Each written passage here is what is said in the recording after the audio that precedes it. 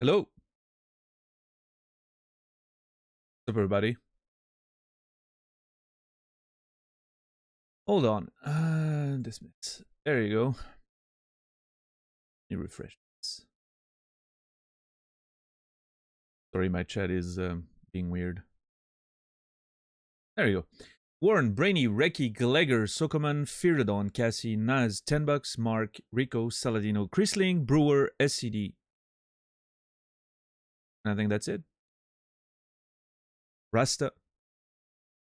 Why is this highlighted twice? Oh my god, my chat is just a mess. Yo, Brendan. Laura, Mark, double raid. That is the first time ever, I think, I get a double raid within the first 2 minutes of the show. Interesting. So that's what it feels like. What's up, Brian King? How are you doing? Thank you, Nasrallah, for the raid. I appreciate it. I hope Dave the Diver was satisfying today and not drowning you into piles and piles of pointless dialogue. What's up, Brendan? I hope Street Fighter 6 was good. Am I lower than normal? I shouldn't be. Let me check. So the levels are fine on my end. Well, I don't know. What's up, Jesus? Okay, the rumors of my racism have been greatly exaggerated. I'm internalizing advanced race theory for the sake of a very important investigation. I'm getting, I'm following Nasrallah's very important philosophy. That's what Nasrallah taught me. Anything to get the job done. Those are Nasrallah's words. Anything to get the job done. He taught me. I've learned from the best. If becoming a racist is what it takes, then it is what it takes. You know? So you can thank Nasrallah for that. For racism. He's basically the reason why racism exists, is what I'm saying.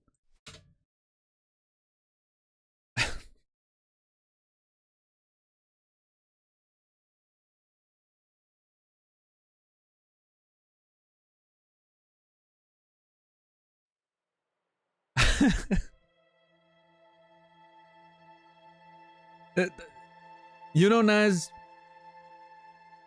I have seen how Nastur Morgan dealt with those dock workers when he needed to get the job done. Like I said, I've learned from the best.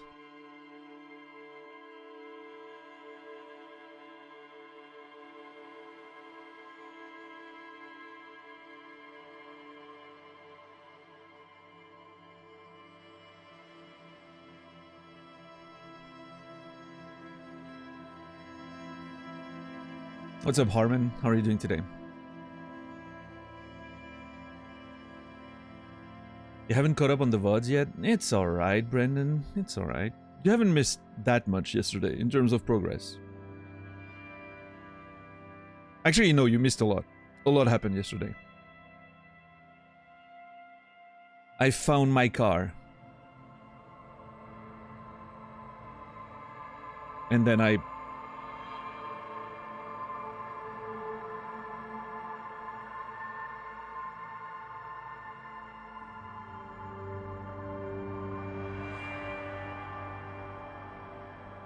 Thank you. I found my car and then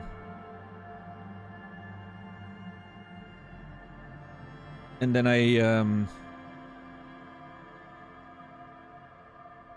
studied racism for over an hour. It was intense. What's up, Senta? How are you doing today? I'm getting a bass guitar delivered today that I bought on Christmas. Really excited. That's awesome, Harmon. Hope you're gonna enjoy it. Used to play bass. Loved it. Alright, Naz. Enjoy. Up to 3 things happened yesterday. It was a wild stream. It was. It truly was. One of my most productive streams, one could say.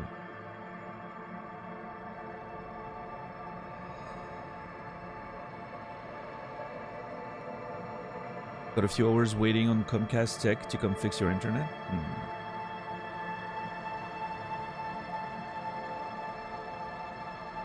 Yeah, I'm knock on wood. Like I'm really hoping. I feel like if one day my internet goes down around here, it's gonna take a while for it to be fixed. So I'm really hoping that it never happens. I mean, I do have my mobile. That's true. I can use my mobile to power my computer's network, but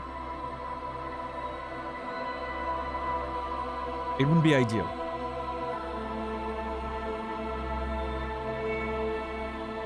All right, Brendan. Enjoy it. Skip the nonsense, and you'll be back soon. What's up, lady? How are you doing today?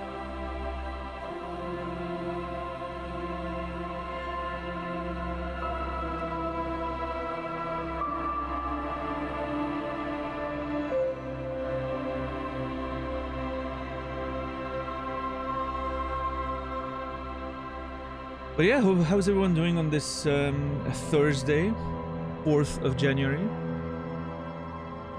I don't know. I don't know how I feel myself. I woke up really weird. I had weird dreams at the end of the night.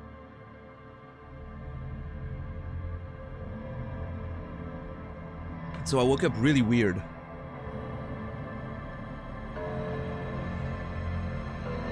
Not really sure the kind of mood I'm in today, so we'll see. Disco Elysium is gonna probably sort it out. Did the dream involve a very large racist? It did not. Turns out. Fed and watered. Beautiful. Got some errands done, just chilling now. Amazing. What's up, Max? But yeah, I'm really looking forward to jump back into the game. I'm excited to see where this is going.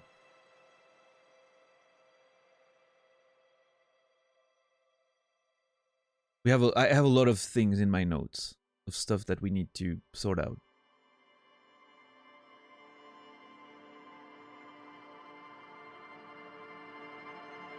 I just noticed now. I forgot about that, but I had a note about the apartment complex, right? Given to me by, like, an advice given to me by Kuno. He said that I should knock on the door until the cleaning lady let me in. She did not let me in, but I stopped knocking at some point. Maybe I should have insisted. I don't know. We found a way in. That's all that matters, but...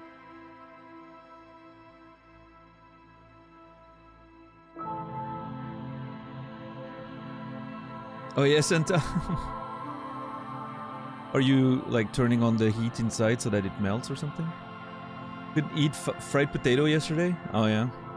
I actually had some potatoes yesterday after the stream. It was awesome. There's this thing. I think it's a Portuguese thing. I found that in the supermarket here, but I think it's a Portuguese thing. It's like tiny thin fries that are you eat them cold. Like it's like a cold snack, but it's really like literally like very tiny thin fries that they just package and, you know, and sell in supermarkets. I think it's a Portuguese thing. It tastes just like fries, except cold, but still crunchy. Pretty awesome. I like it.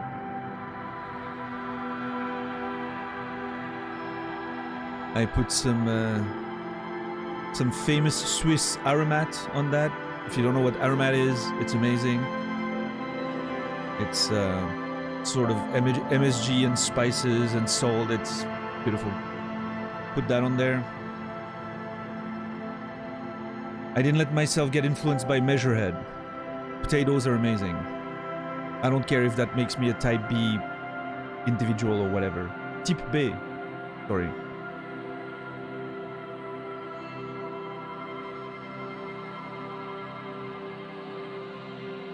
Doing alright, about to take a work break here. Alright, Rian King. That sounds good.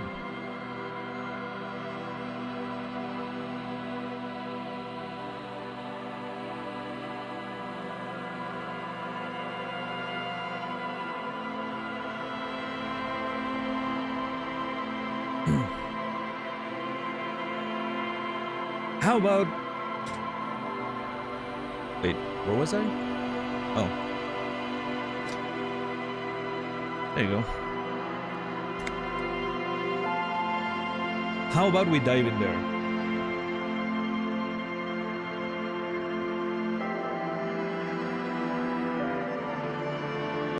Oh. Almost perfect timing on the end of the intro there. Just a bit too early. Alright, so...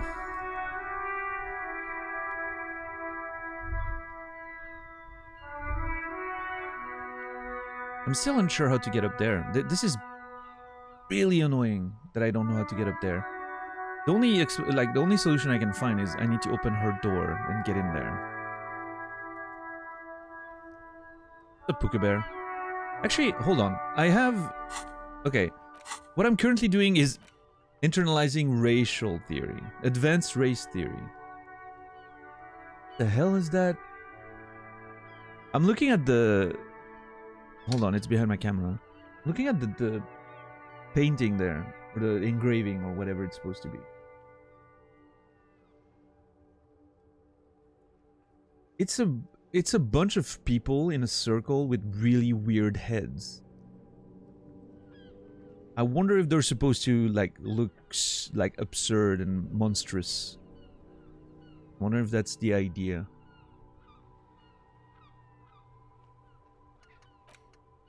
It's such an interesting, like, all those... I wish I could see, like, large versions of those pictures. I'm sure there's a lot of symbolism and shit to take away from it. They look really cool. Alright, so we have an hour and 40 minutes to burn in the game, pretty much. And the ways to do so... are obviously conversations. I'm pretty sure he's not gonna let me sit on the bench. The worn and beaten wooden planks of the bench do not look overly comforting. We can sit on benches after we've solved the murder. Let's go. But Kim, I need to think about racism.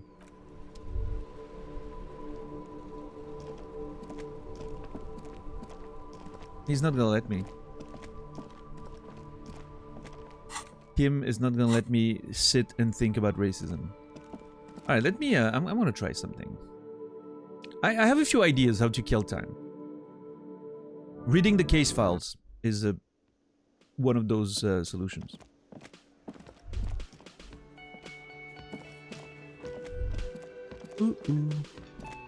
There's one thing I want to try that I haven't tried yet.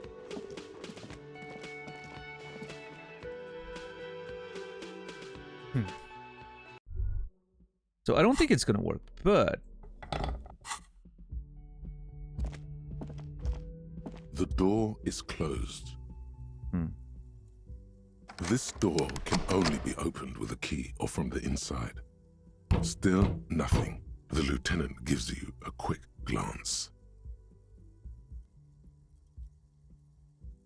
He doesn't like where this is going. Still nothing. The lieutenant gives... He doesn't like where... Okay. I don't like where this is going either. It's going nowhere. That's where it's going.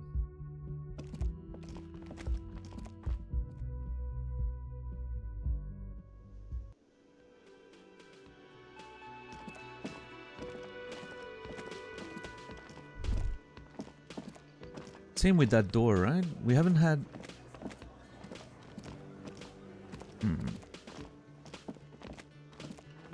You see a heavy steel door with a prominent dimple lock. It's painted blue. Blue. You see a heavy... No. The man ponders his cooking utensils and gives you a little nod, acknowledging your presence. I don't think I need anything else. Stay masculine. Yeah, I don't know.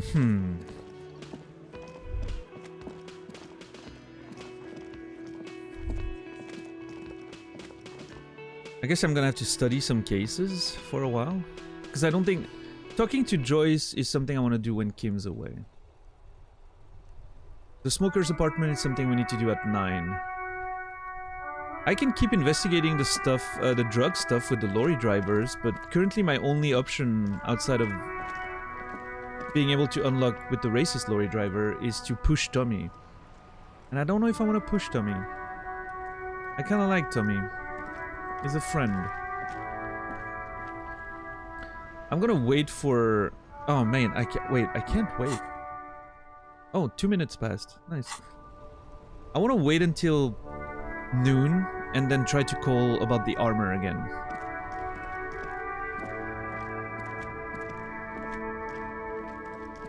Let's see if René and Gaston have more things to say.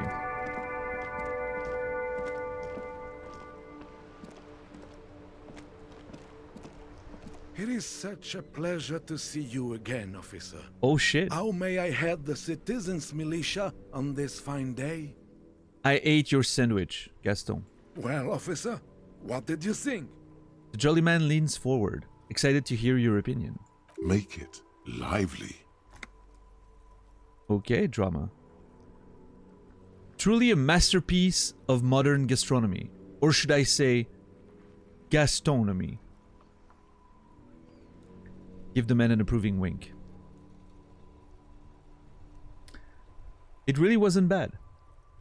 I suggest naming it Gaston's shit sandwich. That's what I think.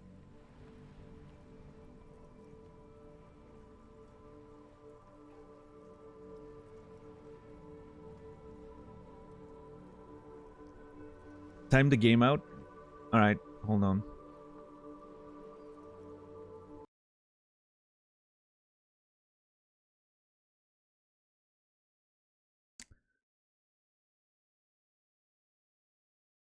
It's gonna be a long 10 seconds, chat. You're gonna have to help.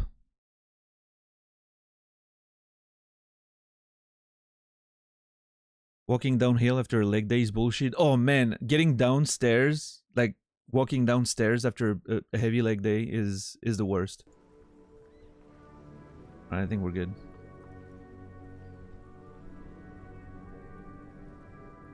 Video games are bad. That is accurate. Yeah, most of them are. Sorry, all of them are. Oh, ooh, I almost lost my ideology there. I love that you have an option to just literally trash his sandwich.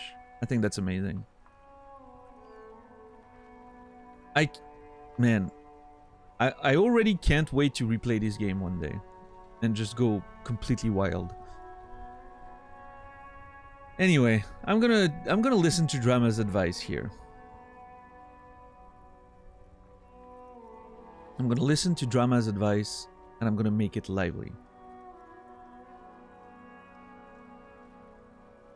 A masterpiece of gastronomy. Give the man an approving wink. Coming from an officer of the law, this appraisal means an awful lot to me. Thank you. He bows slightly. Well, you're welcome, Gaston. It was my pleasure to eat that sandwich. I don't mean to keep Gaston's tongue from your rectum, officer. But do you actually have any police business with us? Wow, René, what the hell? What Gaston is doing with his tongue and what I'm doing with my rectum is our problem alone. René, please.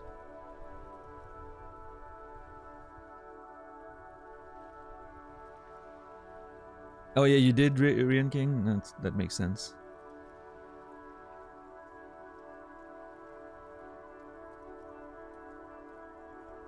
Sure, officer.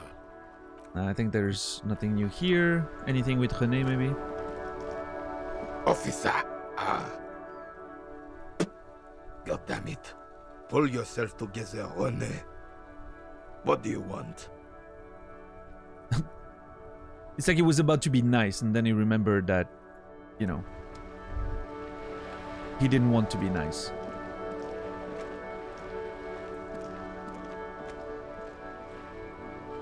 All I got, I built with my bare hands. Well, there you go. The dented yellow mailbox greets you with its graffito and bullet holes in the front. I never kicked that mailbox. I wonder if I should kick it one day. Stairs with the main boss after running marathon. Yeah, I can imagine. Yeah, Inside, you see a set of it's steering crazy levers, when a you're really radio sore, microphone, like a in your pull-out toolbox, and the soft you know, glow when of your the quads are fuel really preheater sore. gauge. You remember how nice it was to just be able to walk. Like you remember the privilege of just being able to walk. This is Precinct 57. How may I assist you? Please, Alice, tell me you found something about the owner of the armored boots. Still no word, I'm afraid. God 57. In damn the it! cabin, you I know it's not her fault, but jeez. What's taking so long? I was supposed to get information back today.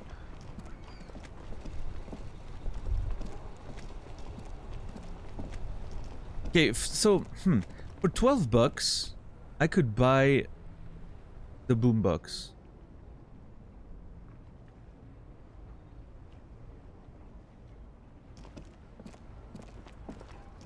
But then I'm $10 out when it comes to paying my bill tonight.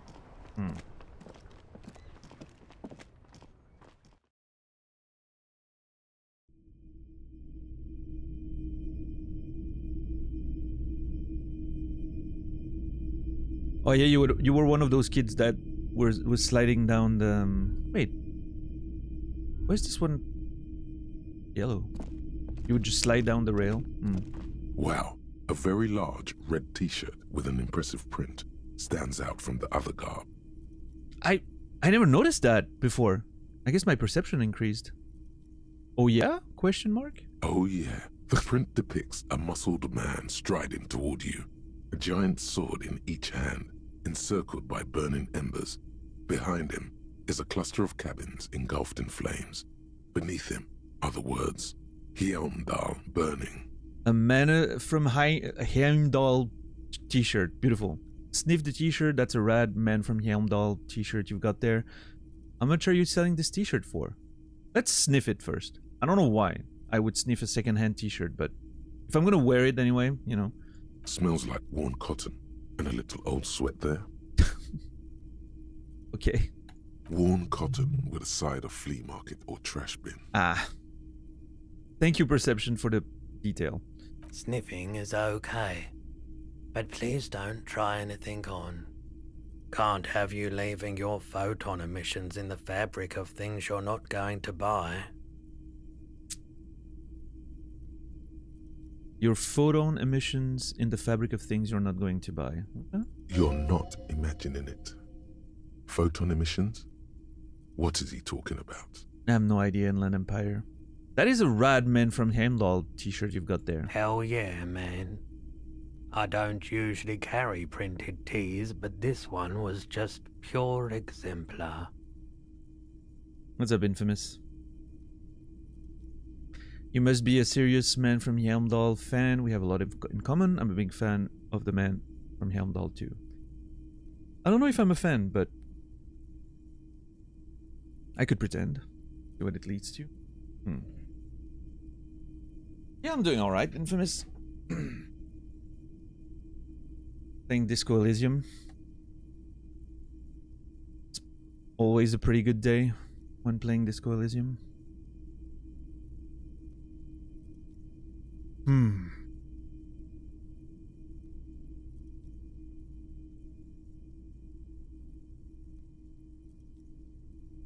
About Final Fantasy VII Remake, going to play it tomorrow. Yeah, I actually I installed the PS5 version.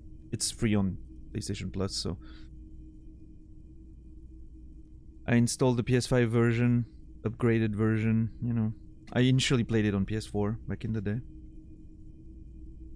Yeah, I'm looking forward to replaying it again in prep for Rebirth. Looking forward to it. Yeah. I quite enjoyed my first playthrough of it.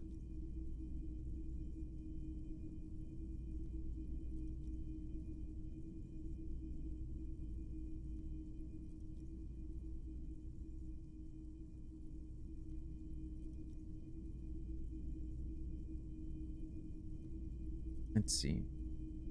You must be a serious man from Yamdal fan. A fan? No, I wouldn't go that far. But I do think the Hjelmdalaman saga is an integral part of our shared reality. Our shared reality. Most people don't think that the man from Hjelmdal really existed, but they're wrong.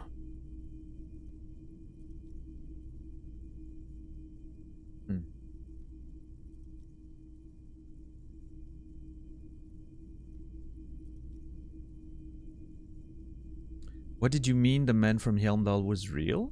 I mean, even if the man from Hjelmdal didn't exist before the adventure novels, the stories have made it so that he has. It's simple, really. Is it now? Okay. Kim sounds incredulous. You sound skeptical. It's not that complicated. All that's required is a more robust understanding of cause and effect. Besides, I've been to Kotla, though not quite as far north as the Hjelmdal, and watched northern lights travel across the sky. Very unique, energetic tides there. Sure. His theory isn't exactly incoherent, but its logic does suggest some unusual neural activity. Interesting. Interesting indeed. Conceptualization.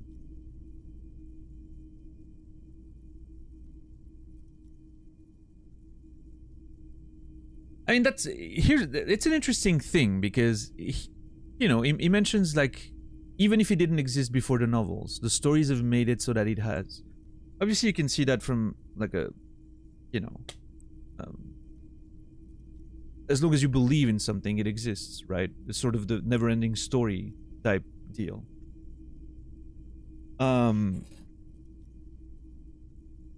But it doesn't look like he means that in this way. It looks like he means that in an actual way, right? Which is very interesting. It could simply be that he's a little, a little crazy, a little unhinged, very possible. Or it can mean more about the nature of this reality we're in, right?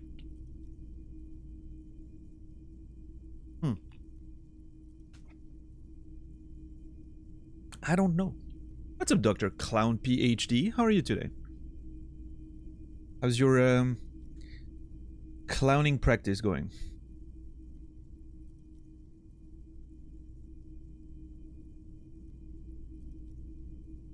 Very, very unique energies indeed. Geomagnetic ley lines, one might even say.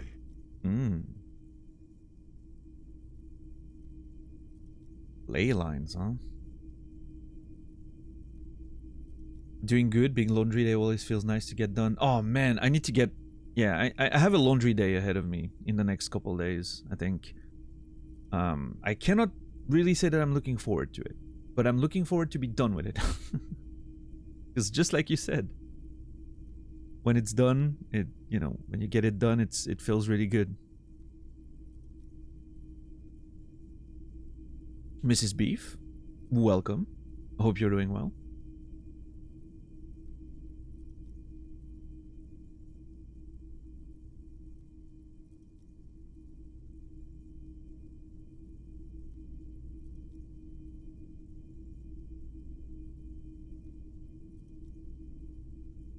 How much are you selling this t-shirt for? 2 real.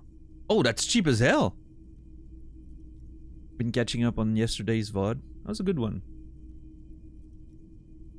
Some really good moments in there. That's dirt cheap. It is! I agree with Kim.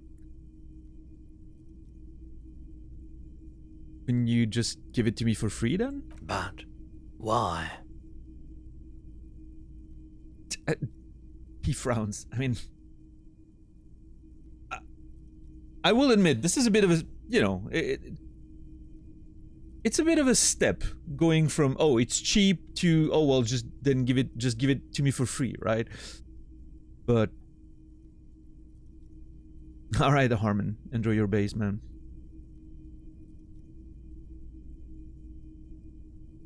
Because I'm a broke cop without a cent to my name.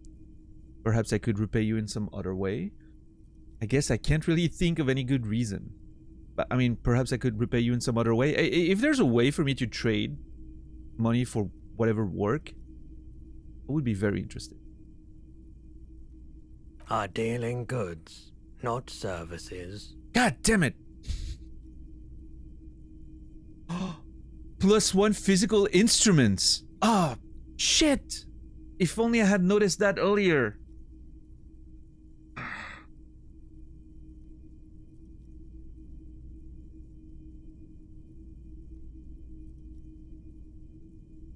God damn it.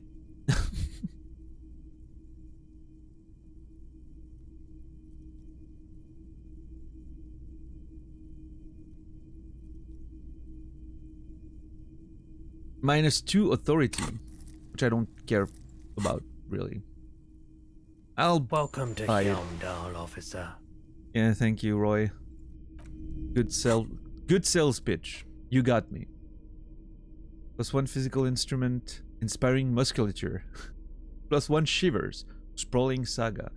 -2 authority, too old for this shirt. Amazing. The man from Helmdall is standing in front of a burning village, dual-wielding his ever-present Zweihanders. He's dual-wielding Zweihanders. Now that's my kind of guy. His muscles look ready to burst out of the two-dimensional print into your three-dimensional life. Alright, -1 drama, I'll trade gladly for a man from Heimdall shirt.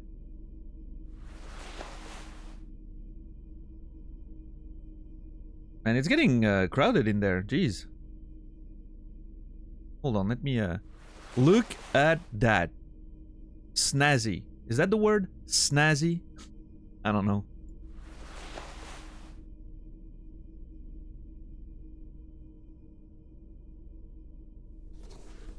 Oh yeah, the black with a little pinch of red coming out there. Beautiful.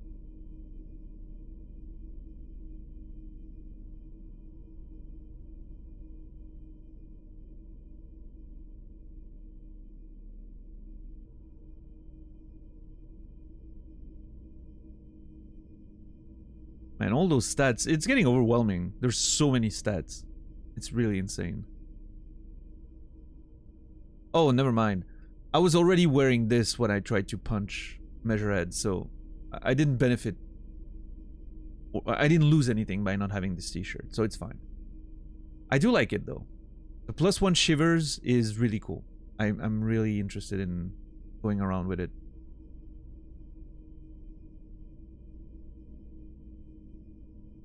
Mutton dressed as a lamb. I mean, I don't know. It's just a fashion statement, right? I'm a very serious police officer with a little bit of a, you know, a nice little edge, let's say, right? We like that.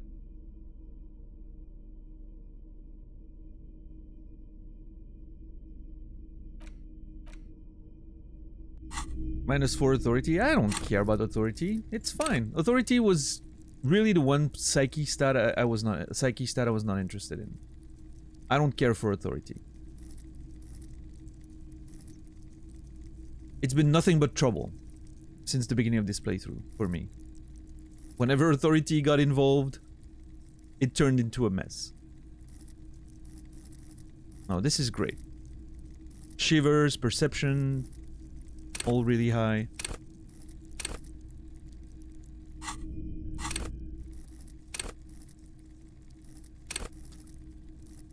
Beautiful. Alright. An hour and 28 minutes. Cool. Hello, hello. Let me know if I can help you with anything.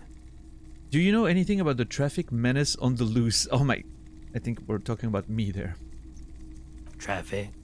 I'm sorry, officer, but I don't drive. Wait, why don't you drive? I just don't like it very much. Movement on the road never really gelled well with the movement of my thoughts. That's interesting. It's quite the opposite for me. Driving is such a meditative experience for me. I get clarity when I drive. I would literally, I remember when I was struggling with my second novel, which was the most difficult thing I've ever had to write, I think. I would sometimes literally just go in my car and drive for like an hour randomly around the area just to, you know, get some clarity in my senses. It helped me figure out stuff. I don't know why. I don't know why it works, but yeah, driving is absolutely amazing for me to unlock my thoughts and whatnot. Are the roads pretty chill in here? Yeah, they're fine. Yeah. I mean, if I'm driving around the area, I'm you know, almost never crossing a car around here. Like if I go obviously near the city or the highway, obviously, you know, you get some traffic jams and whatnot. Like we're still in a civilized, you know, it's still a civilized area, right? But no, if I'm just sticking to the countryside and little roads around the forests here, it's gonna be very chill. Too much environmental anxiety? Yeah, I mean, that's a concern, obviously, but, you know.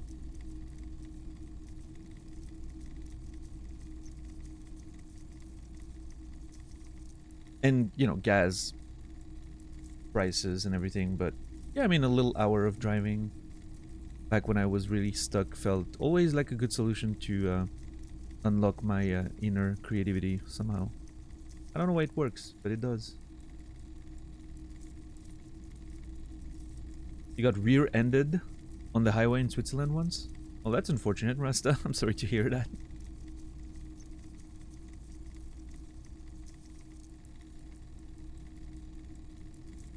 Walking gives me that default mode at work time. Default mode?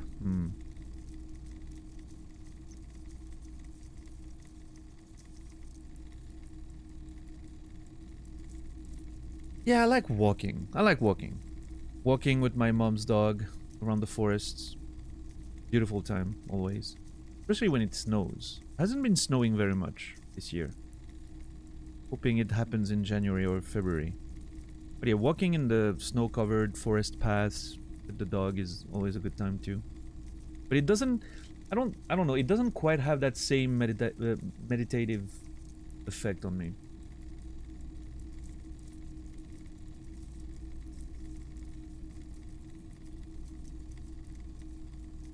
I think driving triggers the creative side of my brain. Walking around, like a nice little walk, is more about self-reflection. I don't know why. It's weird.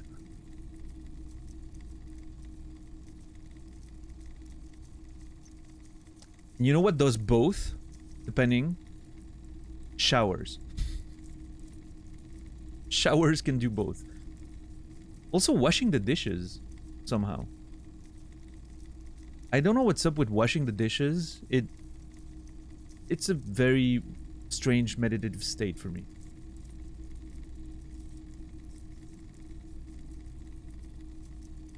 Something about this guy's voice that I really enjoy. Yeah, Reki? Interesting. I wonder why. He has a bit of a... You know, his voice could very easily be considered creepy, right? But it's also very calm. That's an elf. Welcome in. You hate washing the dishes?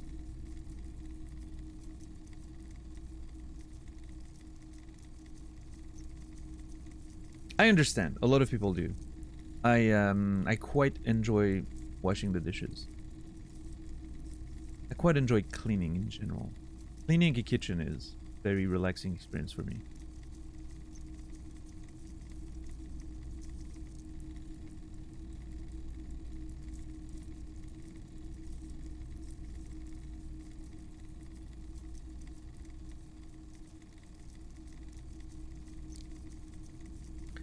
The real question for Roy here is, didn't you hear it when the traffic menace drove over your roof? Now that I think about it, I do remember hearing a thunderous noise the other night. Some kind of powerful electric vortex hitting the shop and then moving on. I'm blowing my own mind that I didn't come here to question him as soon as I noticed the tracks, but it appears I failed to do so. What's up, Kiel? How are you doing today?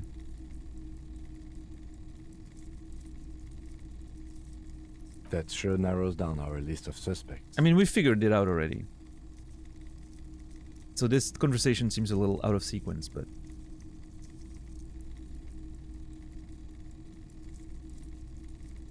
A vortex? Sounds fascinating. Does that mean you don't have any idea who the driver was? I can understand how you would mistake Jacob Irv for powerful electric vortex.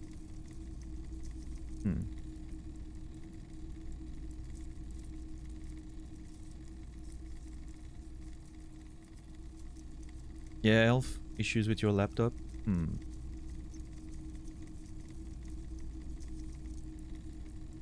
Does that mean you don't have any idea who the driver was? He shakes his head, slowly. Well, there you go then. I have other business to take care of. Bye. Okay, cool. I still need to buy the boombox, but I don't want to go under 20. I need the money. Although, I mean, I have a boat. A boat. Yeah, actually, I do. I have a boat under which I can sleep. I'm wondering... The only question I'm asking myself is... I wonder what the consequences for sleeping under the boat instead of in the hotel are.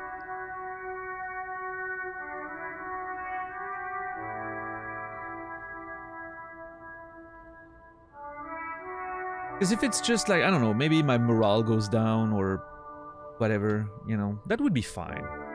I'd be okay with that. It's cheaper to buy a couple of bottles of magnesium than it is, you know, renting the whole fucking room, but... Is that a French horn? Or some other similar instrument, yeah.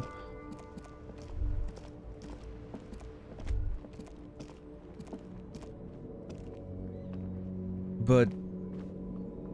if it has worse consequences, I may not want to do it.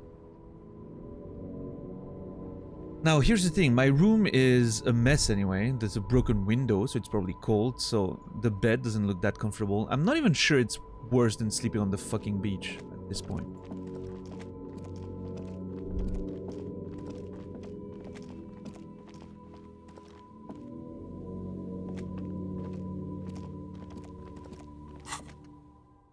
Hour and 27 minutes.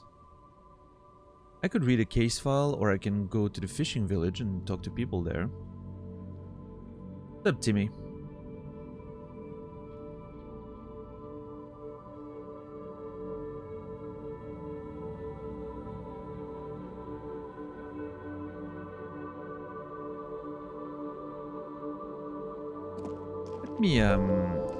Let me go investigate a little bit. An anonymous gifter. Anonymous gifter gifted a sub to Cole Domamadakwa.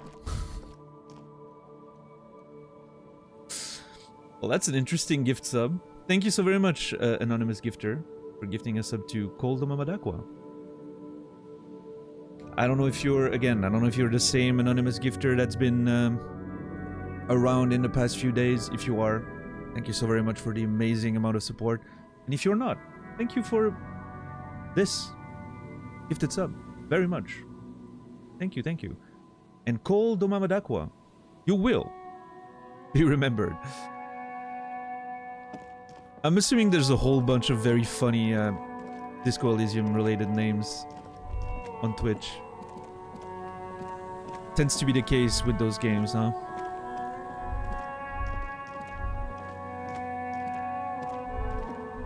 What's up, J-Bomb? I read one case, yeah. What was it, the mural one or something? It's the ledger you found in the trap. Arson. Petty theft, spouse. You don't exactly. It takes about Yeah, the half Next an hour World to mural. piece one together. Yeah. Using the system, not much Is the one we read. I wonder if there's a Twitch user with an anonymous gifter as a name who is a secret vigilante of gift sub. I think there is. Wasn't there a thing the other day? Like someone gifted a sub to anonymous gift. I don't remember. There was something like that the other day. If you go to the Twitch page, it exists. Right.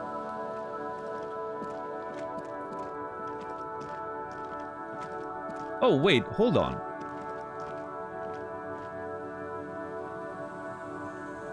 So this is interesting, and I don't know how it works.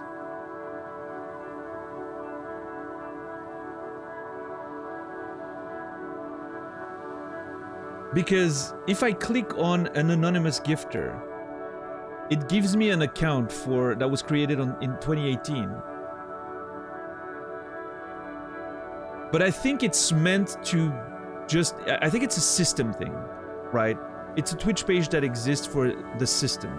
Because it's not really that person that gifted the sub. Because if I look at my stream element alerts, it just says anonymous.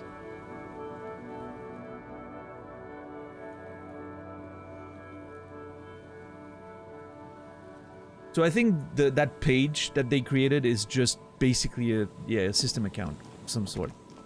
Because it needs to have an account to, like, you know, sort of pull up when it...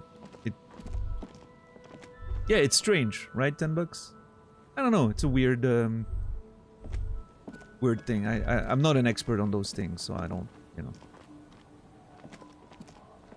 I'm not a network programmer or tech expert by any stretch of the imagination, so...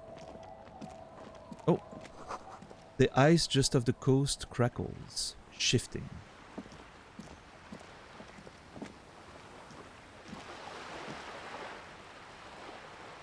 Man, this place is awesome. Love it. Whatever works, I guess. Yeah, no, sure. Oh! Seems the walker was either very confused or drunk out of his mind. Well. Anyone know what's the plan for today? Yeah, I know. We're waiting until advanced race theory is internalized. And I figured, might as well maybe talk to some of the people around here, you know, like, try to make good use of the time. I could just read case files, but I feel like I can do that in the evening, right, when Kim's not around. I'm gonna just investigate the fishing village a little bit. And then once that internalization of advanced race theory is complete, we're going back to Measurehead. And we'll see what happens then.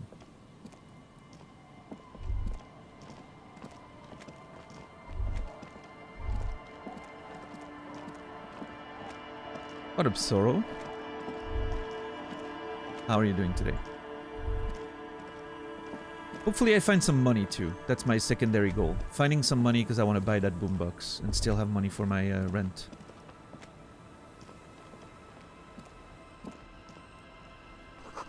Construction material. Whoever planned to build this house left in a hurry. Hey! Money. Nice.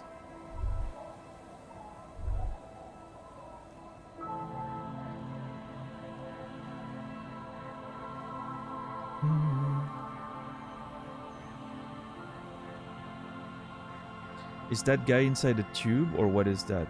Wait, what are we talking about?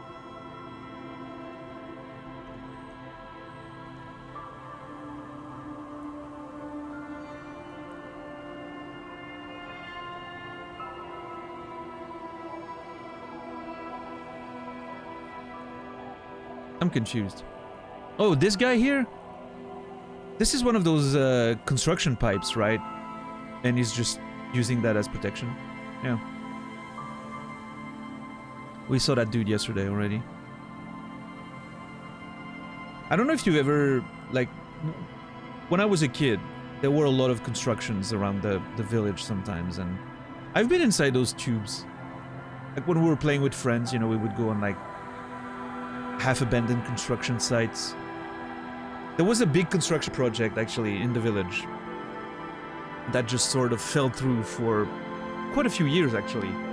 They started doing the digging, they started gathering the materials, and then I think the construction project fell through, like financing, for like at least 5 years. Those 5 years were the most fun I've ever had as a kid, playing outside. There were so many of those, you know, pipes like that, like stone pipes. I don't know what they're made of exactly, but concrete, I guess. And we'd just hang out in those, like use them as sort of our, you know, little hangout protection and stuff. And then there was this, I know I mentioned that story before, but they had done the excavation, right, for the foundations of the buildings that would eventually be built there. And they left the dirt. There was a huge pile of dirt where they did the excavation.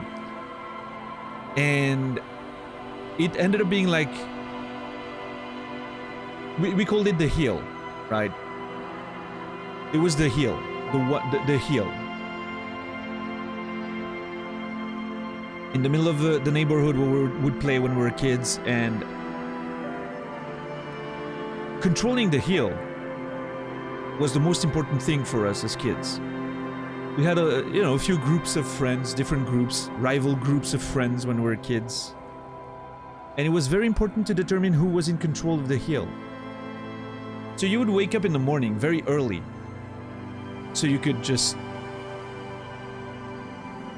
you know, be the first ones on the hill for the day and just take control.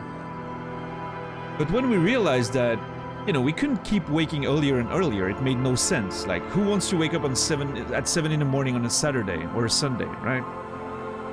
So what we would do when we were in control of the hill is place traps on the hill itself. I remember us digging a hole on top of the hill and covering it with, you know, a variety of branches and whatnot, and then grass, so that when our rival friend group would go on the hill, they would just fall in, and we put, like, you know, little wood stakes in the bottom, like nothing that would actually hurt anyone. I don't think we had the skills to do that. It was just meant to be, you know, sort of like we would see in the movie, those wooden stakes in the bottom of pits, right? But it was just like branches and whatnot.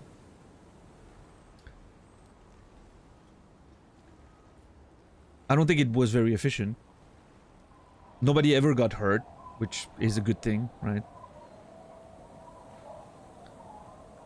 One of the kids was never found. No. Nobody ever got hurt, but, you know, it was just all in good fun, I guess, at the end of the day, but... yeah, I have fond memories of that.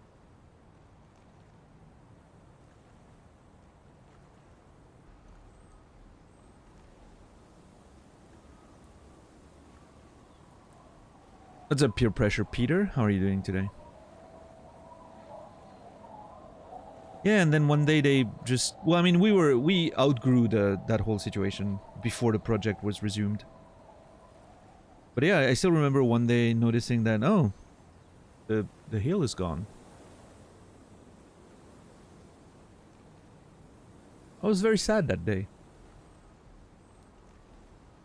A lot of my childhood was spent fighting over that hill with my friends.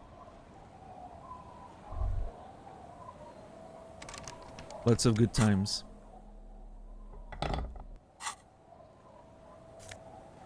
Oh shit. Magnesium and money. My two favorite things in the world. Magnesium and money. What's up, Serb? What did you miss? Nothing. We just, we're trying to spend time. Hold on.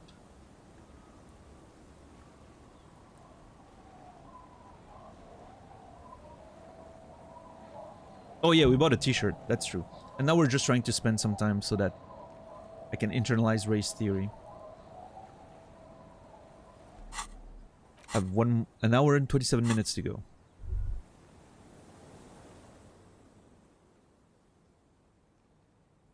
Oh yeah, Sir Kel. I did that a lot also when I was a kid.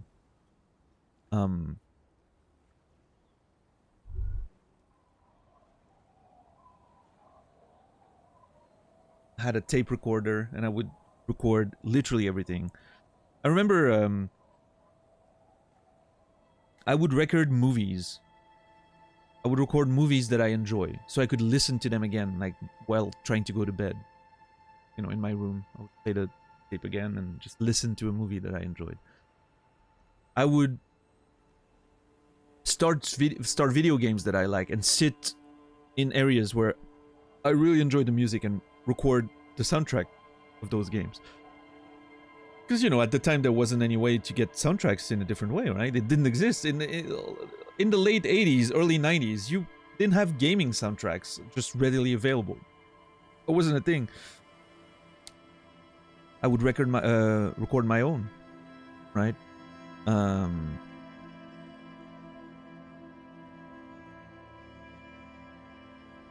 I would also I would record myself playing with my toys and the stories I would make and create. Man, now it makes me want to go dig in my attic's boxes and what and stuff. I'm sure there has to be some tapes laying around. I don't know if I have the means to play them. Probably. I have to have the means to play them somewhere. If I could find those tapes again... I mean, they're probably... It's been like, what, 30 years? They're probably not magnetized anymore, right?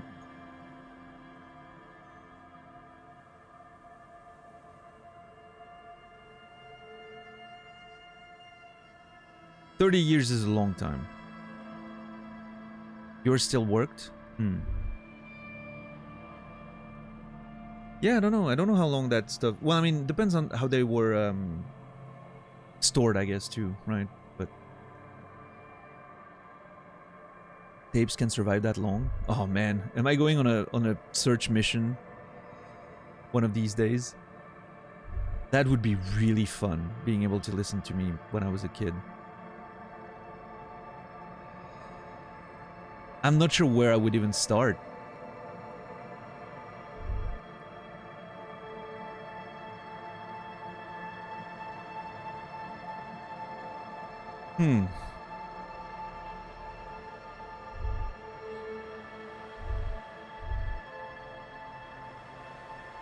Yeah, we'll see. I'll have to figure it out. That'd be fun.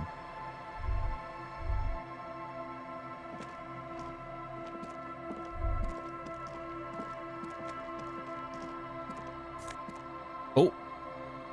Glass, okay.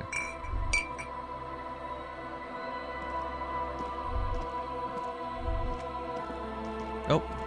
You stop mid-step and put your hand on a garish necktie. Oh boy. What's up with necktie again? That bottle, Bratan! Just look at that bottle!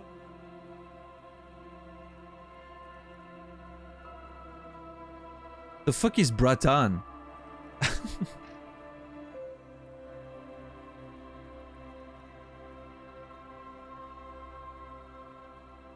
I'm assuming it's a... I'm assuming it's a... It's brother in a different language or something. I don't know. Where? Bottle? What? I don't really care about any bottle. I just want to look at it. Okay, cool. What do I do next? I mean, I just picked up a bottle, so...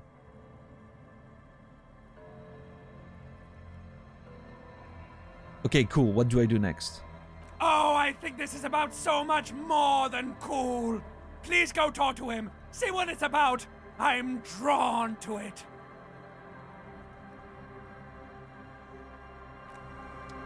I'm sorry, what?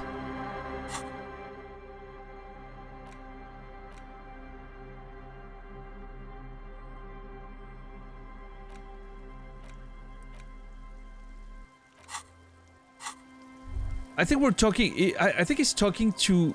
about a person, not the bottle I just picked up.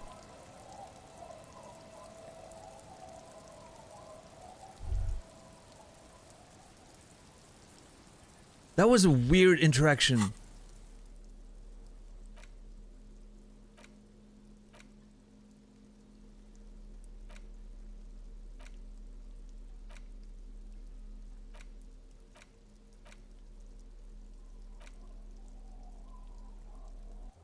Anyway. Money.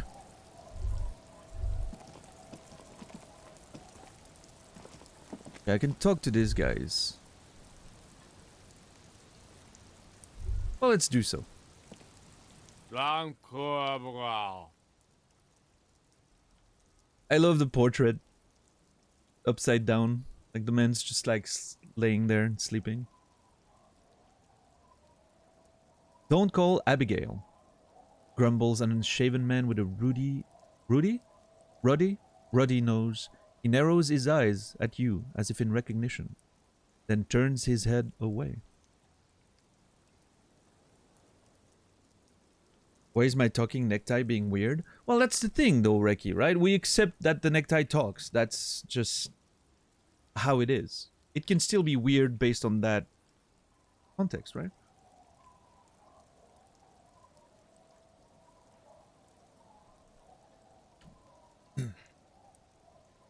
The noxious odor emanating from the drunken man is strong and familiar. Okay. Don't you call her? Yeah! Don't call Abigail! I'll call whoever I want. Don't tell me what to do. This is making me uncomfortable. Who is Abigail? Abigail. Don't you fucking call Abigail. He draws out a disgusting snort and mumbles, waving a finger in your general direction. Abigail is his wife or girlfriend. Chances are she's gone. Calling her wouldn't make it any better or worse. You know what? Suggestion? That's fair. You're not going to get anything out of this guy. He's too drunk. Okay, Rhetoric, you know what? I know I should listen to you. But I can't stop myself. Plus, we have time to kill. Until race theory is internalized, so. Who are you? What's your name? Don't call Abigail! He says. His eyes move around erratically. The look in them hazy and unfocused. Where am I? What is this place? The man hiccups, then mumbles something unintelligible. Why shouldn't I call Abigail? He snorts and beckons you to lean in closer. Oh no.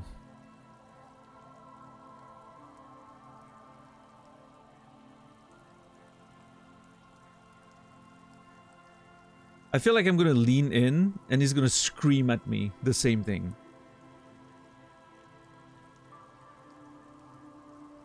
Okay, I'm gonna lean in. Don't call Abigail. Don't call Abigail. His breath smells harsh like a toxic swamp as he whispers to you. He then waves his hand as if shooing you away.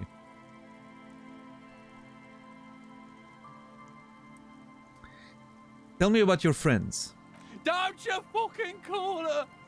Hear me! His voice trembles. Abigail? His voice trembles with every word, becoming even ever weaker. Abigail, he whimpers in the end. I'm on an important official investigation. I demand you answer my questions. There's no use in yelling at drunks. He's barely holding it together. Oh, come on, Kim. Let me have some fun. The drunk man starts coughing, a really disgusting, hacking cough. For once, I'm not the drunk in the situation. Don't call. Slowly, his head nods off to the side and he passes out, tongue dangling from his mouth. There was little chance he'd be a reliable witness anyway. Oh, Kim, I had no hopes of actually getting information from him.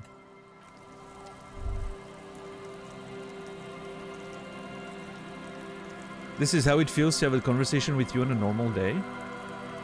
Wow, jeez. That actually hurts my feelings. Good to see you, friend. Do I have deals set up for you, buddy boy? He spreads his arms as if wanting to embrace you. Rosemary. Okay. Does he actually know you? Or is he just shopkeep friendly? What are you talking about? So what do you want? I got smokes. They're cheap. Very cheap. I got Pilsner. Great deal. You won't get a better deal on that piss. Spirits I can let go for 300 real. I'm sorry, I what? also have speed. And by speed, I mean amphetamine. That's a very expensive bottle of spirits. And he has drugs. Interesting.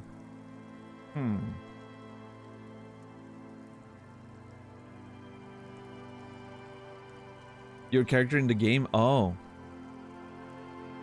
Good save. See? There it is, Bratushka! The spirit!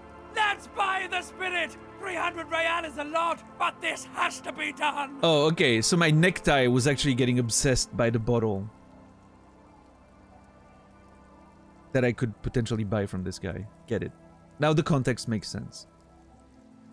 It's our end game! Is it?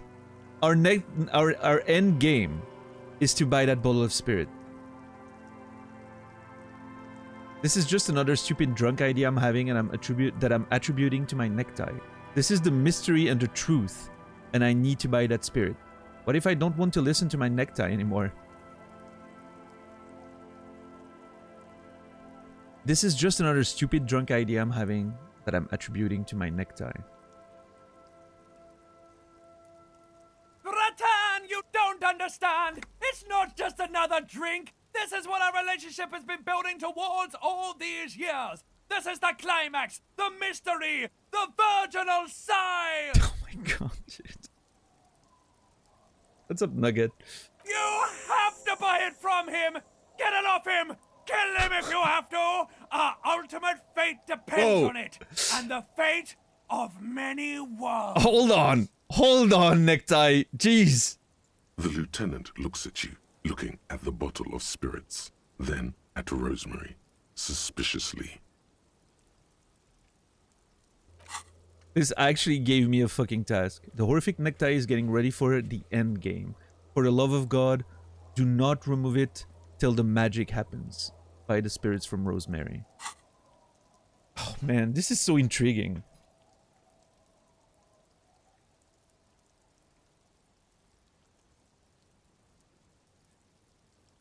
Blue medicinal spirit. I will never... Like, how does the game expect me to find that amount of money? Jeez. I barely made like 50... Well, I mean, no, actually I made more, because I paid 60 on the first day, and then 20 on the second. And I'm about to pay 20 more. So I've already had like, about like 100 reals total. Plus all the little expenses here and there. I'd say 120 overall. Like, how am I supposed to find 300, though?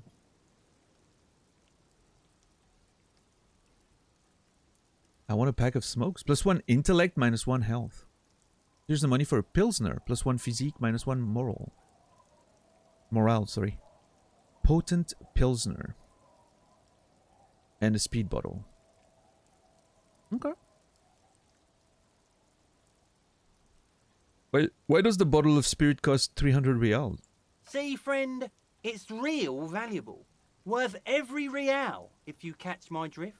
Got it from a bit of a business venture. Brings out a 1-liter bottle of bluish liquid. Mouth is corked shut. A business venture. Nod, let him speak. You know, it's funny, actually. He bursts out laughing, then takes 3 gulps of his Pilsner and stares at you intently. He's finding it difficult to focus his watery gaze. What is? What? Keep him talking. What do you mean, what? What did you think was funny earlier? This guy. He says and shakes his index finger at you. Conversation might bring a discount, no? I mean, conversation might bring nothing right now. These people make no sense. Where did you get the bottle of spirits from? Okay, can I just get the spirits if that's okay with you? You know what? I don't even want the spirits anymore. No, where did you get the bottle of spirits from? Oh, this is medicinal spirits. The good stuff. Got it from the doctor's office. Yeah? He ain't shitting you! Medicinal spirits are a blast, Bratan! The flaming truth of this joke of a world! Necktie, can you bring it down a notch? Like, just a little notch. I'm starting to get a headache. I got one of those scientific ampoules a few months ago. Torpedo, they call it. It's supposed to keep a man from taking a drink. It's supposed to keep a man from taking a drink?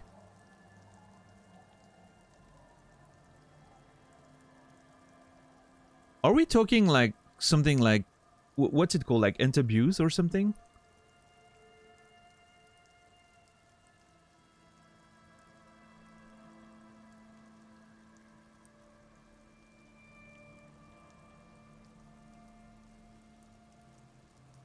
Is that what it's called in real life? Hold on.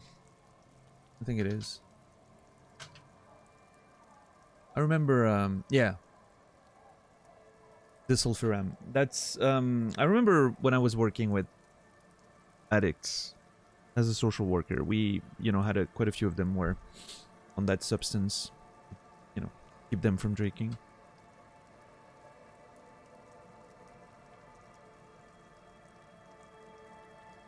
So I wonder if that's the idea here. One of those scientific ampoules, torpedo, supposed to keep a man from drinking. Spits a nasty yellow clot on the ground before you. Didn't stop me for shit, that's for sure. 5 lemons with half a pack of butter and you're good to go.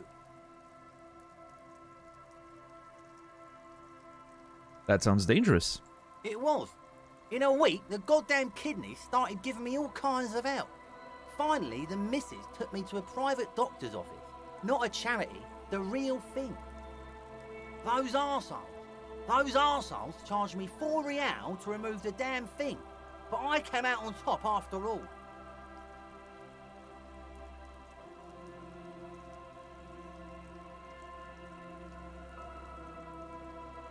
Assholes, have they no shame taking money for a service they provide? Okay, how? The idiots left me alone in there. Now, I used to teach high school biology. I know what doctors use to preserve dead thingies.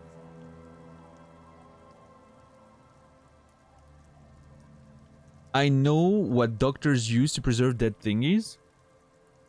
Formaldehyde? Like, did you drink some...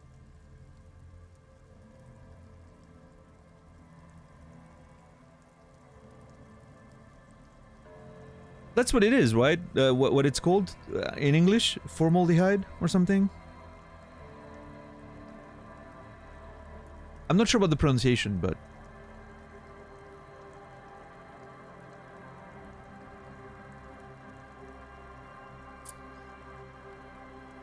Pretty close? Okay.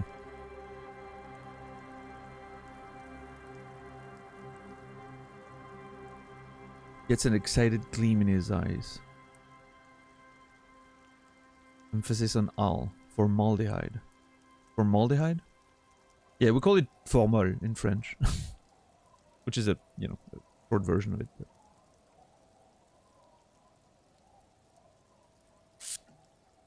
Like 3 cans of this blue medicinal stuff from the back room. Threw the snakes out and voila! What's left is this beautiful blue stuff. Oh my god, 98.7%, almost pure alcohol. Threw the snakes out. They were conserving snakes in that shit.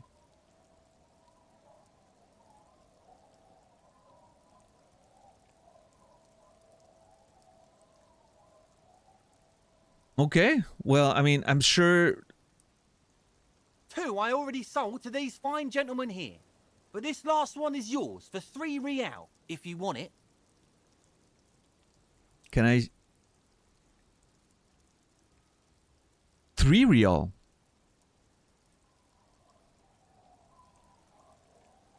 Hold on. Hold on.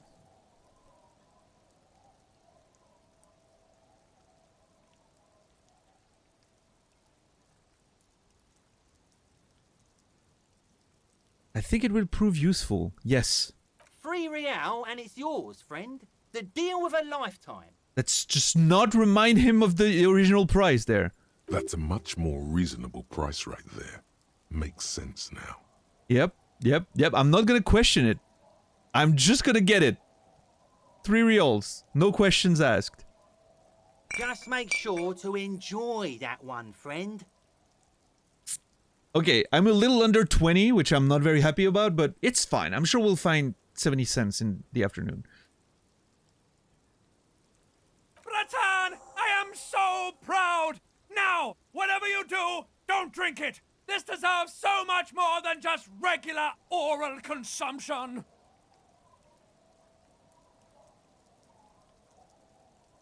I'm sorry, what are you on about, Necktie? Just wait for my sign. Keep it with you. Keep it warm. Keep it safe. Soon we will enter the other world. Oh my god. Soon. The time will come soon. Have patience, brave one. Hold onto the spirits and wait for the signal.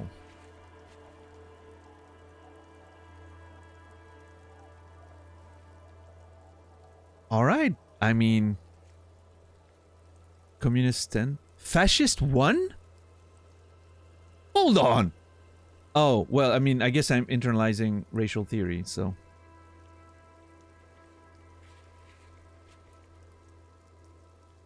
Whoops.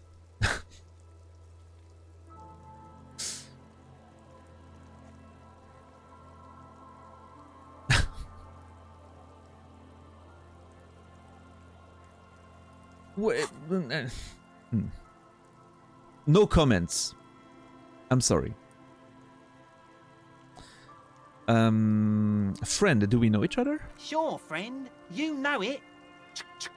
Points finger pistol at you and squeezes the trigger. Okay. Don't mind old Rosemary here. He's a buffoon. Let's have a word after your high-concept transactions. I'll give you the lowdown.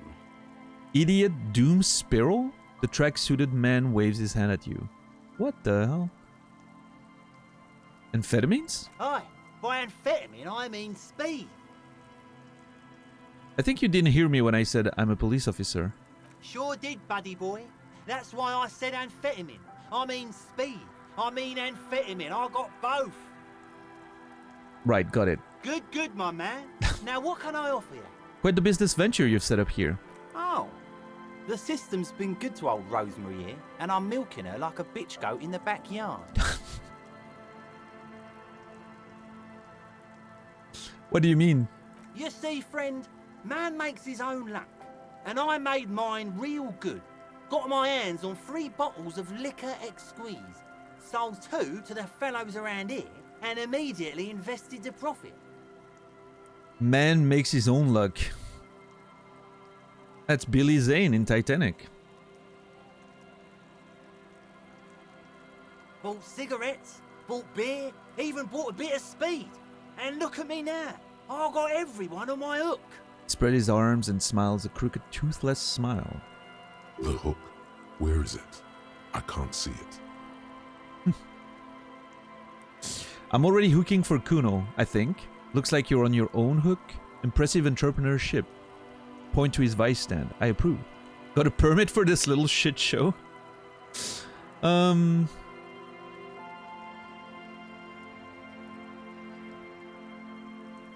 Looks like you're on your own hook too. Of course.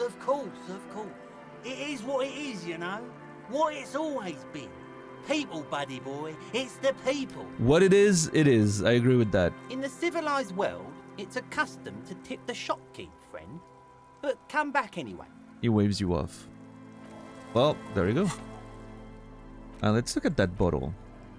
The liquid has an unearthly blue tint. The kind that might or might not, but definitely does glow in the dark. The kind that might or might not, but definitely does glow in the dark. This is 98.7% pure alcohol. Keep it away from an open flame. Oh, okay. Well, put it down there and wait for it to do anything. Price is 6 reals, by the way. We're actually making profit on this. If we were to sell it, which I don't think we can or know if we can, but...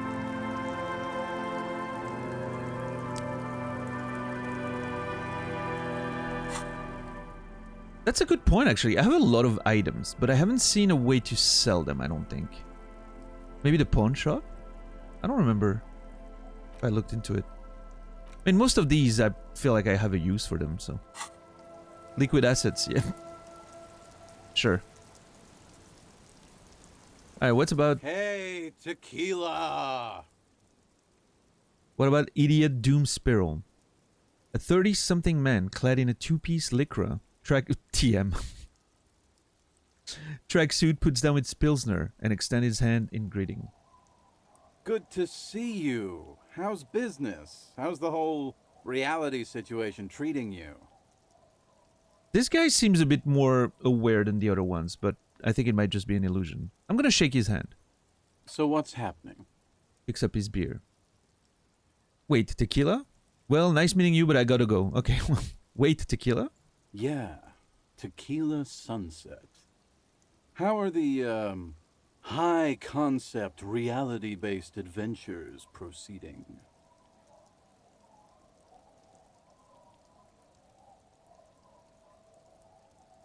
High-concept, reality-based adventure. Have we talked to that guy before, or... He says it like it's obviously your name. Like you call someone Billy Brunel or leader of the 4th Street Gang. Good. These people know your true name. Looks like it has preceded you, Mr. Sunset. More on that later. What are you going on about, Inland Empire?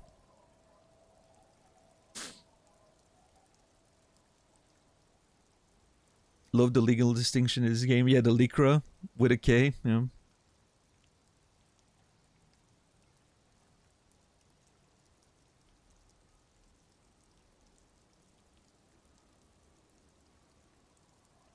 How is Lycra spelled in real life? Lycra? Something like that?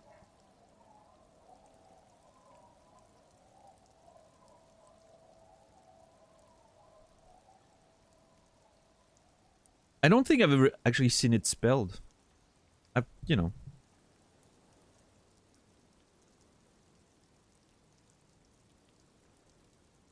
Lycra? Yeah. Lycra, yeah. I've never actually seen it spelled, I don't think. It's one of those things, you know.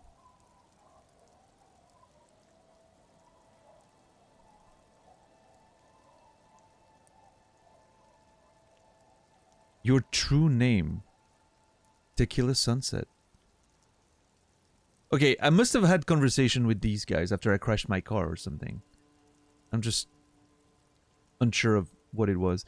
Also, what the hell is this little thing? Look at this. Looks like a stroller, but...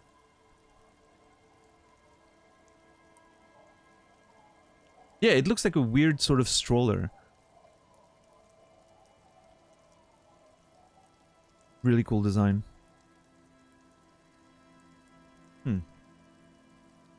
Continue. I like this guy. You should too. He respects you by calling you your true name. I'm legitimately getting a headache. That doesn't... It's not just because of necktie, but necktie is definitely not helping. Not too hot. I'm on a 50-year losing streak. Reality, it makes me aggressively sad. I don't know. People tell me I'm a cop. I'm getting used to that. I have re-entered reality to conquer it. To bend it to my will. I am the law. Well, nice to meet you. Well, nice meeting you, but I've got to go. Big necktie stream today. Yeah. My internet is back. Hey, $10. Nice. Congrats. Necktie is very lively today. That is true, Nugget. Necktie is very intense today.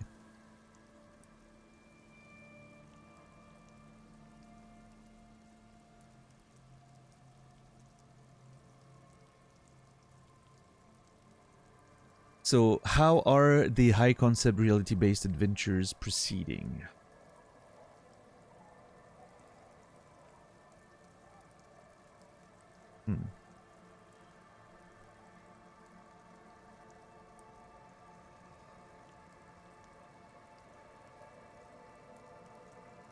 Some part outside the house burnt out and the guy swapped it out?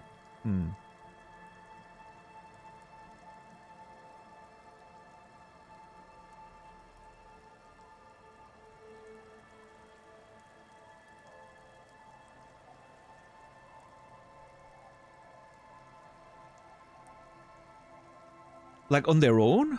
Instead of...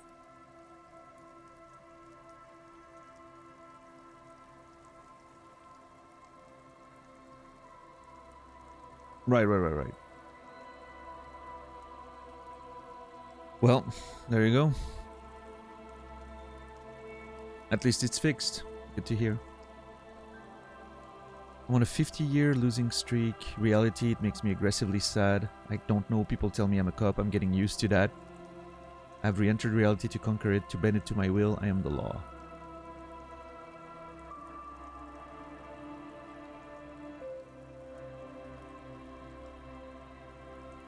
Well, I don't know. People tell me I'm a cop. I'm getting used to that. I feel like that's my true feelings right now. I don't know if I'm much of a cop, but it seems like I am. It's good to hear that you're on top of things. Talking about used to, did you know that I used to be a real mover and shaker? He thoughtfully picks at his shit-stained Lycra TM jacket. Sadly, things aren't going that well in Idiot Doom's Spiral Land. Haven't found those keys yet, haven't won that great piece of ass back. No word from my business buddies. He takes a sip from his beer. You know what? I thought this guy made more sense than the other two. Scratch that. I don't think he does, actually. It's a different brand of confusion.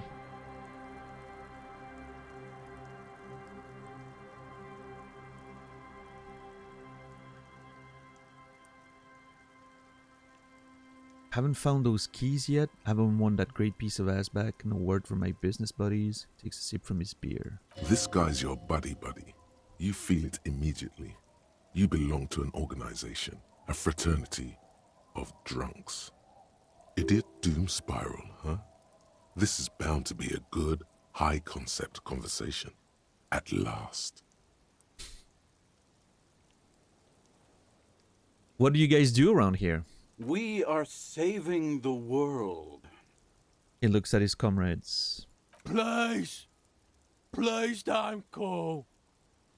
Don't call. Begs the man in the pipe. Okay, we're drinking. We're drinking alcohol. That's what we're doing. I tried to save the world once, a long time ago, with enterprise, creativity, and willpower. But that didn't work out. I think their bodies betray their degeneracy. I think that's what's happening here. See, I'm learning. I'm doing my homework for advanced race theory, okay? They've succumbed to the power of Al Ghul and all that.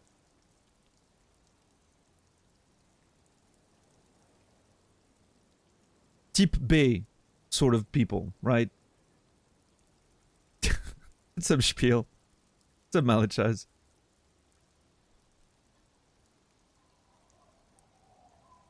They probably like potatoes.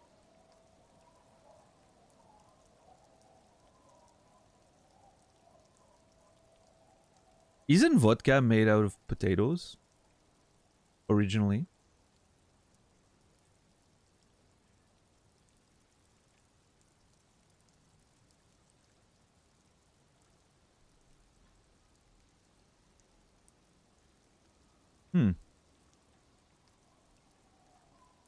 Consumers of the wretched potat. Yeah. And it gets filtered with milk, making it have lactose. Wait, vodka has lactose? Really? No way.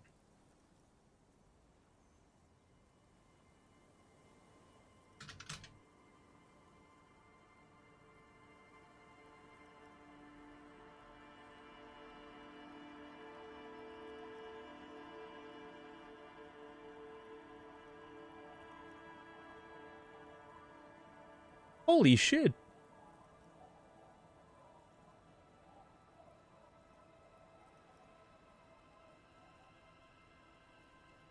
That is insane. Yeah, by looking it up, like, what Google brought up were brands that were talking about how they're making sure their vodka is lactose intolerant friendly, right? It's insane. It all makes sense now. Measurehead's whole theory is just, you know, circling back to not drinking vodka and alcohol. So you can have vodka instead of milk in your cereal. Now you're onto something, Circle. I actually don't drink myself, you know. It's not like I'm not drinking at all, but I generally don't drink if I don't have like a good reason to, like the rare occasional big party where, you know, I want to suddenly drink a little something. But I think last time I had a drink was in March, so I don't drink milk very much either. I don't know why. I never have milk. I don't have that many uses for it, so I generally don't buy it because I don't know. I end up not finishing. Like if I buy milk, I ended up not finishing it. It's a bit of a waste. But I do like milk very much.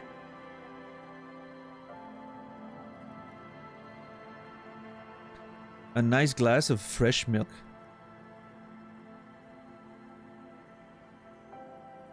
Delicious.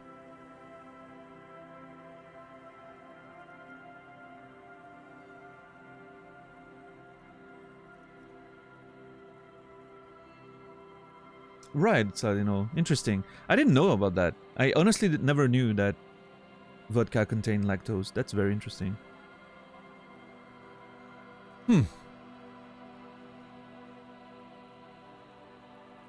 I tried to save the world once a long time ago with enterprise, creativity, and willpower, but that didn't work out. So now it's a pirate's life for me. Ho ho ho. No, not ho.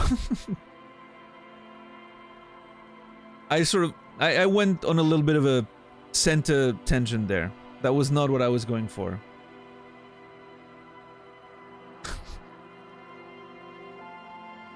What's the song again? Ho ho fiddly-ding. Being a pirate is okay to be. Let's just forget this whole sequence. Let's rewind. Oh yeah, a pirate's life. Okay, that's nice. What is a tequila sunset? You keep saying it. Yo ho ho and a bottle of tequila. Yeah. Don't worry, this is the internet. Yeah, nothing stays forever on the internet, right? That's what they say. You know, that saying that everything is forever on the internet, it only works for things you're not actually looking for. Every time you're looking for that one thing that you remember from the old days and you're trying to find it again, you will never find it again. Somehow it's just gone.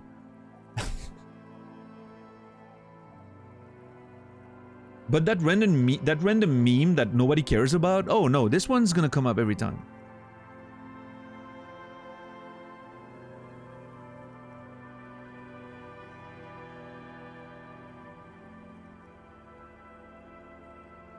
What's up, Mac Ace? How are you today? Alright, what is a tequila sunset? You keep saying it. It's you. Your tequila sunset. And how'd you notice? We've met before. Don't you remember? Well, no, frankly. But I do believe you, based on what I've learned. That edgy thing you posted when you were an edgy teenager, it's gonna be there forever, yeah. But that really cool song that you used to listen to on YouTube, and suddenly the video got taken down. That one you'll never find again. Yeah, JC. Probably got removed for some reason. But yeah, the Steam Awards getting trolled were pretty funny. That's what happens when you leave decisions to people. Can't trust them. Been rather sick, so glad to be recovering. And that's good to hear, Mac Ace. I'm sorry you've been sick. That sucks. I've been managing to avoid all the stuff floating around by just not seeing people. So I'm very happy with that. So far. Winter's still long. But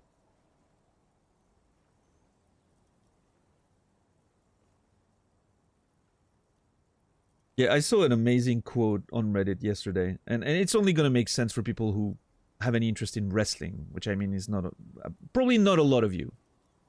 But the message said something. It wasn't a wrestling subreddit. And the comment said, at this rate, George R.R. Martin is going to finish his story sooner than Cody Rhodes, which I thought was hilarious. And if you've been watching wrestling recently, you'll probably find it very funny too.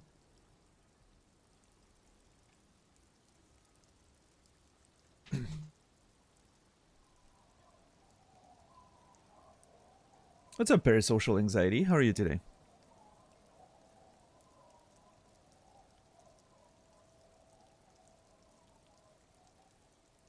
People like Coldplay and voted for the Nazis, Jeremy. You can't trust people. That seems to be that's a quote from a movie, isn't it, Reki? It sounds like a quote from a movie or a TV show.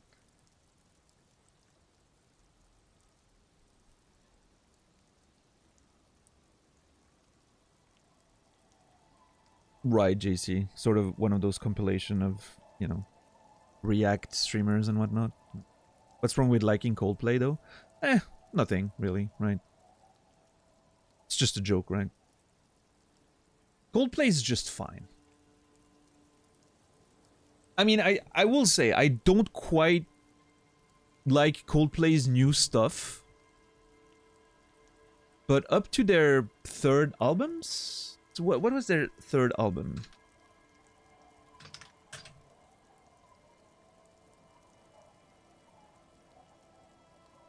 So Parachutes was fine. A Rush of Blood to the Head was fine. X and Y was fine. Those first three albums were fine. Some pretty good songs on these. I remember X and Y had a couple of great tracks on it. I think White Shadows, or yeah, White Shadows might have been my favorite, I think, on that album. Yeah, first three albums were great. I don't vibe too much with the everything after that. They went really like heavy, you know, sort of bubblegum pop, right? Electro pop sort of stuff. But the first three albums were still quite a bit, you know, like quite a bit more, and I generally, you know, I don't have an issue with pop, like synth pop and whatever. There's a lot of synths, you know, dream pop and whatever bands that I really enjoy, but I don't know, it got a little too smooth for me. I don't know. But the first couple albums, you know, were a bit more sort of alt rock. It was fine. Yeah, I liked it. It's not something I listen to, you know, very often, but you know, I remember back in the day when Yellow would play, you know, it was definitely not the song that I would hate the most on the radio, let me tell you. From a British comedy peep show? I obviously, as you can imagine, Reiki, I don't listen to a lot of these. Mariachi metal does exist. There's a wrestler who seems to be a fan. Well, have you watched Lucha Underground? Santa is Sick? There's a lot of mariachi metal on that show. It's not the best part of it.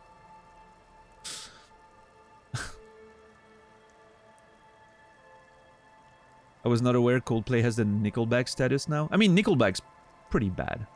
I never thought they were any good. I don't, you know, I wouldn't lose my breath hating on Nickelback, right? It's just a very popular band, as there are many of, but they never had anything interesting to me. What's up, Yorgo? Started losing it around Viva La Vida. Yeah, I think that's the first song where I was like, you know what, I'm not interested in Coldplay anymore. Not that I had a big interest in Coldplay, but they had a good few songs that I enjoyed listening to. Kings of mediocre white people music. Well, is that true though, Mark? What are the true kings of mediocre white people music?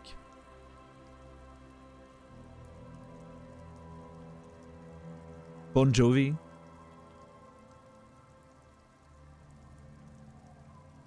Guns N' Roses? Taylor Swift? I think... I don't know, as much as I don't really like Taylor Swift, I think she's a bit more universal than that. At this point, right?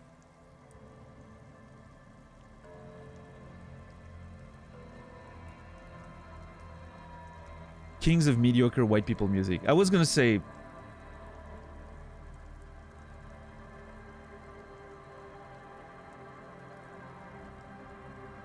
Yeah, I don't know. Have you heard of Baby Metal? Yeah, Baby Metal's fine. It's, you know... It's a bit of a meme. They go hard. I'm okay with it.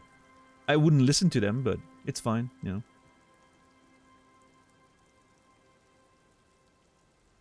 Thoughts on Beck? Love Beck. I actually like Beck quite a bit. What was his album? Sea Change? I think is a masterpiece. Is that the title of the album? Or am I confused? Yeah, Sea Change. Absolute masterpiece.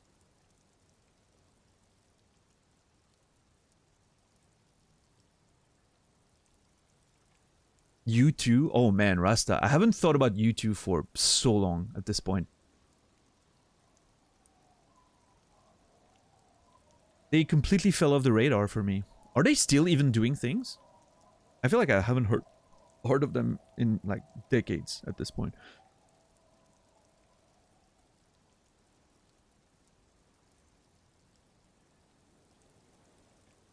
Yeah, Pikura. I think most metal fits in that category for me. There's a lot of metal out there that I just don't... It just completely, you know, goes through me. Like, it gets in one ear, gets out the other. Bland, uninteresting. I don't know.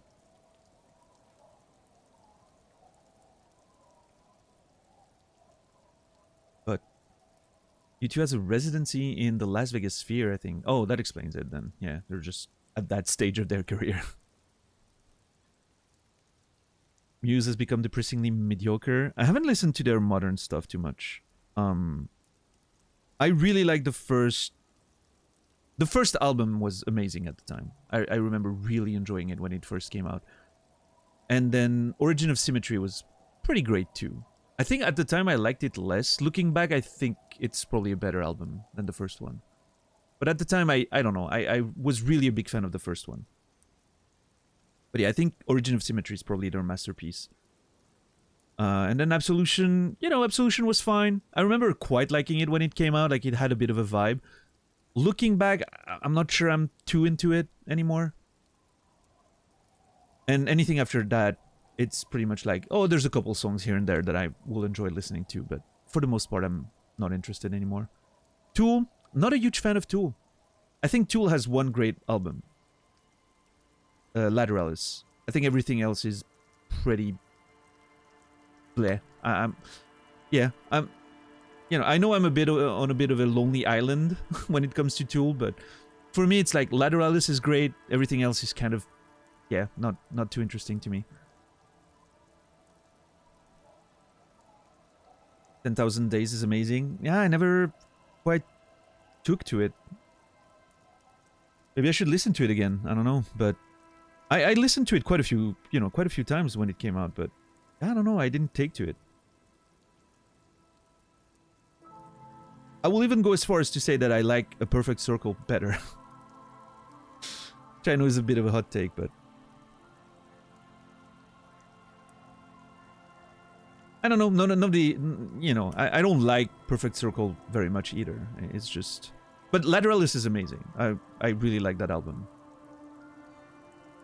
Proper masterpiece.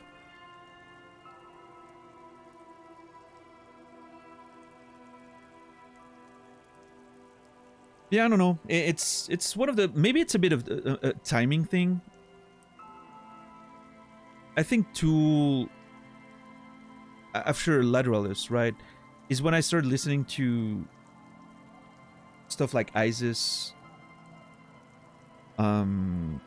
Neurosis, you know, getting more into that sort of heavier sludge type stuff, which I think it like got me away from that more smooth and streamlined, you know,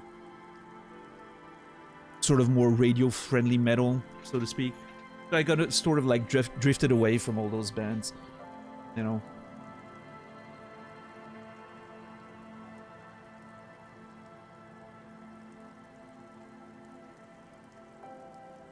And yeah, most of the 2000s for me were listening to post-rock or post-metal of some kind, right? And a lot of the 2010s, honestly, as well.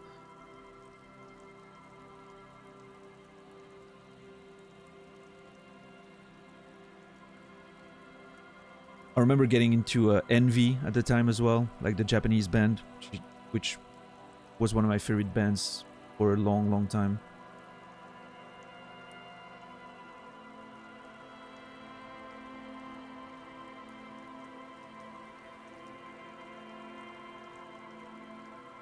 Yeah, I'm with Parasocial here. That's what it feels like to me. Like great music. Like I think there's better music now than there's ever been, but you just have to look a bit. It's harder to find because there's so much noise, right? There's so much production and everything. So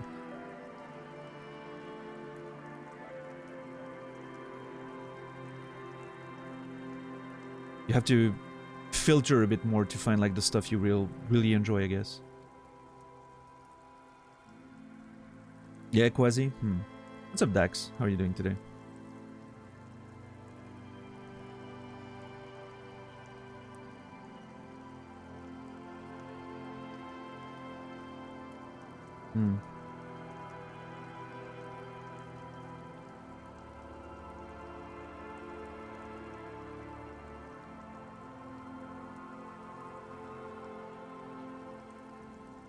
It's alright, Mask, don't worry.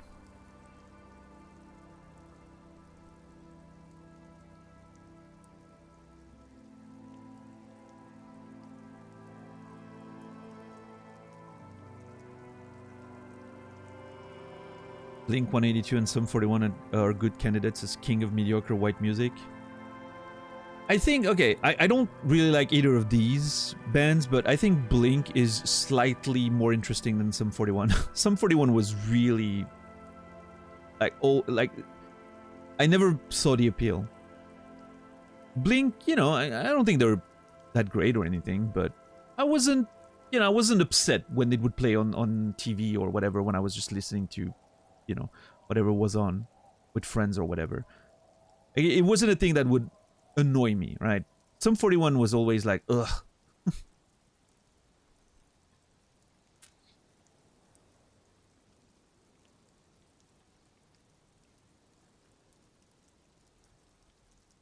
Yeah, Santa.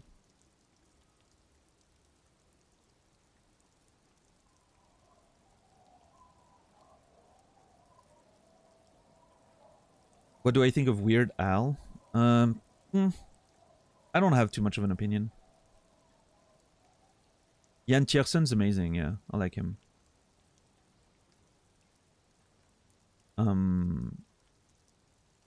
Actually, one of the proudest, like one of the things I've recorded that I'm the most proud of is a cover of Les Bras de Mer by Jan Tiersen, but I recorded a sort of post-rock version of it. And I was very happy with it. I did that as like an experiment. I had like some new like recording stuff in my room when I was younger. Must have been 2003 or something. And I wanted to experiment with the recording tools and whatever, and I went with that Jan Tiersen track, which for some reason I thought would make for a great post-rock song. And I think I'm pretty happy with it. Do you still have it? Yeah, I actually do. Yeah. Maybe I'll play it on stream once. I mean, it you know, it's it probably doesn't sound that great, right? But it was just a recording test, and I was very happy with it for something I did on my own, right?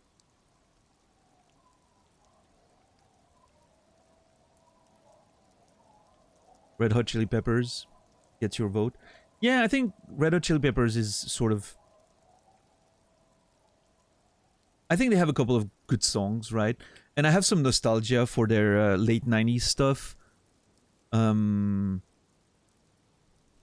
What's that song that has like the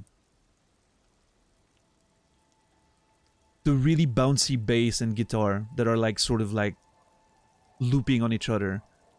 On that one album from the late 90s.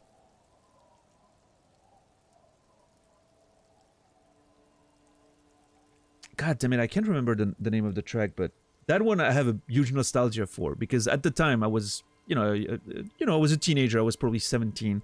I was going out in like bars and clubs quite a bit.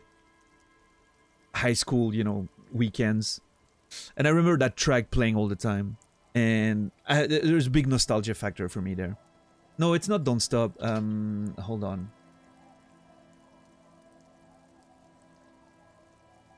Parallel Universe, I think, is the one that I'm thinking of. Yeah.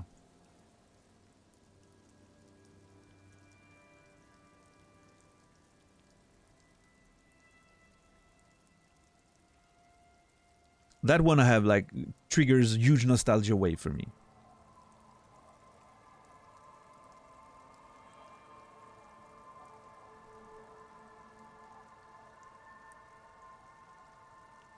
There's a lot of stuff like that. I think with music has that thing for me where I can recognize that some of the stuff that I enjoyed listening to wasn't that great. But it has that nostalgia factor, right? It's so ingrained in areas of your life that you're sort of... It doesn't matter if it's good or not. And I think video games are the same, and movies are the same, and TV shows are the same, right?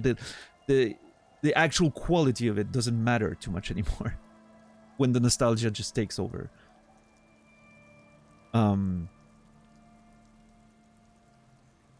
I was a huge fan of the Smashing Pumpkins in the 90s.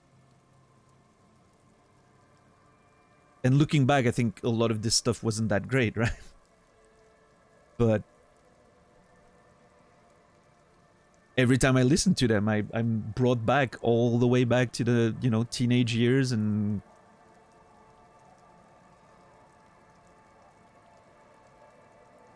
it doesn't even matter if it's good or not. It's my,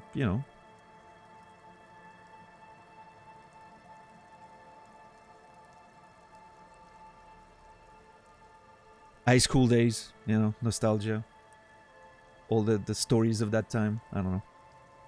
Are you trying to tell me Henson wasn't the best music ever? Hey, if you liked it, then it was.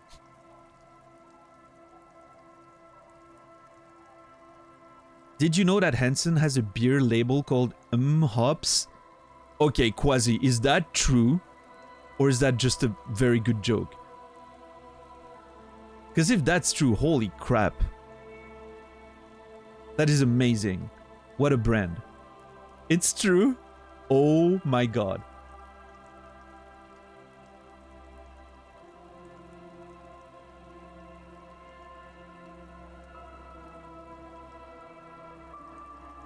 That's some quality branding there. Maybe I am missing something, but bass is relatively easy compared to regular electric. I don't think you're missing anything. I don't think, I mean, bass is not a very... How can I put this?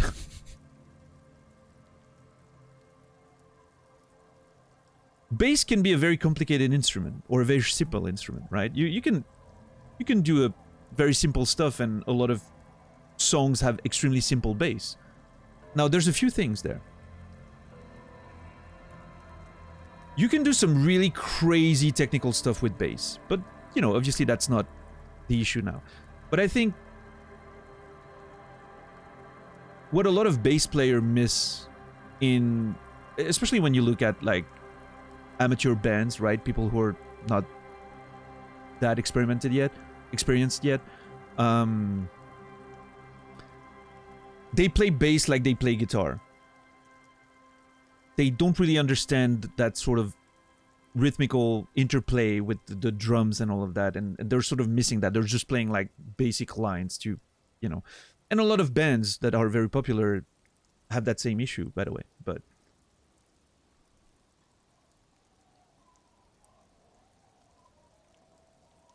yeah, bass is a completely different approach than guitar is, and you have to take that into account, right? But yeah, I mean, yeah, you know, maybe you're just a... So I am missing some... Maybe. Hey, you just started. You got your bass today. You're going to listen to a lot of bass stuff in the future. I'm sure you'll have fun. Look up Charles Berthoud on YouTube to see what kind of crazy technical shit you can do with a bass. Charles Berthoud. Dude's amazing. Very unique bass play.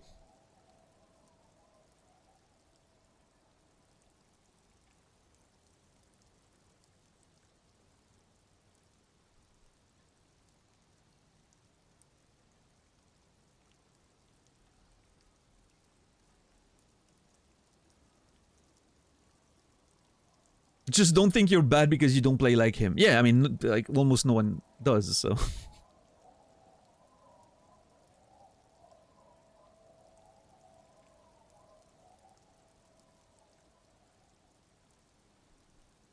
It does take work, just like everything, yeah.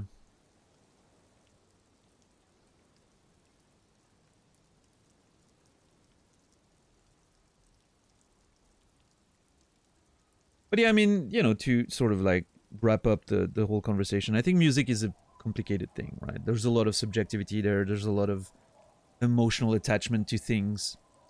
So it's always, you know, it's always difficult to be objective with music, I find. And it's art. There's no need to be objective. It's all about what you enjoy and what you don't.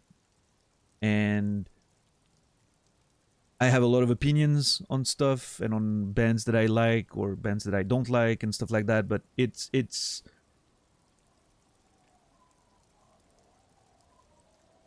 I do have a big issue with some of the internet stuff. That sort of... There's so much... What I'm trying to say is there's so much gatekeeping on the internet when it comes to music, and it becomes really annoying to me.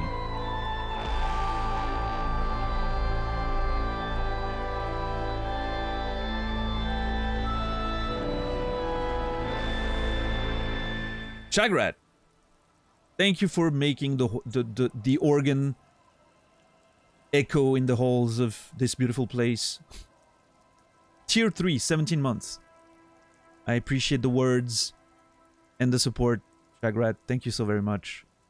Shagrat, you will be remembered. Hope you're doing well out there. Thank you.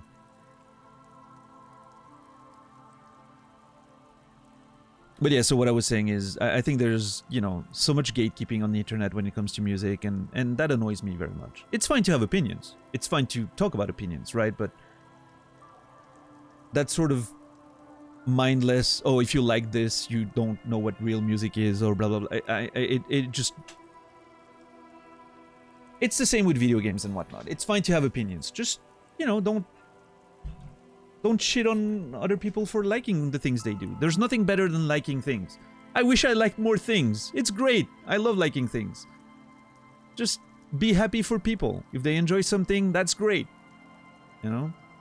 They're just having a good time. There's not that many great things in life. Just let people enjoy their shit. It's great. And when I say shit here, it's just like, you know, there's stuff, right? It's not meant as a judgment of value, of course.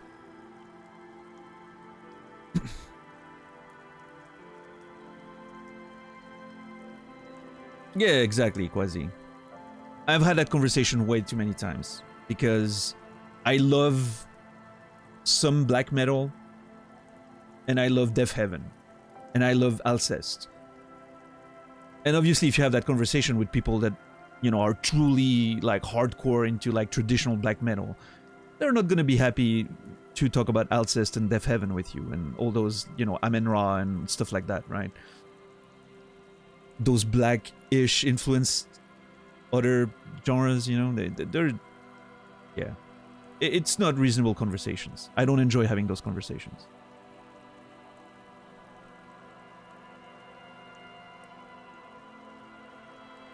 I think genre conversation and genre definitions can be useful, right? They can be very useful for marketing. They can be very useful for customers. They can be very useful for researching bands that you may enjoy.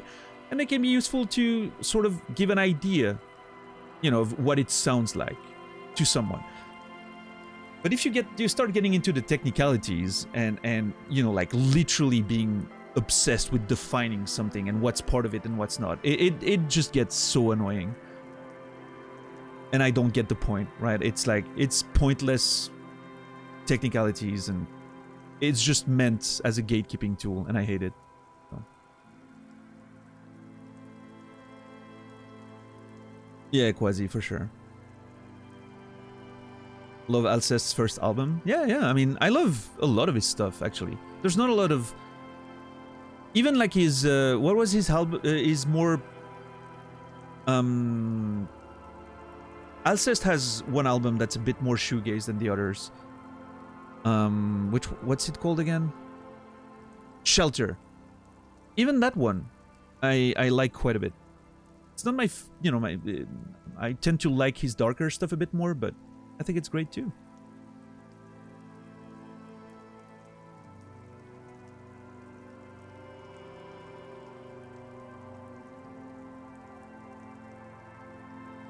Controversial opinion, Skyrim is a great Doom-like. It's not. There's way too much conversation and empty space for Skyrim to be a great Doom-like.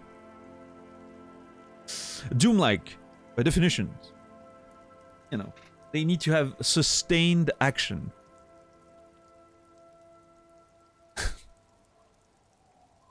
Let's truly go deep in the definition of what constitutes a Doom-like, right?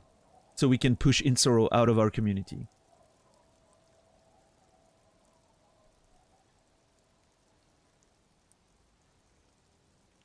Never played Doom? Hey, okay, I will say this, sir. If you have a PlayStation, or you have an opportunity to play the original Doom on a hardware that you have, I highly recommend doing it. I've been playing through the first OG Doom again on PlayStation because it's free on PS Plus. I've been having such a blast. I never realized when I mentioned that the other day already, but I never realized when I was younger and I played Doom as a young teenager, I never realized how much of a puzzle game it was. Actually solving the puzzles of the secrets of the maps and everything. It's really fucking cool. And obviously the game has aged and, you know, like the combat is not that great anymore or anything, but it's fun enough, right? And again, like the puzzle and exploration and trying to figure out how to unlock all the secrets is absolutely great. I've been having a blast with that. So yeah, OG Doom, if you have a, you know, a chance to try it, I would recommend it. It's a very interesting look back at where this whole first-person stuff started, right? I like that. Asian math rock lately? Nice, nice. Pick around. That's cool. Frosty, what's up? Have I played Lords of the Fallen? The new one? No. I played the old one. I didn't like it. The new one seems okay. Maybe I'll play it one day.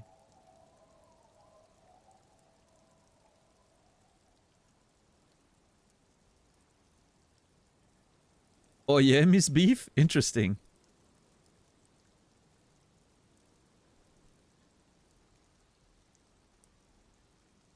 That sounds actually pretty cool. Doom 2016 and Eternal also pretty great if you like some adrenaline pumping demon blasting FPS. Yeah, I mean, I will say I didn't quite take to the new ones. I'm not sure why. I just... Maybe I'm just not into that, just...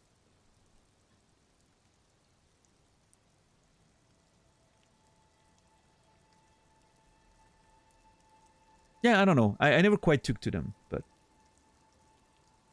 The OG ones, however, are fantastic. Big genre of boomer shooters out there. Yeah, stuff like Proteus, is it called? I think was put on PS Plus recently. I should look into that as well. Have you ever played Wing Commander? Yeah, of course. Wing Commander, what was the other one? Rebel Alliance or something? There was like all those old sort of rail shooters that mixed in some FMVs and whatnot. Love that.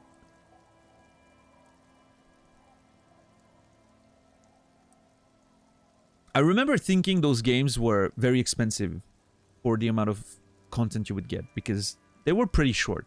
Wing Commander and all that, right? But I still remember them fondly.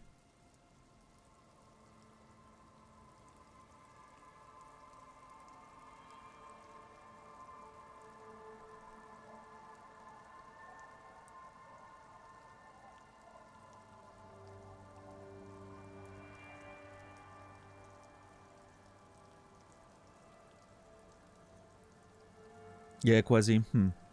No, for sure, yeah. Absolutely. Remember Kingpin? Oh, yeah. My grandmother saw me play Kingpin once. She was shocked. I remember her being shocked by that video game. And the realistic violence. That and Soldier of Fortune. Those two games came about the same time, and holy crap.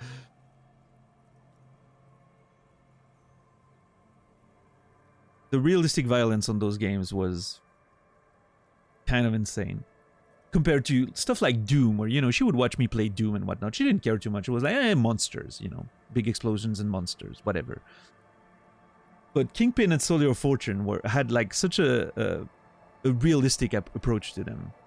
I think that's when she was like, Obviously, I was old enough at the time, right? I was like 17 when those games came out, so... But I think she didn't quite...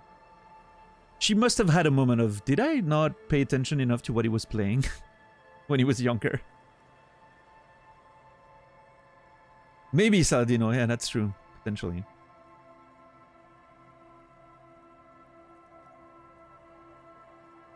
But yeah, music, what an interesting topic music is, and nostalgia and all that. And you know, I will say, like Taylor Swift was mentioned earlier, and I don't, you know, I don't particularly enjoy her music or anything. I don't listen to her at all. But I am both amazed at the amount of success she has, and she's been having recently, and also very annoyed sometimes at her fan base, right? It's one of those things, and I think it sort of connects to the gatekeeping metalheads sort of thing. To me, it's sort of like two sides of the same coin, right? It's that sort of cult-like behavior around an artist, right? It's, to me, it's like almost, it expresses itself in very different ways, right? But to me, it's kind of the same issue that sort of puts me off a little bit. I don't, yeah, it's a little too extreme to me. Like, it doesn't seem very open-minded. I don't know. Where are you peeps hanging out that you have fearful encounters with pub fans? Well, here's the thing, though. The internet can lead to a lot of really awkward situations.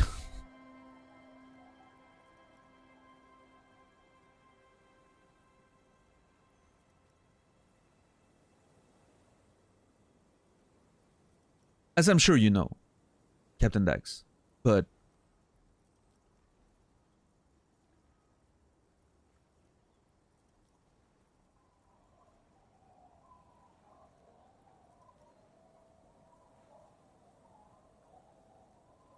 I feel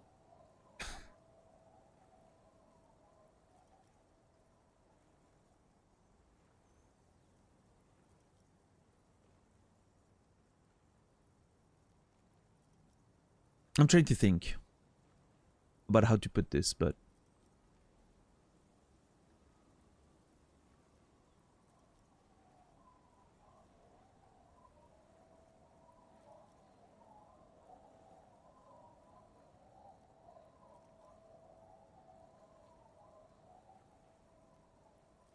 let's say every time some celebrity gets that big of a platform with very intense fan base and whatnot, I'm always worried about the potential negative effects of that. Now, I think in the case of Taylor Swift, it's probably mostly fine. She seems to be a pretty positive person, right? Her brand is very friendly, right?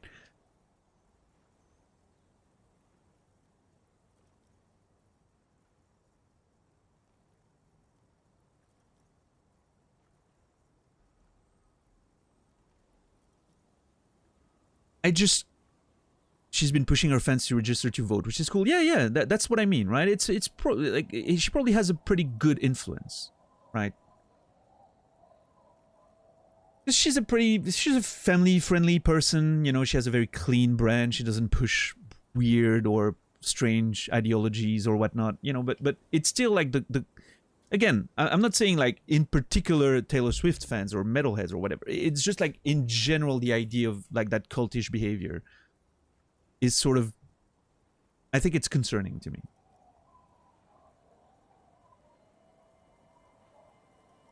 Oh, I mean, I think she's been extremely huge for a long time, Malichaz. But I also think...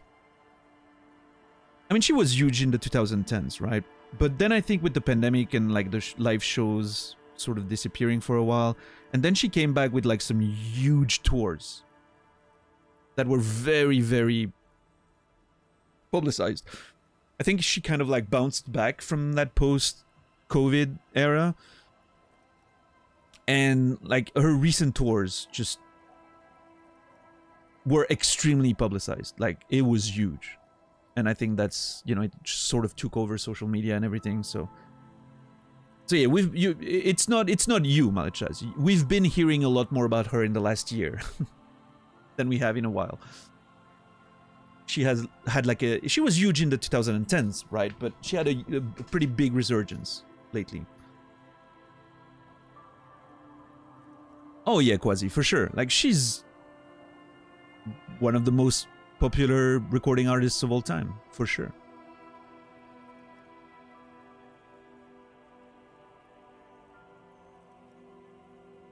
At this point, she's, you know, isn't she like the first recording artist that made over $1 billion from her like music alone or something? Like something crazy like that? Which obviously, you know, those metrics are influenced by inflation and all of that, but still, you know.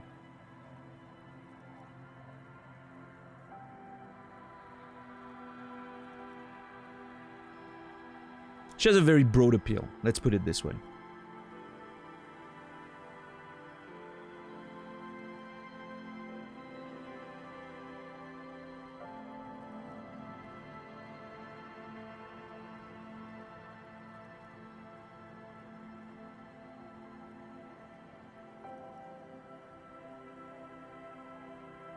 She definitely has a very efficient marketing team, that's for sure.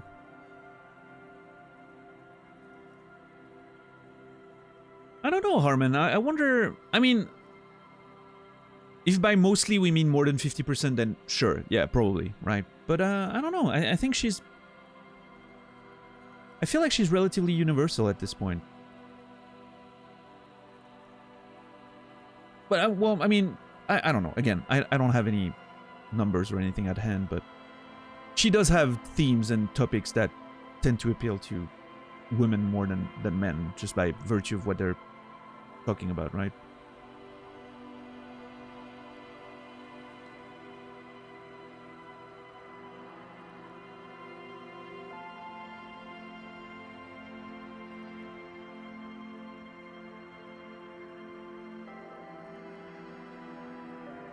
I don't know.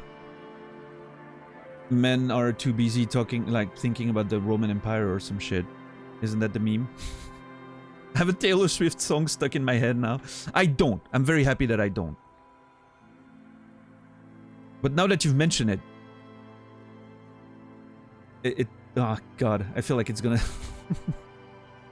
it's gonna enter my mind now.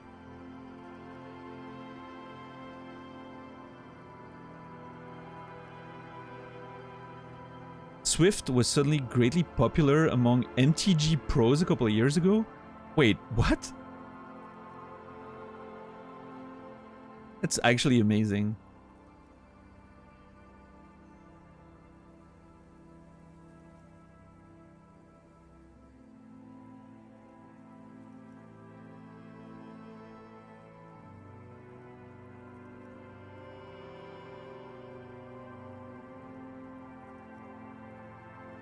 Oh yeah, Malachaz, I cannot wait to go back to Measurehead just to listen to that music again. Which, by the way, means I need to probably focus on the game a little bit.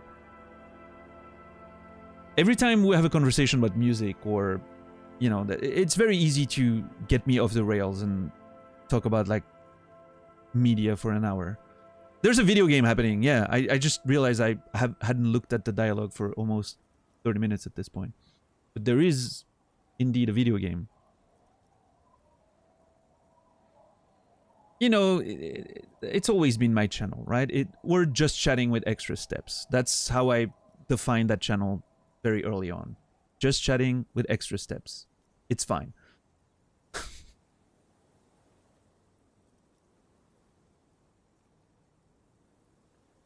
Too late, Naz. I saw the first few words of that message and now it's in my head. And I hate Sir Kel for it.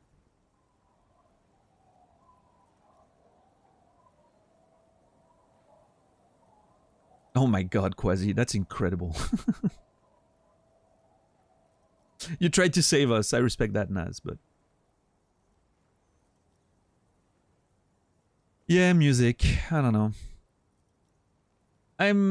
I think I'm very open-minded when it comes to music in terms of, like, genre and whatnot. Like, I listen to a whole lot of different genres. But I do tend to really enjoy stuff that sort of... I've listened to a lot of music in my days. Right, I used to, even like early 2000, I used to work for an indie label that we created with some friends in Switzerland. I was literally listening to thousands of albums every year during that time. Like I was constantly listening to new stuff. It was insane. Like I would literally spend hours every day listening to new things. Both because, you know, we were looking for new music and I was working in a music store, and Soulseek, if you remember that software, was a big thing. Like I had a huge collection there. I would constantly find like people that had similar stuff that I was interested in, and like downloading like huge amounts of albums and listening to them while I was researching. And yeah, I was consuming a whole lot of music at the time. And so, you know, by virtue of having listened to so much music, I tend, regardless of the genre, I tend to look for stuff that makes me feel like I have not listened to it before, right? And there's not a lot of that. So I tend to have like very particular taste for the stuff that I really enjoy, but I'm also very open-minded. I don't mind listening to stuff that's just easy listening, right? Just to have a background music. Or stuff that brings me that nostalgia from my teenage years or whatever. So...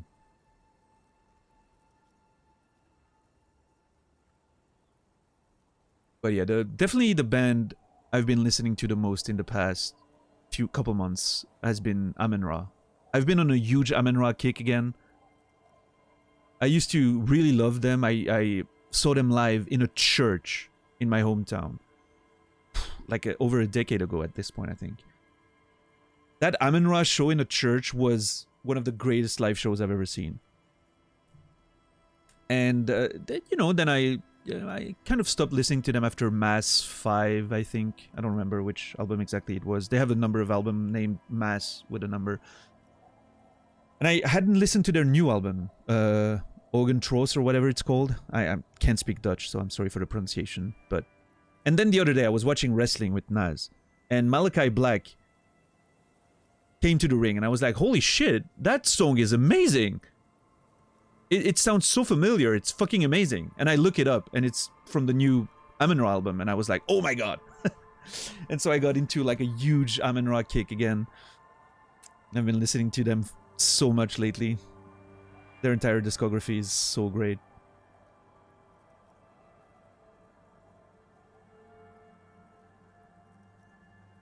What's up, Delightful Business Goose? How are you doing today? I have this thing where I have to click deleted messages. That's sorry, Goose. Sorry. How do you spell it? Amen Ra. Amen, like Amen, and Ra. R-A. Yeah, one word. Amen Ra. Just like it's pronounced. Amun Rant? No. Lonnie. What's up, Lonnie, again? No, Amen Ra. Hold on. Amen Ra. Like that.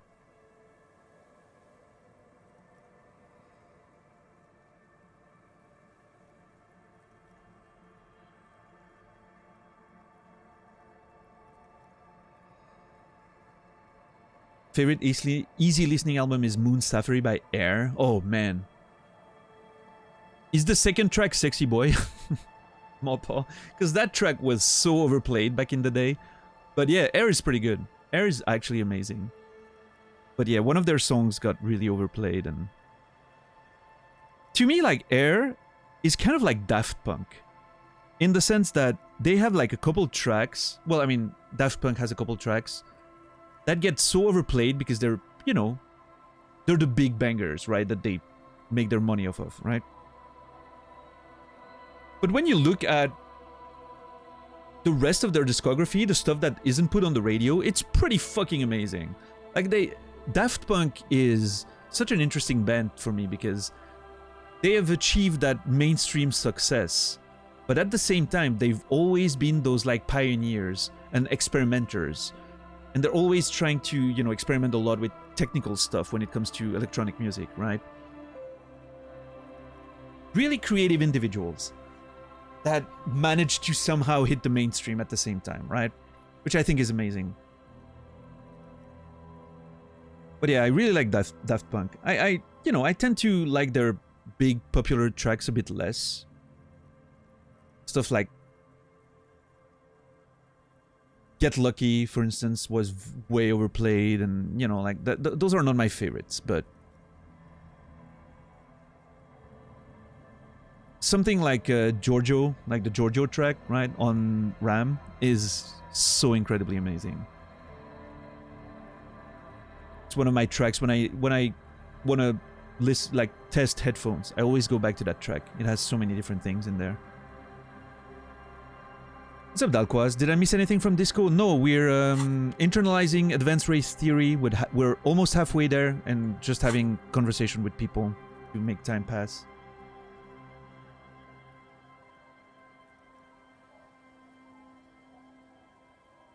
What's everyone's sound system test track? Well, for me, like I said, Giorgio More There from Daft Punk is one of them, definitely.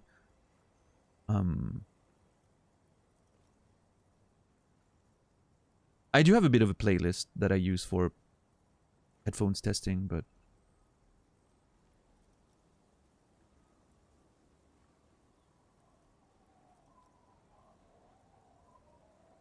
15 Steps by Radiohead.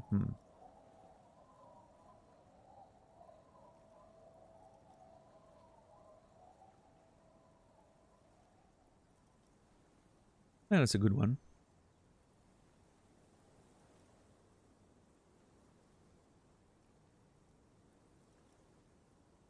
Yeah, Sir Kel, they have Daft Punk has a track named after him.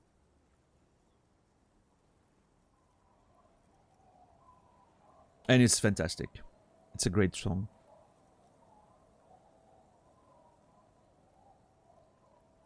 Yeah, his music is good. He's a very good composer, for sure. Analyzed by Tom York. Is that meant to... Based on the name of the song, Analyze, is that meant to test sound systems? I haven't listened to a lot of Tom York's solo stuff. I do like quite a bit of Radiohead stuff, but I haven't listened to his solo stuff too much. Well, I appreciate that, Delquaz. And, you know, to everyone who enjoys watching Disco Elysium, I'm sorry that there are so many moments where we're just ignoring the game, but that's just how I've always played video games on stream. And sometimes on my own time as well. There's something about just being in the game sometimes and enjoying the vibes and everything and just having conversations about random topics, sometimes brought up by the game, sometimes not. I don't know, it feels cozy. It makes me feel like I'm part of the world in different way. It's interesting. I don't know, it's a weird thing, but it works for me.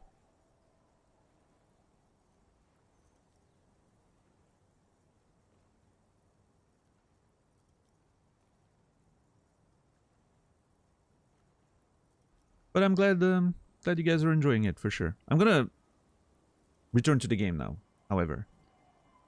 I do want to make progress. Makes for a fun stream. I'm glad peer pressure. That's always what I end up telling myself when I feel a bit self-conscious about the low amount of gameplay. Is if we just wanted to watch the gameplay, we would watch a YouTube playthrough, right? The main appeal of Twitch is sort of the community building aspect, the sort of we hang out around a video game, so to speak. It's like the little bonfire in the middle of our group, right? We gather around the fire, but the fire is not necessarily the focal point at all times.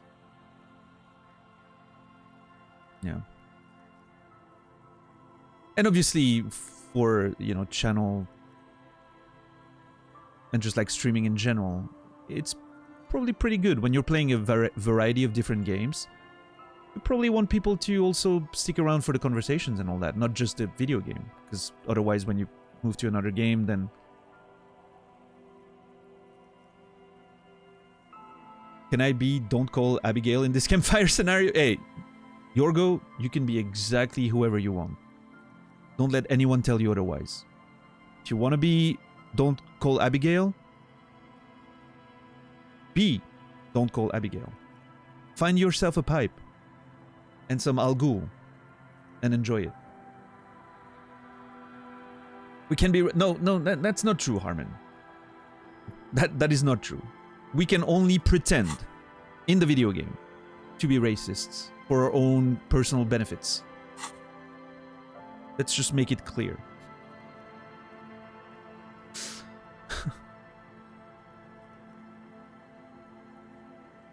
So Idiot Doom Spiral, what a name, says, we've met before, don't you remember? Let's see. No, you sure don't.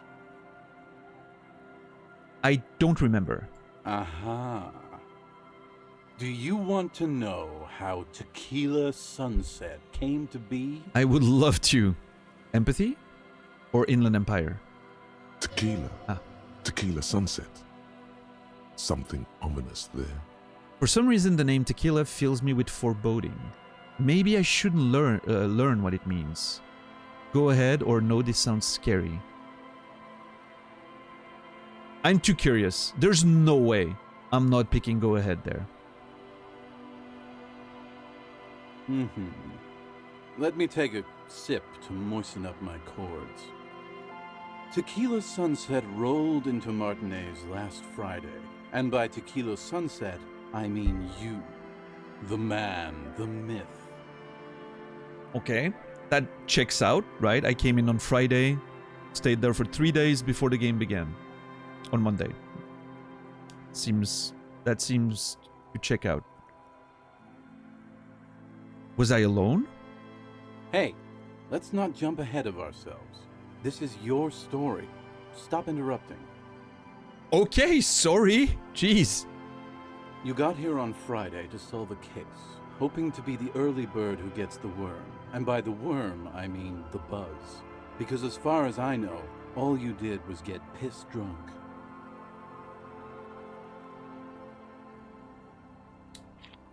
Gonna have a little sip myself.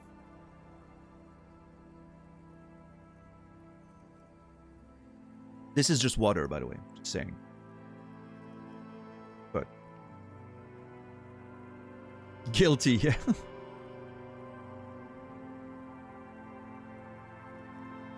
All right, let's continue. Word on the street is you went around the local hostel telling people that you're a police officer. And that it would be really fucked up if you shot yourself in the head, right in front of them. That's pretty high concept, if you ask me. So, I mean, I knew that I did that, thanks to Sylvie. You know, Sylvie told me about it. But I didn't realize that everyone knows about it. Even those people on the other side of the fucking canal know about it. Word on the street. It is. Thank you, conceptualization. It is pretty high concept, sure. The lieutenant's brow is furrowed. He's listening as casually as he can. Please continue. Oh yeah, not the first time this comes up. Yeah, sure, I did that thing. What of it? I mean, I did it again. On Tuesday morning. When talking to Titus. So. Yeah, not the first time this comes up. Cough awkwardly. Hey, man, I'm not judging. Thank you. This life's a valley of woes. Some of the highest concept people in history have killed themselves. And been drunks. That makes me feel a lot better. Either way, it was a late Saturday night when we, the Union of Moribund Alcoholics, got our drink on. Nothing remarkable about this. We get our drink on 24/7. Makes everything warm and glowy. I trust you know the feeling. Sure. Oh, yes, you do, Bratushka. The only thing better than that is putting the pedal to the metal after you kiss the tie. And off we go. I swear to God, I am not kidding right now. I had a bit of a lingering migraine when I woke up. I thought, you know, it was fine, like not too bad, right? Not the kind of I have to cancel stream bad. I was like, it's gonna be fine. I'm gonna, you know, get some caffeine in me, drink some water, eat some breakfast. I'm gonna be just fine. Every time a horrific necktie comes in, I'm getting a pinch in my head of like the migraine just being like, yeah, I'm here, you know, reminding herself to me. I don't know why I just gendered my migraine as feminine. It's probably a French thing, right? Une migraine in French. But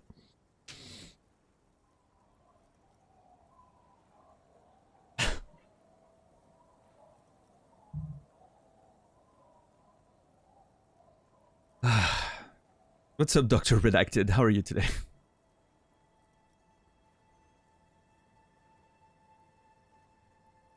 Necktie has that slightly grating quality to the voice that is sewing on your nerves. Yeah. Yeah. Everything is fine until the tie talks. And the tie has been very vocal today. Daniel thinks women are a headache. That's not what I said. Bit of a projection there, Jesus, maybe. It's French's fault, okay? We gender concepts and inanimate objects for some reason. Don't ask why. I don't know. I just know that a keyboard is masculine. A mouse is feminine. A monitor is masculine.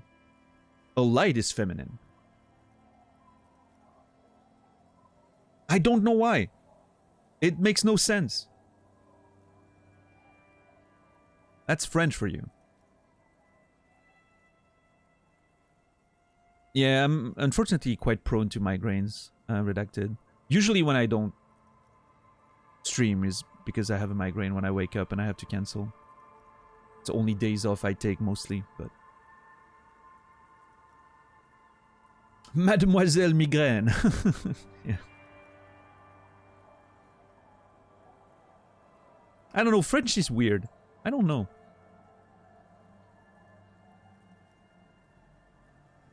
There has to be a historical reason for why we gender everything, but... I don't know. I don't know the reason, historically speaking. Probably comes down to, like, Latin before it. I don't know. The only thing better than that is pushing the pedal to the metal after you kiss the tie, and off we go. Bratushka. He's calling me all sorts of brat names. One moment we hear the sound of a motor carriage revving up somewhere on the plaza, followed by a series of dings and bangs. That would be me. He says proudly.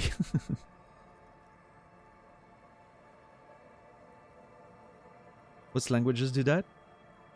I mean, a lot of them do, for sure, yeah.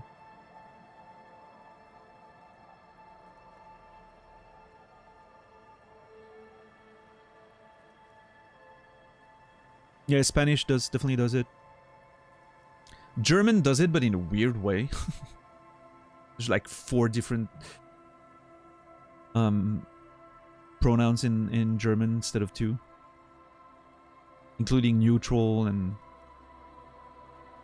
yeah.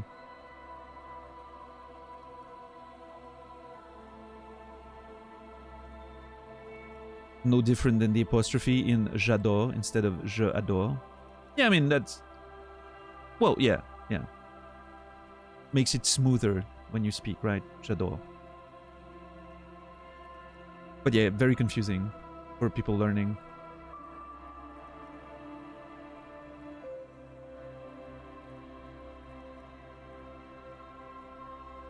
Do you remember the sound of wood cracking? The billboard? I don't know, do I? Naturally, loud noises pique the interest of anybody owning a pair of ears. That's just the reality we're in. Naturally. That's a lot of words to say nothing. Anyway, there was a brief silence. A gasp of silence, if you will. Followed by a real commotion. We heard the carriage careening towards the coast at top speed. Careening? That man has vocabulary. Sounded like someone jumped the canal. We grabbed our brewskis and rushed to the jetty. Never underestimate the speed of an alcoholic. I won't. I won't, trust me. 3 men are standing on a wooden platform extending out from the shore of a dilapidated fishing village. Their cheeks red, spirits high, beers in hand, eyes glazed over.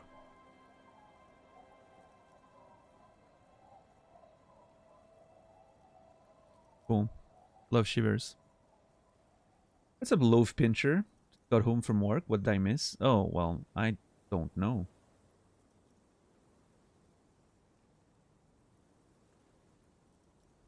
I'm not sure. What have you seen of this playthrough so far? If that's your first time in, you've missed 17 episodes. And about, as you can tell on the bottom there, about 2.5 days in game. You were on till 11:30 in game there? Oh, you didn't miss much then. Mostly a music conversation. That had nothing to do with the game. No.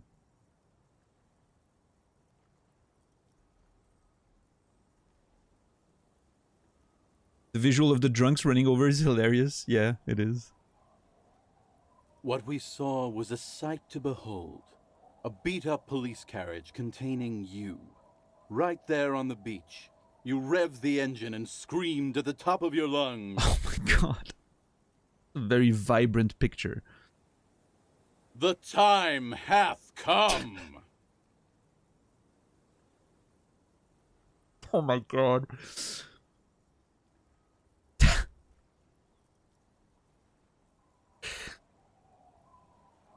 I kind of want to hang out with pre-game Harry. I want to hang out with drunk Harry. It seems to have been fun, albeit destructive. So, naturally, being the curious cat I am, I asked naturally. what time hath come. To which you replied, Oh my god. What now? The time hath come for tequila sunset, the end of all things.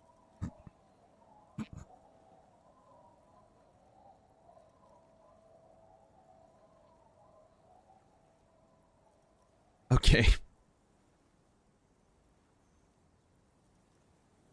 Oh god, what happened next? Say nothing, it's more dignified that way? Every word I said was true. Tequila sunset will break the looms of reality.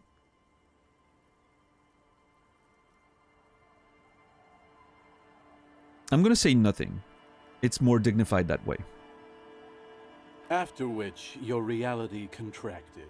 You jammed the pedal, plowed right off the jetty, and through the ice. We ran towards the ice, whilst you crawled your way out, miraculously unhurt, covered in seaweed and shit, like some kind of sea monster.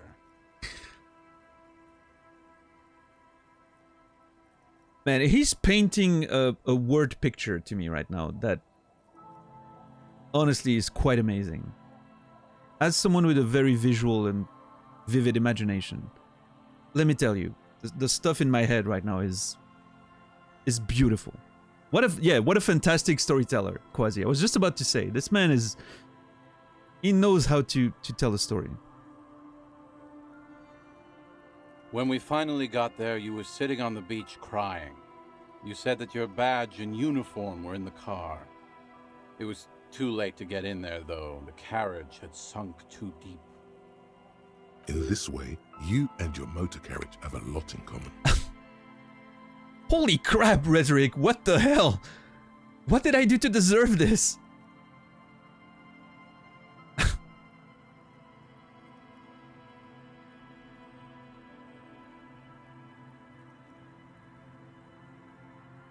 Yeah, that's a pretty...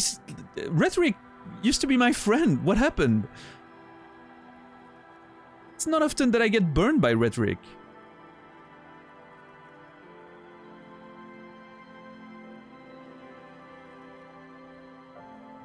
Betrayal. Usually it's more conceptualization calling me out. But...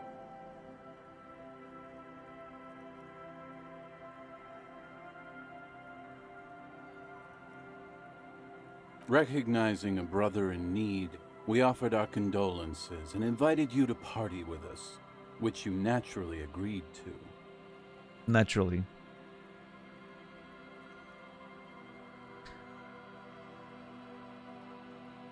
Why did I do to deserve this burn while listening to a story about drunkenly driving your car off a jetty into the ice while declaring yourself the end of all things? Okay, listen.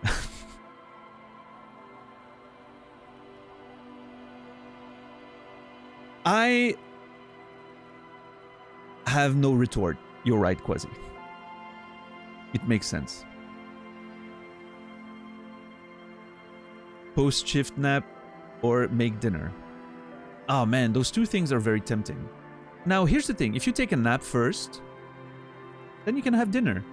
Dinner and then nap is a bit wonky to me. I feel like I don't nap that well if I've just eaten, right?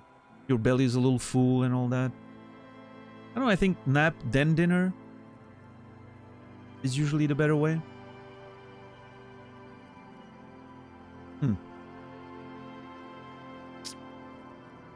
But hey, you do you. Naps are the greatest after a meal? Okay, yeah. Who cooks dinner when they're groggy and sleepy? That's true too. Yeah. Yeah, maybe.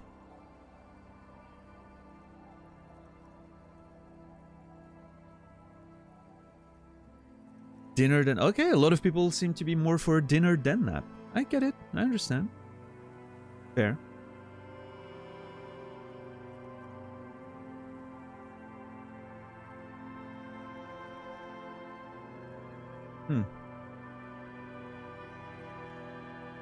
We asked about the whole Tequila Sunset thing, and you told us it was your name now, and insisted that we all call you that from then on. Wait, so is Tequila Sunset an event or a name? Tequila Sunset, huh? Sounds pretty good. My real name is Harry.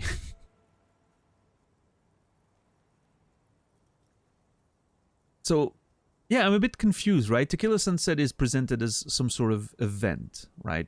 But it's also me, apparently, so maybe I'm the event. So is Tequila Sunset an event or a name? I'm not sure. I think you were the event. Tequila Sunset. You know, as opposed to a tequila sunrise. Oh, I get that. Which is long gone. I get it. I get it. The end of all things, the sunset. I get that. Not sure what the tequila has to do with it, but... My real name's Harry. No, that's just what your mother called you. Your real name is Tequila Sunset. Just embrace it, brother. Okay. Fine. How long did we party for? Hours. It was an all-night drink-a-thon. Then, at some point, I think it was Sunday morning, you got belligerent and wanted to talk about Revacholian women. Yes, that's true, Dr. Redacted. I managed to see that message before it was deleted. Yes, Tequila Sunrise is a cocktail. In real life.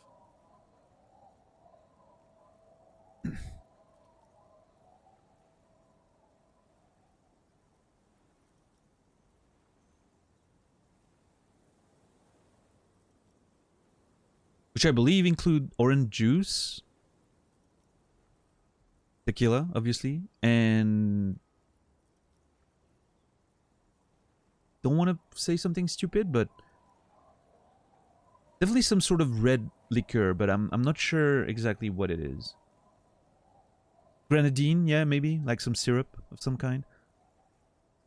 Because the idea is that you see the sunrise, right? And then you like mix it up if you want before drinking it.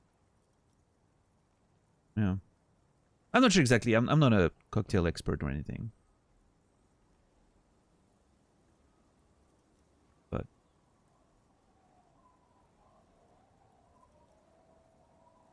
please no information. I mean, I'm gonna trust you $10, but we're talking about a real life cocktail, right? Now, if this pertains to the game itself, well, that's a different conversation, of course. Me neither, but I want one. See, peer pressure Peter's straight to the point.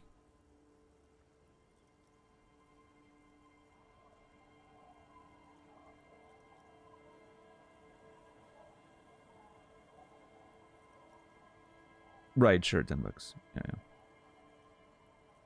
Yeah, maybe it has something to do with the game later. We'll see. We'll see. No, I understand the deletion, $10. I think it's fair, but I brought it up because I saw it and I'm aware of the real life cocktail. So in this particular case, no harm, no foul. But thank you for keeping us safe.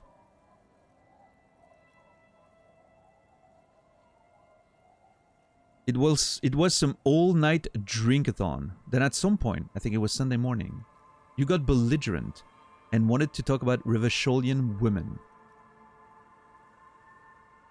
Man, I am not excited to hear about that part of the story. How they're beautiful and also whores and so on. How one of them fucked you real bad. After a short while, you crossed the event horizon, looked sullen, got up, and left without saying anything.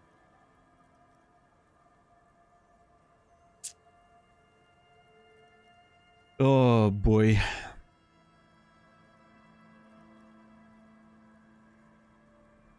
I love that description. After a short while, you crossed the event horizon, looked sullen, got up, and left. What an interesting way of phrasing it. It's like I suddenly, went dark, disappeared, absorbed by my own darkness, and just left. I like that. Wow, that's quite a story. And quite well told. I agree, Kim. Yeah, I bet Tequila's a fucking legend around the precinct. You must be proud to work with him. You have no idea, idiot Doom Spiral. If you only knew.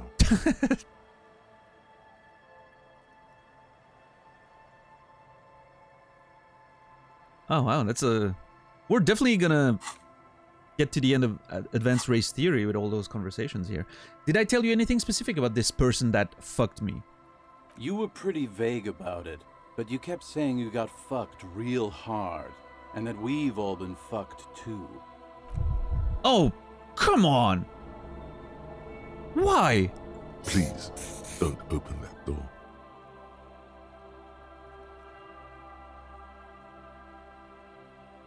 No one's fucked me. I do the fucking around here. Abigail! It seemed pretty painful, to be honest with you. If I had to guess, I'd say you're still working through some shit. Uh-huh.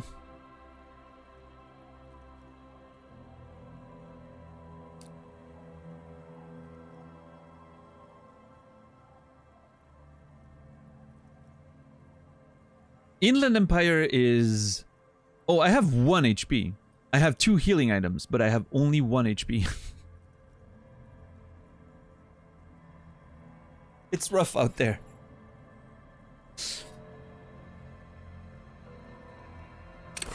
Yeah. Endurance 1. That's why I tend to carry a lot of healing items, making sure I have at least like 2, 3, because... Yeah. Actually, this playthrough opened with me dying 6 times to the fucking fan check. That I managed to fail. I had like a pretty coin flip chance of getting it, and I failed it like 6 times in a row, I think. Something ridiculous. That was like the first hour of the game.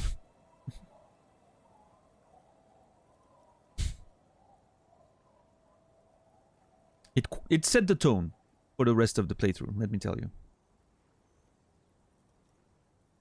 But yeah, Inland Empire really doesn't want me to... Every time there's something about my... who I'm assuming is my ex-wife, right? Every time we go there, Inland Empire is like, don't go there. It's bad for you. Makes me even more curious. Did I mention losing anything else? Beside your gun and your badge? You said something about your hope or heart or something. To be honest, the details are a little hazy. In retrospect, I guess you lost your motor carriage too? That's a big one. It would be funny if Abigail was actually my ex-wife's name, and this guy saying don't call Abigail over and over is actually, you know, giving me good advice because of the story I told them or something. That'd be funny if that was the little foreshadowing through that character. Did I say anything about my colleagues? You told us that they were a bunch of fucking losers whose main interest was cramping your style. Yeah, that sounds like me. It's more like you were cramping theirs. Okay, empathy. Jeez, why is my brain so hard on me today? No specifics, though. It was more about you that night. You were the star of the show. No, fair. Did I say anything about the case? Yeah, you said it was no biggie and that you'd solve it in no time. And that you didn't need anyone to do it. You're doing it solo now. Okay, Kim. Give it to me. A lot of cops go solo and hermit once they reach that level of alcoholism.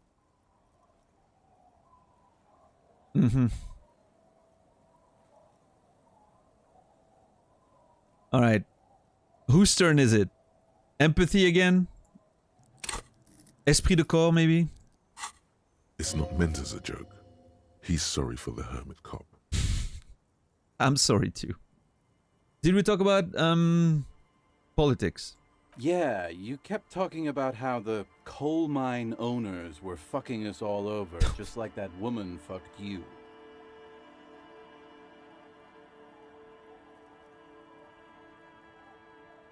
I mentioned that in the first stream, I think, when I was playing this game. I mentioned that there was a sort of the hangover aspect to it, right? Like slowly figuring out what happened in the 3 days before you wake up and all the things that you did. I did not expect it would go that far and that deep and that long. Like, so much of this game is sort of like reconstituting all of this. And it's quite amazing. And always very embarrassing. I didn't agree with you, by the way. The spectral hand of the market makes sure everyone gets exactly what they deserve. The spectral hand of the market makes sure everyone gets exactly what they deserve. He takes a long sip of his beer. When did that guy get a degree in economics suddenly?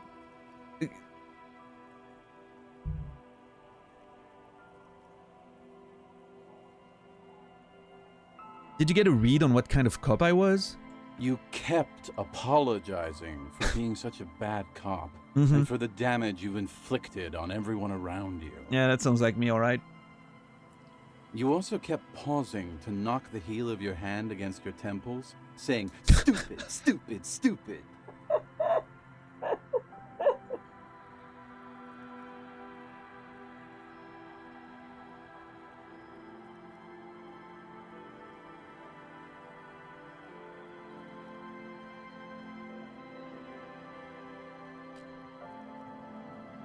Sounds about right, Warren. I don't need to hear anymore. Please, make it stop. It's a hard thing for a man to confront his past. That's why I avoid mine at all costs. You seem like you're characterized by your storytelling ability. Wanna tell me another one sometime? Whoop-de-doo. So now I'm a fucking storyteller. Right. Why not? Better than a beach bum. Yes, wanna tell me how you became Idiot Doom Spiral? No, actually, I've heard enough stories for a lifetime. They suck. Goodbye. Wow. No, they don't suck. I think he's a great storyteller. A free market economist got your number. Yeah. Fantastic. That's gonna really help. Wanna tell me how you became Idiot Doom Spiral? We have time, right? 37 more minutes for Advanced Erase Theory. Let's go. It depends, really. Are you willing to help me out? You might get scammed here. I have a feeling that this is going to cost me a lot.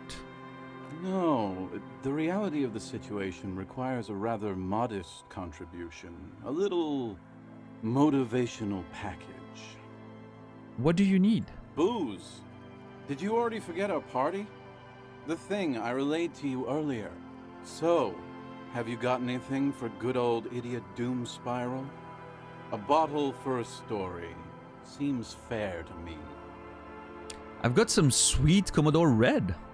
I've got this blue medicinal spirit. How about that? I don't have any on me right now. I don't want to give you any alcohol. I'm not an enabler.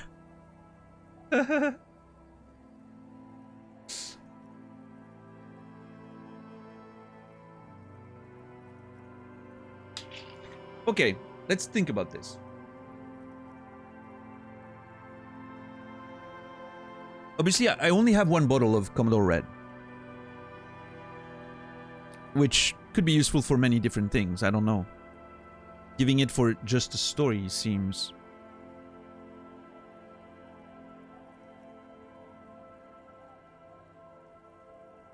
unfruitful, I would say. Now, that being said, you never know with this video game. Like, just a little story could turn into a thought cabinet element that gives me a shit ton of stats or something. You never know. I will say, I mean, I did not drink when I was supposed to punch Measurehead, which to me tells me that if I didn't do it at that time, I will never do it. I'm pretty set on trying to maintain my sobriety as much as I can. We've been going strong for 2.5 days. I want to try to maintain that. I think I learned my lesson. So giving it to him removes the temptation. I don't have the bottle on me. No reason to drink it. That's a lot of stuff in column A, right?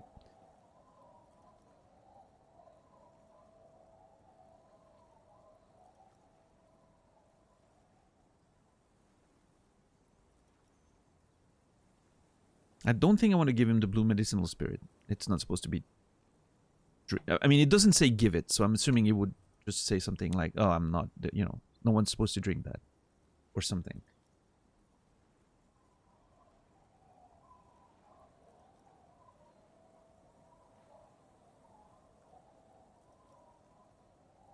You know what? Sure. I'm gonna give you the Commodore Red. You got it. Classy. He snatches the bottle and pushes the cork in through the bottleneck. Hey, Spiral Boy, you gonna share that? One of the other bums interjects.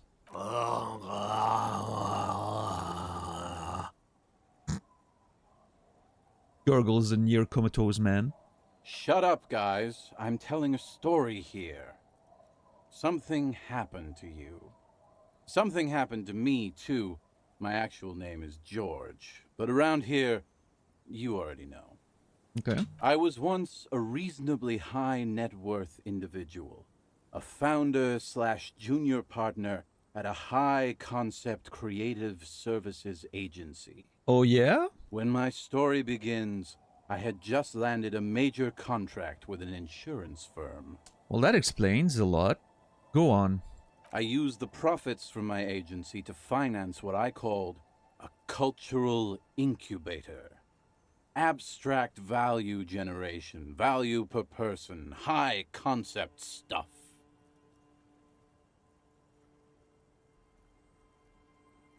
I developed the paradigm, worked within the paradigm, but the burden of leadership weighed heavily on me. So I went jogging every so often to keep myself sane.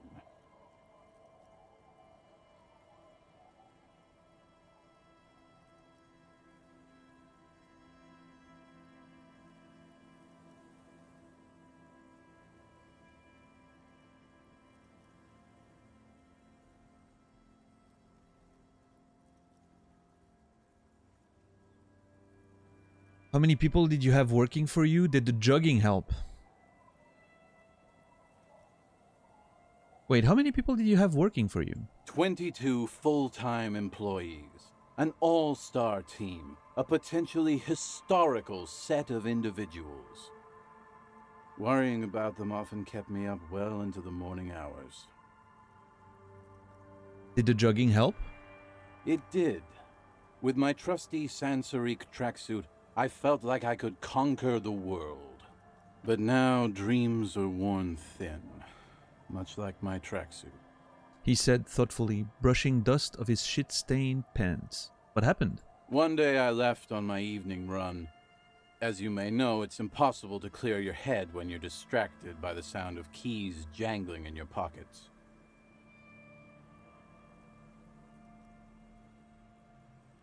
That's actually an interesting thought. It's impossible to clear your head when you're distracted by the sound of keys jangling in your pockets. It is true. It's a very annoying sound. I hate when it happens. Or when you have like sort of...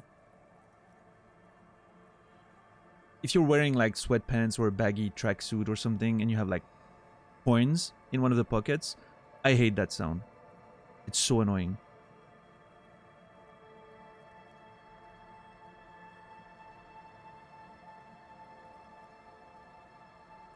Shakes the bottle and makes a ringing sound. Yeah, hate it. Peer pressure, Peter, for sure. Hate it. I'm gonna call you Peter. I say your full name every time. I don't know why. Let me call you Peter. His eyes are clouded, his dilated blood vessels encircling his irises like stinging brambles. Call me Peter. Triple P. How about that? No, well, actually that doesn't sound very good.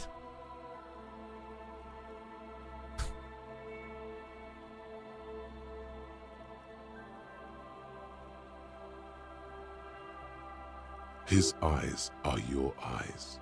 Mm-hmm. It's a fun name to say. Peer pressure Peter? Yeah, it's amazing. Love it. So I removed the keyring and put the keys for the front gate and the apartment into different pockets to stop the jangling, you see?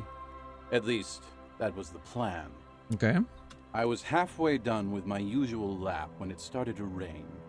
The reality situation became very wet, very quickly. How wet are we talking exactly? Wet, okay? It was raining really hard. There's a trace of derision in his voice. I'm just curious about the wetness. What's wrong about that? I made my way back home and discovered that I didn't have the key to the front gate. I'd mixed it up with the key to the letterbox, which was useless. Well, there you go. Naturally, the situation required me to climb over the gate, which I did. There was no climbing down because I slipped and landed on my ass. Ouch. I would have landed on my feet. I got feline reflexes. Sure you would, Harry. Sure you would. We've seen that when you tried to jump and get your coat. Those feline moves, you know? Yeah, we didn't get there. We didn't get to the coat. We'd never even jumped. I'm gonna say nothing. Reality was looking rather grim just then. Me lying on my ass in a mud pit in the middle of a heavy shower. But when life knocked me down, I always got up. And now all of us have that Chumbawamba song in our head somehow. So I made my way across the yard. Standing in front of my apartment door, fumbling with my pockets, I realized that I'd also forgotten my apartment key. What? Okay. Now he's pushing it. I didn't until you said that. I mean, I didn't, but now... No, that was the plan. I know what I'm doing. You're welcome, everyone. You're welcome. How dare you?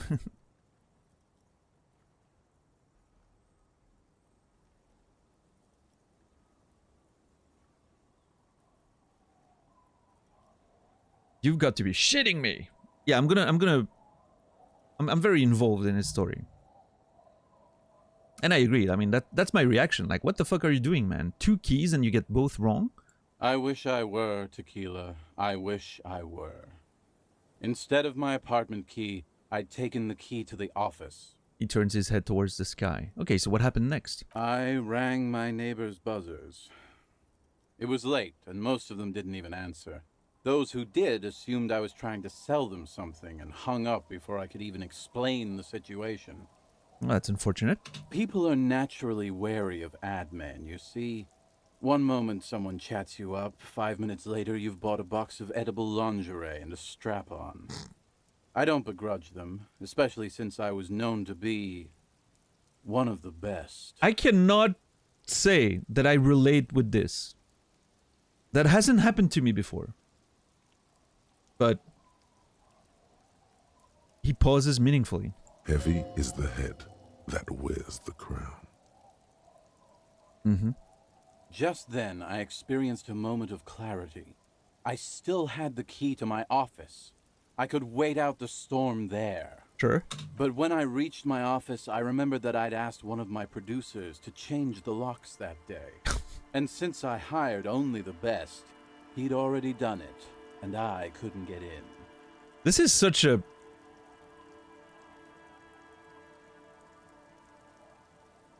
What's the word I'm looking for?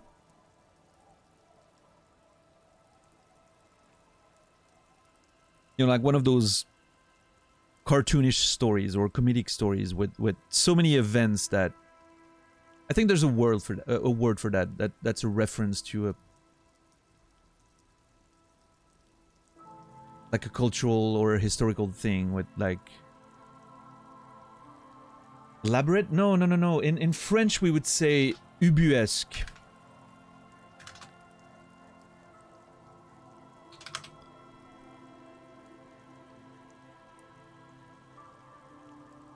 Grotesque, yeah. I think grotesque or absurd or a farce. Yeah. Maybe that would fit. Yeah, what's up, Jojo? What's up, Beef, by the way? Comedy of Errors. Yeah, well, I think, you know, the word I was thinking of was the French word that we use for something like that, which is ubuesque, which comes from Ubu Roi or like that series of stories by who wrote them again? Alfred Jarry. Yeah, I couldn't remember. That's stuff that I studied in high school. Like it's very far in my mind. Sort of like absurd stories of everything that can go wrong goes wrong, and you know, it's a whole thing. But yeah, a farce is a pretty good word for it. I agree. Anyway, long story short, life spiraled out of control. From this? I Wow. haven't gotten into my apartment for years, and my girlfriend left me because she didn't want to date a homeless man. The company, well, you see where I'm going with this. No, I see, but wait, so you couldn't get into your home or your office, so you just went to the street and that's it? You didn't, I don't know, wait in front of the office the next day and be like, oh, hey, I forgot my keys. That's unfortunate, and then your employees let you in? Or, I don't know, call someone to open the door to your apartment? I'm not gonna say you're full of shit, but, you know. So, now you've heard my tragic tale. What do you think? Like nothing you've ever heard, huh? He takes a long swig of his drink. Wait, is that it? I feel like there are some steps missing. Okay, Nasrallah, I have to ask. Is that the part you told me like you mentioned without mentioning? Because that could be it.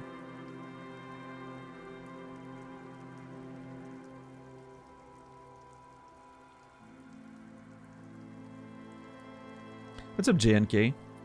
Tried the door once, locked. Well, guess my life is over. Yeah. In times like these, it's best to give up and die in the gutter. Exactly, Chicken Tinga.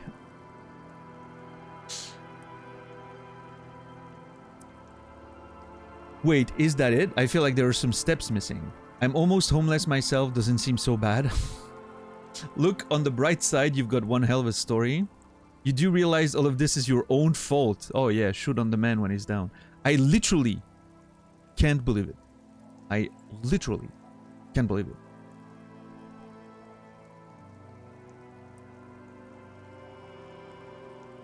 I'm gonna go with, I feel like there are some steps missing. Tequila, I've thought about this series of events for a long time. If there was anything else to it, I would have thought of it by now. Why didn't you go to the authorities? Yes! Thank you, Kim! Well, at one point they came to me, but, you know, I didn't have any ID on me. So they tossed me in jail for 2 days. Uh-huh. I can't say it increased my faith in the RCM. No offense, gentlemen. He shakes his head. I don't agree with that. I don't agree with that. Well, you do realize all of this is your fault? I literally can't believe it. I think that's kind of how I feel right now.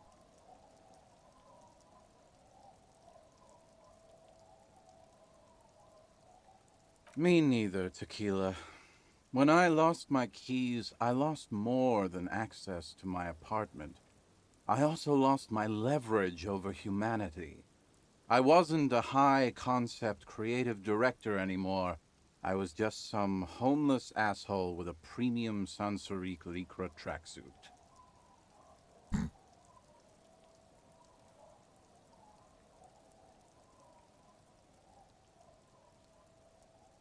You can't imagine what that does to a man's confidence. Anyway, that was all the story one bottle gets you. Almost empty, this one. Interesting. I don't know how I feel about this. I feel like he may have been making shit up on this time, on this one thing. Have you got any more stories? I do. But as you can see, my fuel tank is running quite low. If you catch my drift. He spins the bottle in his hand. Not a single drop of liquid remains. I'm not gonna give him the blue medicinal spirit, I don't think. I don't have any on me right now. Cottonmouth is keeping my tongue imprisoned. He shrugs his shoulders dramatically.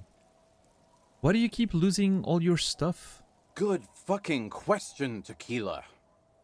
If I knew the answer, you think I'd be hanging out on a beach in this formerly premium but now extremely dirty two-piece Lycra tracksuit? He likes to mention his Lycra tracksuit, that's for sure. I used to own my reality situation. My business buddies and I had our own creative services agency. I had a nice apartment, an even nicer piece of ass. But somehow it all got away from me.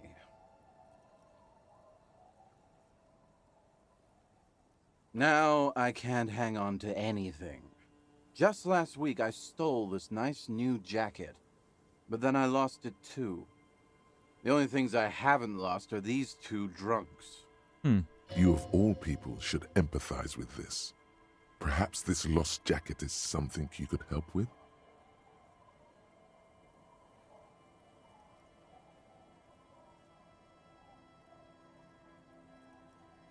Interesting, yeah.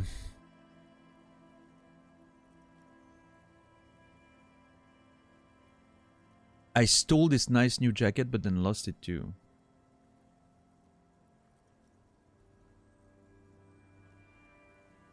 wonder who he stole it from. If you had a tracksuit like that, you'd mention it too. Well, I don't know, actually. What's the name of your agency? What was the name of your agency? My agency, man. The Boom Boom Room. Our concept was combining high art with the lowest forms of marketing. The color red, breasts, and oil painting. The lowest forms of marketing. The color red, breasts, and oil painting.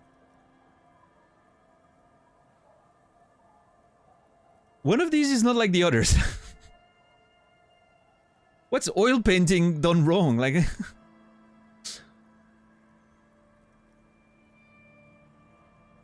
oil painting taking shots for no reason there.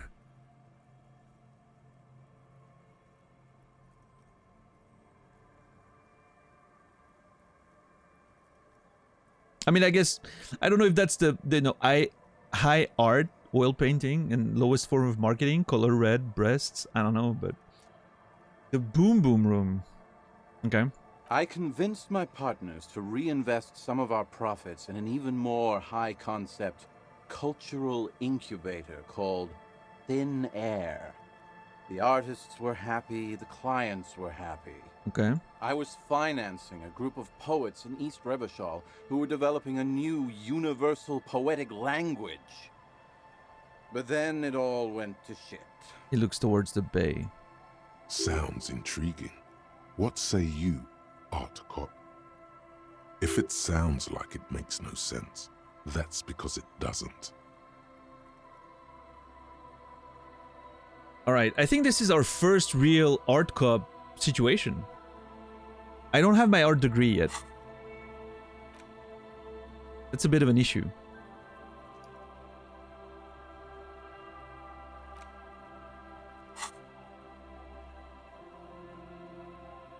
How many? Okay, I'm 37 XP. Quite far from another level yet. Mixing oil painting and breasts to make ads isn't high art. It's just cynical wankery. That's so high concept I have no idea what it means. Man, mixing high and low commodifying culture, that is extremely my shit. Right, okay, never mind I asked.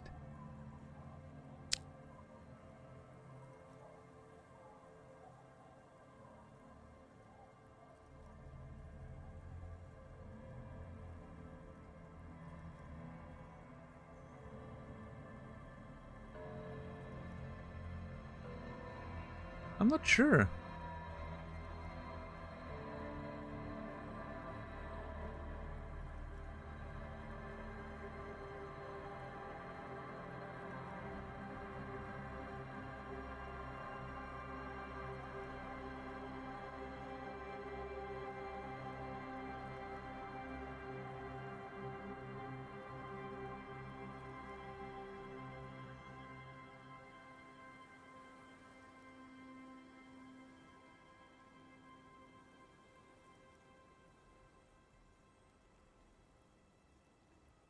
I actually don't know what I think about that.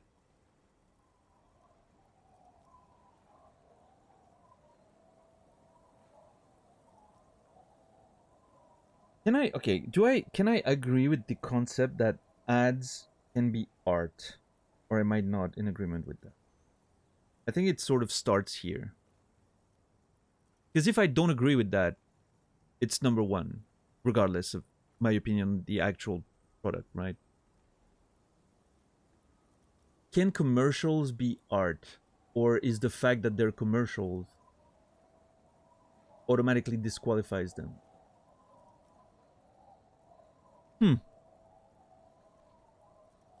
I never really thought about that. There's definitely commercials out there, you know, that like you look at there's different kinds of commercials. And there's definitely commercials that feel more artistic than others, right? The more care about the presentation and the music or the visuals and directing and all that. But does it really qualify as art?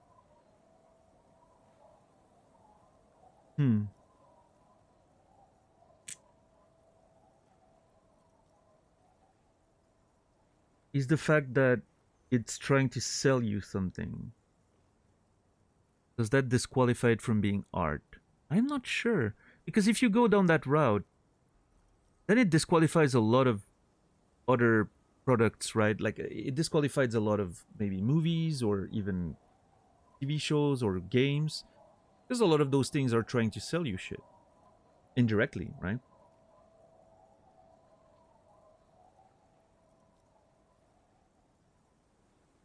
Now, maybe there's something to be said about the primary purpose, right?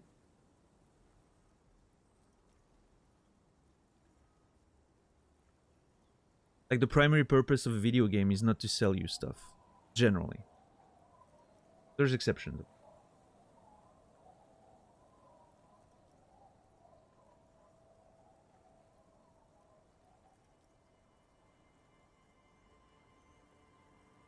Art sells itself?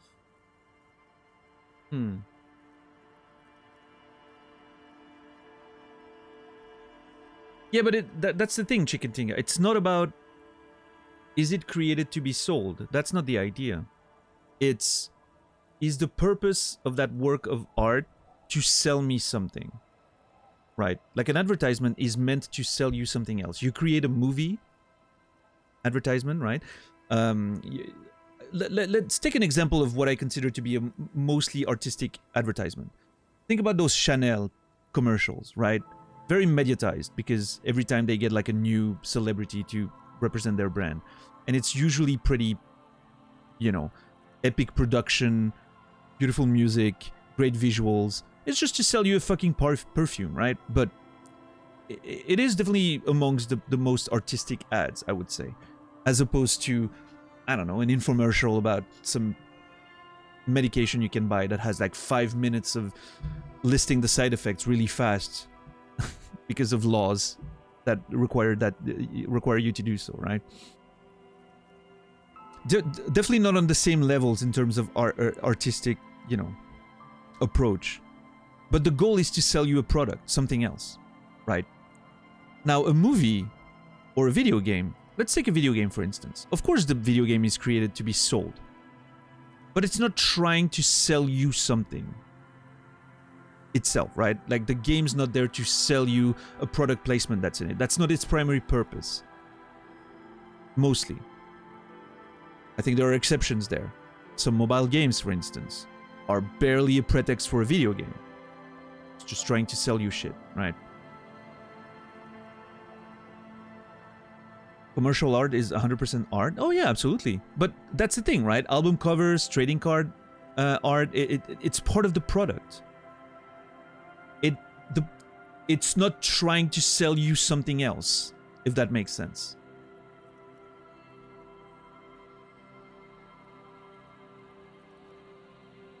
Like for instance, let me put it this way. The design of a bottle of perfume, I think, can be artistic, right? It's part of the product you buy. Now the commercial that's going to be put on TV to sell you the perfume, that's where I'm not sure, because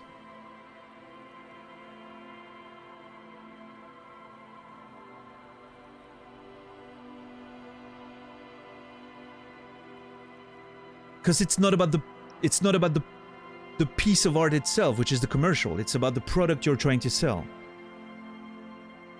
Whereas when it comes to album covers, trading card art, even perfume bottle design, it's part of the product that you're purchasing, right? Sure, City. That's why that's why I think, you know, that's why I think it's an interesting conversation, is because I'm not sure where the line is. I'm not sure where the line is.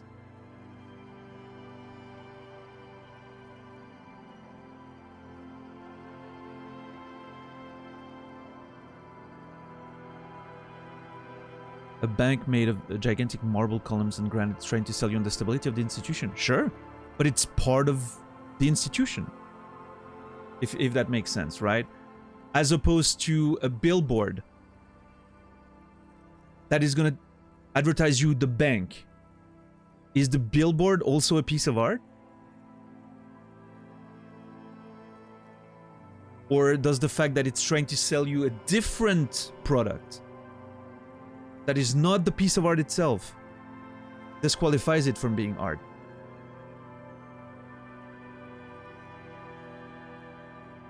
That's what is interesting to me.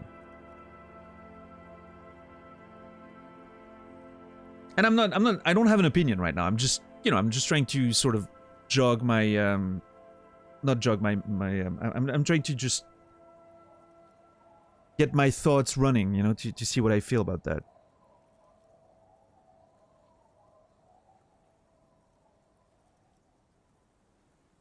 I think one way I like to look at it, maybe, is that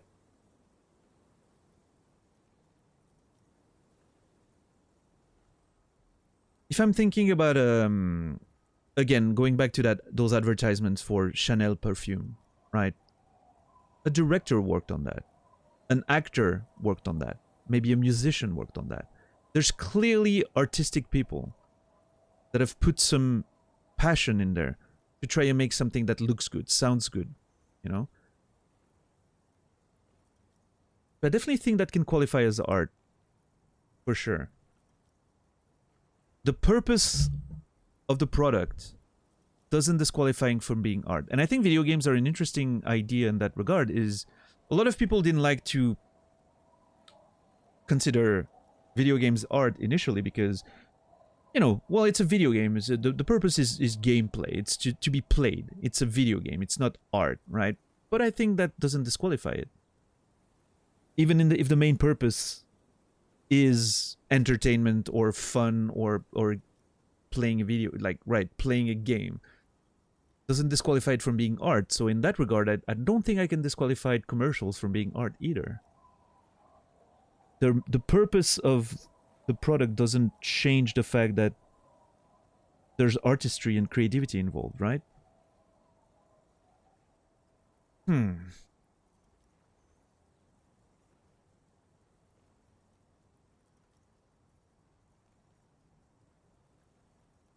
Does the marble sell us on its strength, or does its strength and stability qualify for that specific purpose? Question. I think we're the sole qualificators of what art may be or not be. Any barrier between art and non-art will be arbitrary and porous. That might exclude something that could well be art. Ultimately, anything can be art. Yeah, I mean, I guess it's one of those things where it seems subjective in a way, right? And that's why I think a lot of thinkers, philosophers, and artists themselves have been talking for centuries about what constitutes art, and we don't really have an answer. We have some definitions out there, but they don't seem to please everyone. Like, not everyone agrees with the everyone's definition. So I think you have a point there. I think it's arbitrary at the end of it all. Yeah. And I think we talked about art brut, right? Which I always forget how it's called in English, but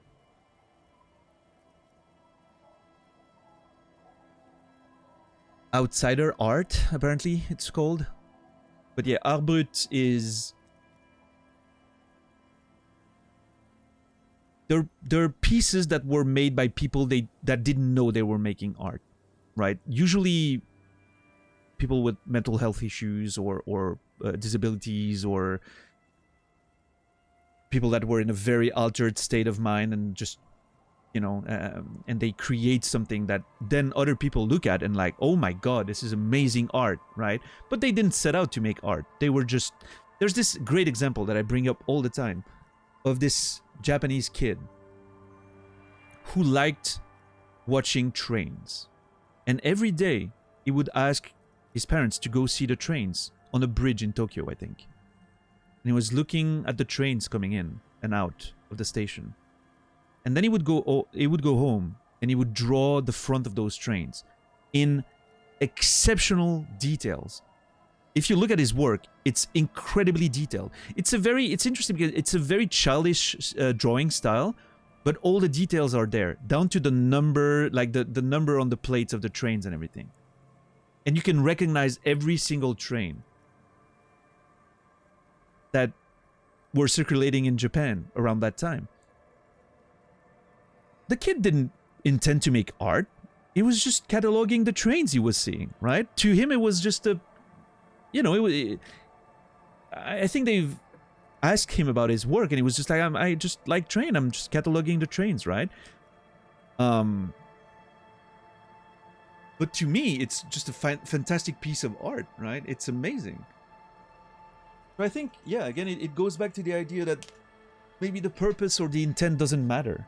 And that goes back to what Risa was saying, is it's definitely arbitrary, and it comes down to personal definitions or...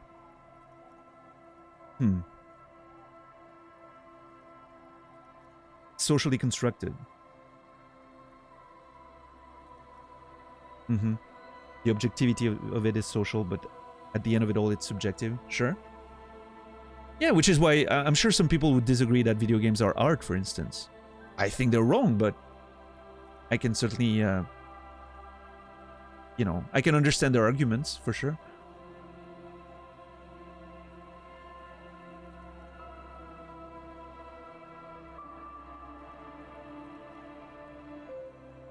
Some people find beauty in things others like. No matter how ugly you may think something is, somebody is willing to pay top price for it.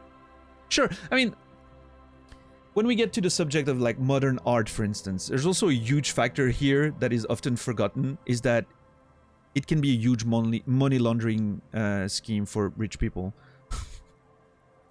A lot of that silly modern art you see, like just a whiteboard, and it's called like a monochrome. That's a money laundering trick, by the way. It's not art. I mean, it can be, but... they just put arbitrary price on things and then put their money in there so they can get tax reductions or whatnot. It's a whole thing. Look into it. It's very interesting. The whole modern art scene is so riddled with that shit. It's insane.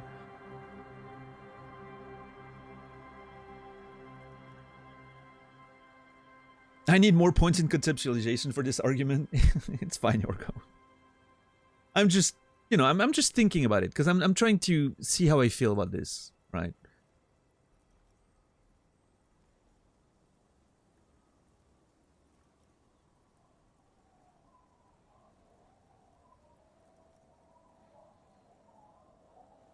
I need to find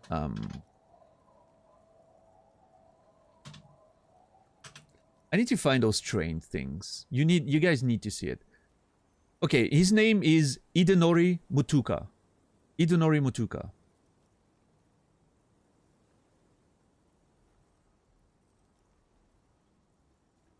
Let me find one of his pictures. Oh yeah, okay. Let me put that on Imager real quick.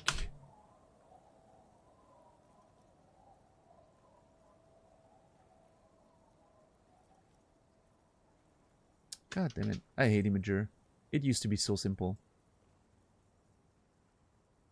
Here's what I was talking about, the trains thing.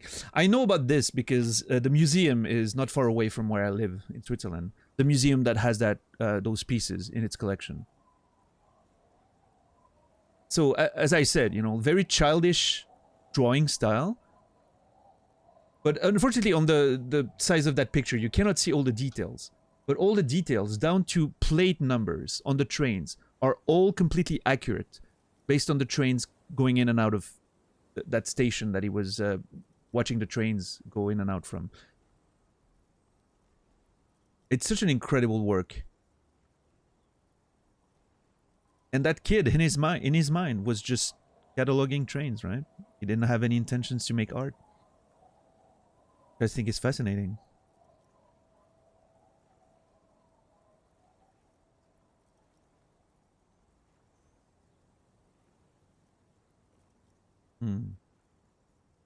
I look forward to the Cage-a-thon because of Heavy Rain actually inspired some of my favorite arguments about video games being art despite all its faults. Interesting, Quasi, yeah. I'm looking forward to the Cage-a-thon. I don't know when it's gonna happen, but we'll see.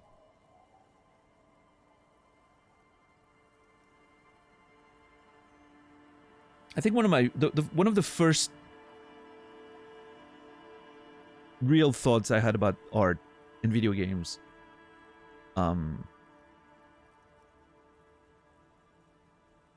can't remember. I wonder if, I mean, I've played game that I would, looking back, that I would definitely consider beautiful art pieces, like the Final Fantasies of the late 90s, right? 7, 8, 9, and stuff like that. But I remember Shadow of the Colossus was one that hit me a lot when I was playing it back in 2006, I think. I was like, holy shit, this is a whole other level of artistic approach to video games. And there's this very famous quote. I think it's from Screw Attack. You remember that show, Screw Attack, on Game Trailers, the website? It doesn't exist anymore, but they had this retrospective video about Final Fantasy, and they're quoting Steven Spielberg in it. And Steven Spielberg said something like, video games will be considered art the day someone said that they've cried on stage 4 or something like that, right? He said something like dismissive about video games, like, oh yeah, there'll be art when someone says they've cried on stage 4. He said that in the 2000s, years after games like Final Fantasy VII made a whole gigantic community of nerds bawl their eyes out. Right? It's... Video games were there long before Steven Spielberg thought of that dismissive argument. And I think, you know, at this point, obviously, it's hard to argue against video games being highly artistic forms of media, and definitely they definitely trigger emotions on a level that, on the same level as movies, books, music, whatever, right?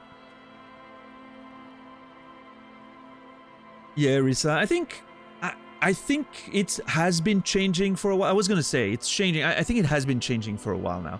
I think video games are pretty well accepted in this day and age. I don't know, maybe I have a bias there because I'm mostly living in that world, right? And being surrounded by people who get it.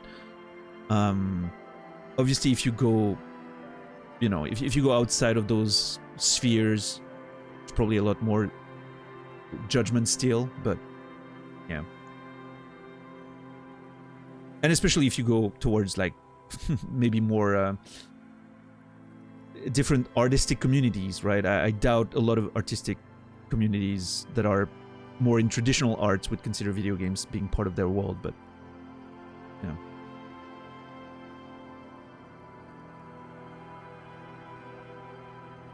I imagine a lot of people cried playing E.T., maybe for different reasons, yeah.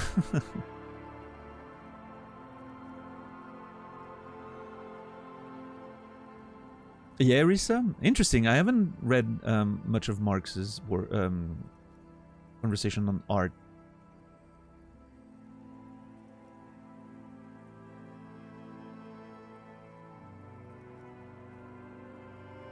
I need to bring back all my philosophy textbooks from high school and university.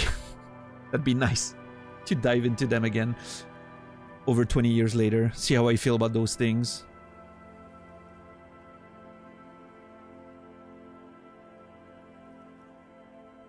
Yeah, I hear some really good things about To the Moon Chicken for sure.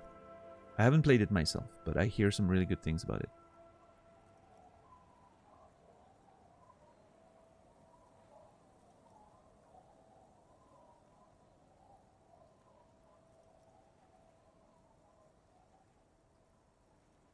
Sure, Quasi. Yeah, absolutely. I agree with that.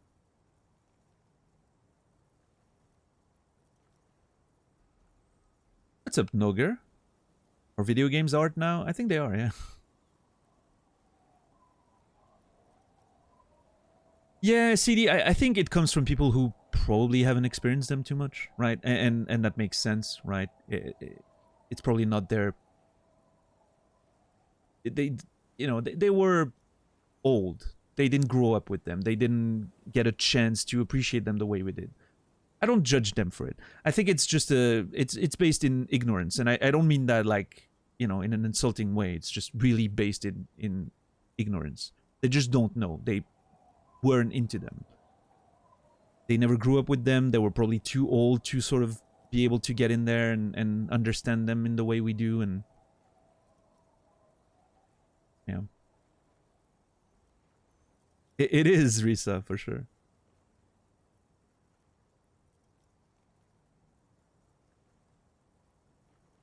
Yeah, Yorgo, that's probably true as well. Like, video games evolved, right? They probably saw video games as being those arcade, early arcade games, which, have some artistic merit to them, right? The visuals and the design and everything, but definitely are on a different level compared to what we get these days, for sure.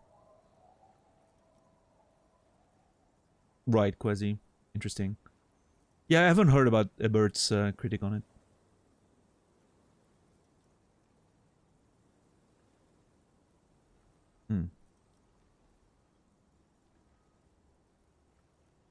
There's very, very interesting discussion to be had about the strengths and weaknesses of video games as an art form, but not whether they're capable of being art at all. Yeah, no, absolutely. They're definitely art, in my opinion. Now, like you said, they have different strengths and weaknesses compared to books, compared to music, compared to... it's all about... And I think that's always what I tend to go back to when I'm talking video games. And we're talking about, when I'm sort of doing my critiques on the video games that I'm playing. A lot of it always comes down to, is this video game using what it is as a medium in a good way to produce good art, right? It's sort of always going back to that. Like, a lot of time when I'm playing a game and I'm like, I'm really not feeling this game, it goes down to, I don't think it's trying to, use its medium very well. Like, it's trying to do something that would work better in a different way. But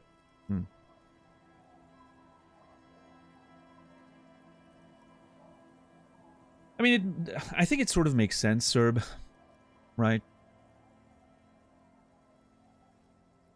You get to a place where you think you understand what you're doing, and therefore you're more qualified than outsiders to determine objectively what is art and what isn't.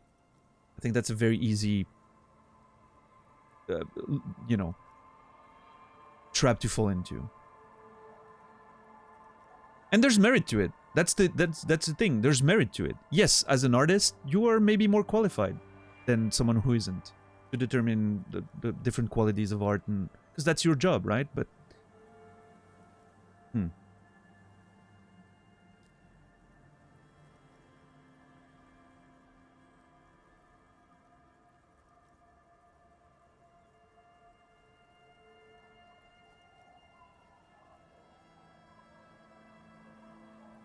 non-artists usually hold the opinion that art is subjective, can be anything you want, while artists follow more strict rules as what constitutes art. I don't know if that's gatekeeping, though. Well, I mean...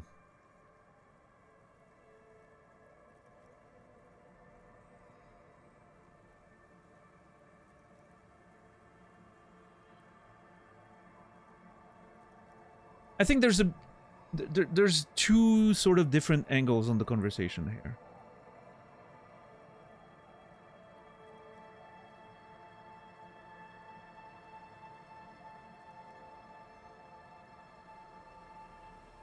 Like, I definitely think you can be of the opinion that a specific form of art requires certain rules, but still at the same time be open to outsider art and stuff that sort of goes against those rules, right?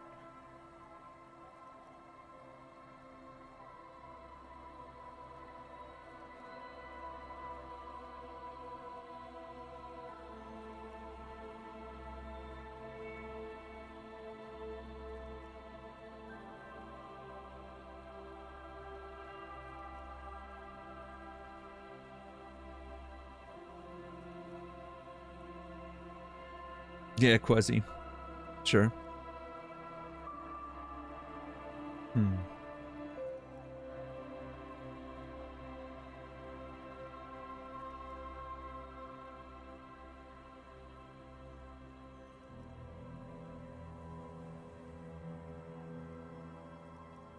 Yeah, I don't know. I mean, I think at the end of it all, and like Puka Bear's comment makes me think of that. I think it's not that black or white, obviously, right? Artists are not different than any other group of human. There's some, you know, they're all different. They all have different opinions. Some of them will be gatekeepers. Some of them will just be just talking about like the rules and whatnot as a sort of point of conversation. I love talking about the rules. I love talking about writing, for instance. I do feel qualified to talk about writing as someone who, you know,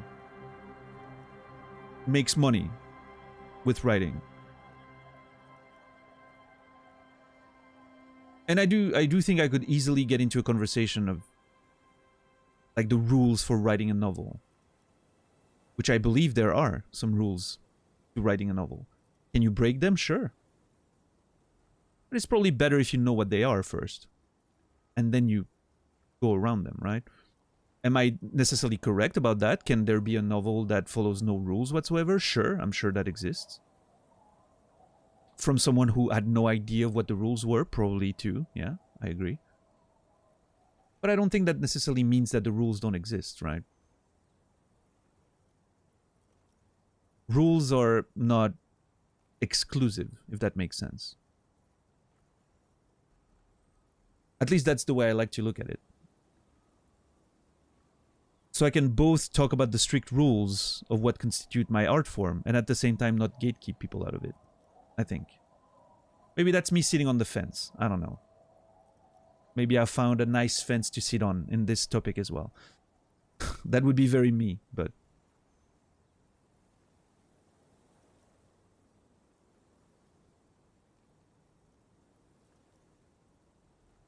Someone said you gotta know the rules in order to break them. Can't remember who it was. Oh, probably most people who've made art. Yeah, probably said it at some point. Yeah, I don't know who said it first, but it's been said a lot. I agree. Yeah. Rules are very gatekeepy by nature. They can be, yeah, but... I don't think they have to be, Puka Bear, right?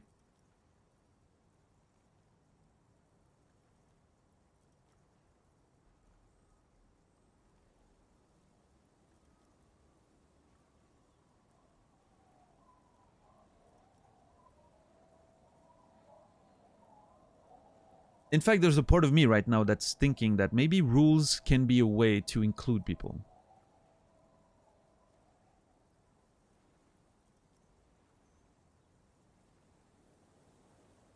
Because instead of being completely lost and easily dismissed, by sort of first learning the rules and following them and sort of getting involved, it sort of gives you a path to enter those spaces, right? I don't know. I like to think about the positive aspect of things, but... But, you know, I think at the end of the day, and I know it's a very Fence City sort of take, it's a very moralist take. Kingdom of Conscience, here I come. I think it's more about what the people do with those rules and less about the rules themselves.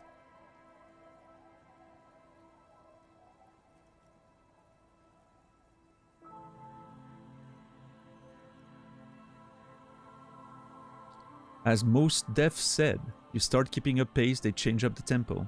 That is true, that is true. But that's I feel like that it goes slightly outside of the rule, like art conversation. It goes more into politics and whatnot, right?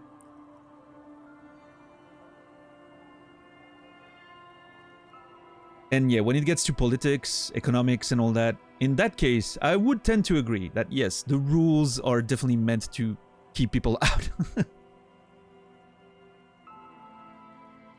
It's by design. That's how you make sure the 1% stays the 1%.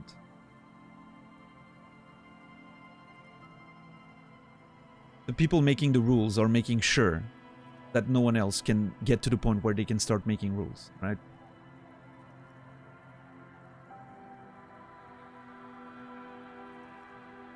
I don't know. That's just Rebel Daniel speaking again. We can all sit around the table pretending, but D&D is better with rules. I agree, GNK, for sure. Alright, Dr. Redacted. Well, good luck with that.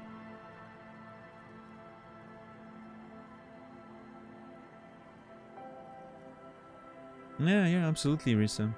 I agree with you. I agree with you a lot, Risa. I think we have a lot of common opinions there.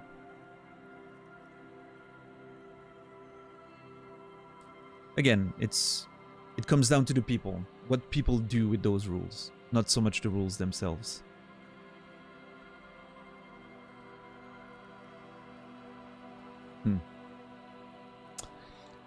Anyway, I'm still not sure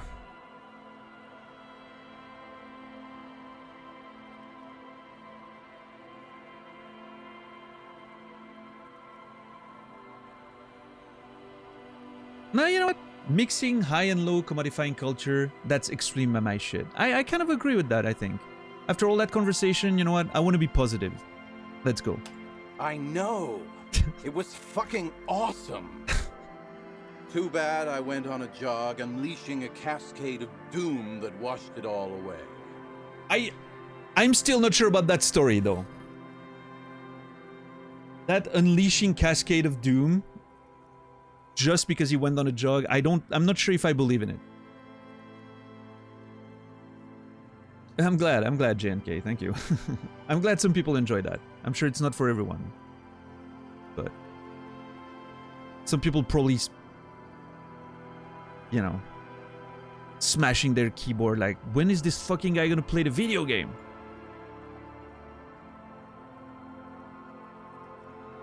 It's okay, I'm getting to it. I'm sorry.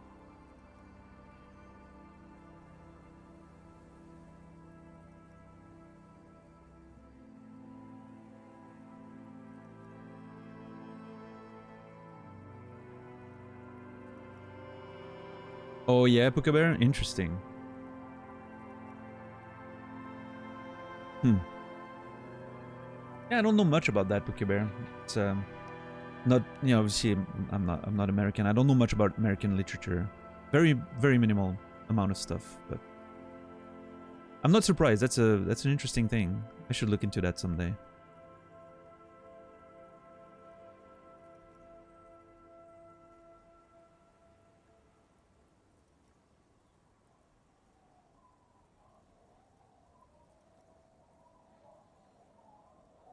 And now these days you have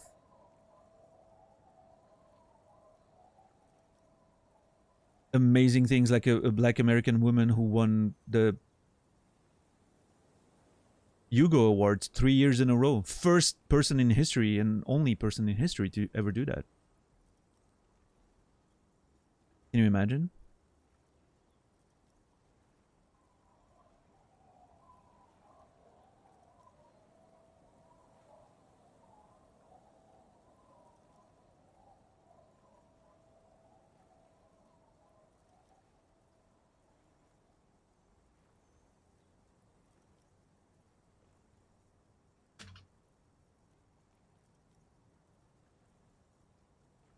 This is now an art stream.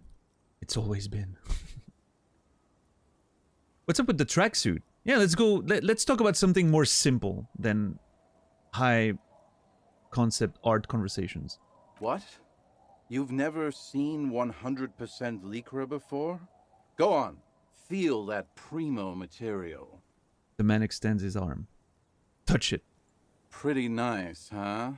This might be one of the last of its kind. Should probably be in a museum, honestly. He takes another sip. Good God. It's nearly impossible to describe how dirty this texture is. It's like rubbing two jellyfish skins together. You feel about 15% less human for having touched it. Well, Okay then. Randomized trials have also found Lycra, TM, to be associated with a number of exotic, highly malignant cancers. So you also have that to look forward to. Oh my god.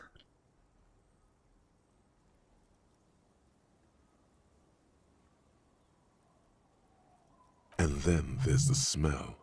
But you don't even want to think about that. I love that interfacing was impossible. Wow, you're lucky. He never lets me feel it. Well, Rosemary, consider yourself lucky, because... That's because your paws are fucking filthy, Rosie. We're right next to the bay. You could wash them any time. What about the other drunks? My fellow members of the Union of Moribund Alcoholics? They're exactly what they look like. Hey, tequila!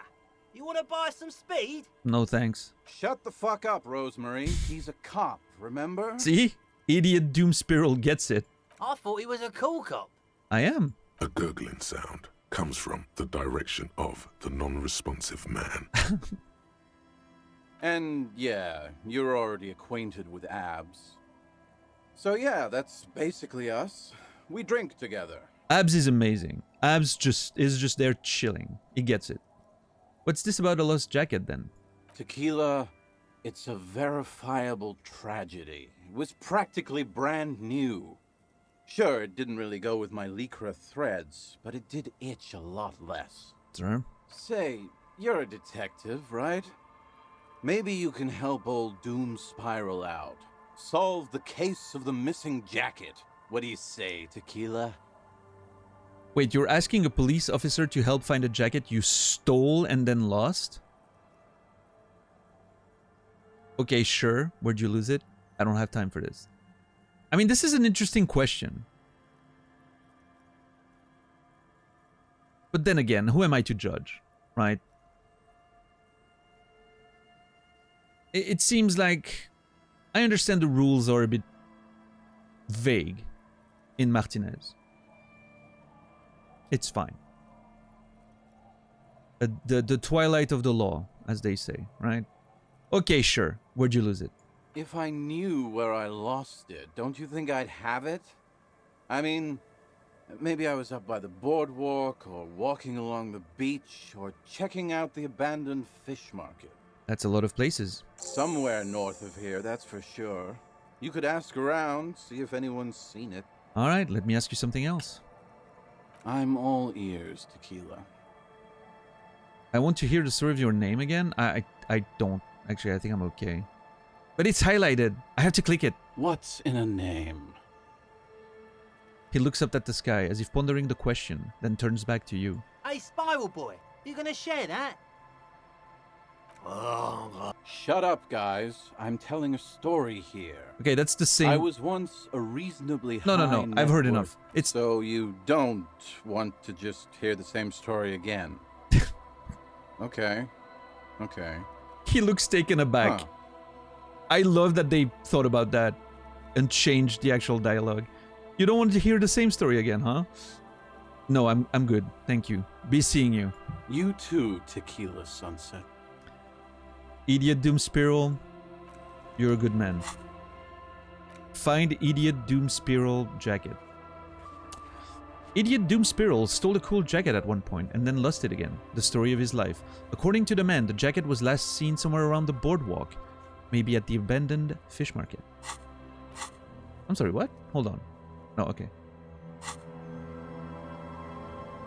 Oh yeah, Santa?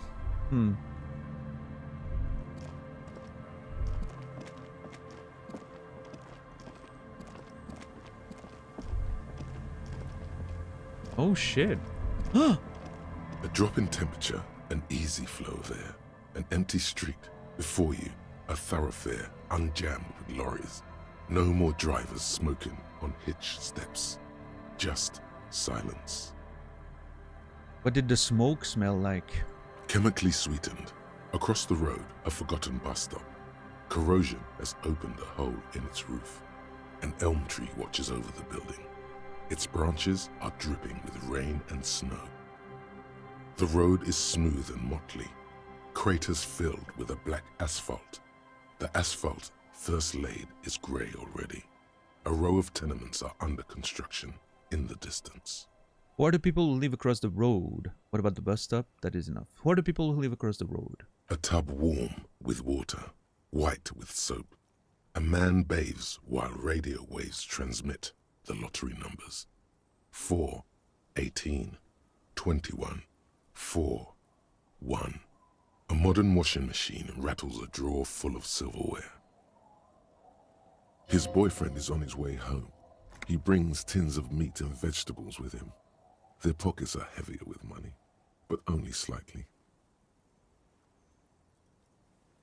I love those little vignettes of, you know, little descriptions of people living around or situations happening, and it's so nice. What a nice way to just do exposition. I love it. What about the bus stop? Number 312D. Young girls used to come here, huddled up, hoping for more warmth than their thin coats give them. The bus took them to school. It has not run for 8 years. There were not enough girls to sustain its cost. What about the road? Craters pocked the surface. Children played in them until heavy trucks full of black pitch rolled in. The landowners have filled the craters with money. It is a vital artery of the flow of trade. There's one bump on the road. A dead dog lies flat about 200 paces away, right at the turn. A dead dog? Tragedy comes from the wheels of a fast RCM vehicle, hurrying to work. The cold washes over you. The sound of the sea has grown distant.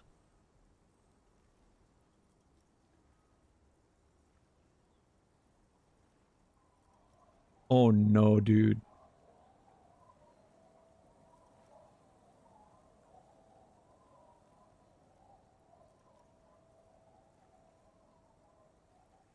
I feel bad about this. Oh man.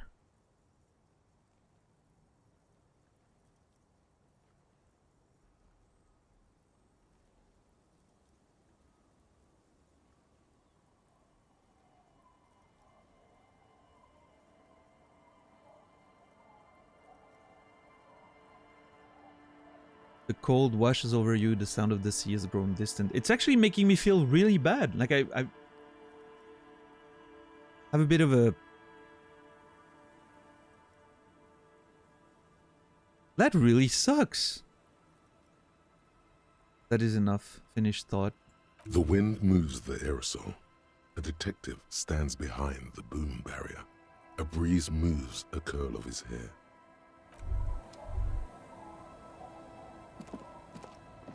Ah, I can't go further. Okay. Well, shit. It appears that we ran over a dog while driving in.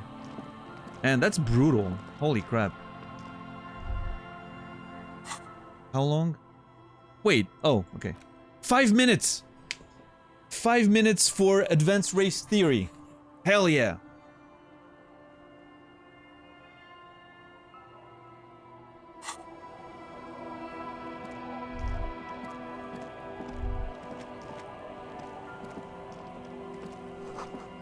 The street sign is illegible below the graffito. Hard to see the details. The colors, all warm and welcoming, are cozy though. A flower trough where nothing really grows, maybe in spring.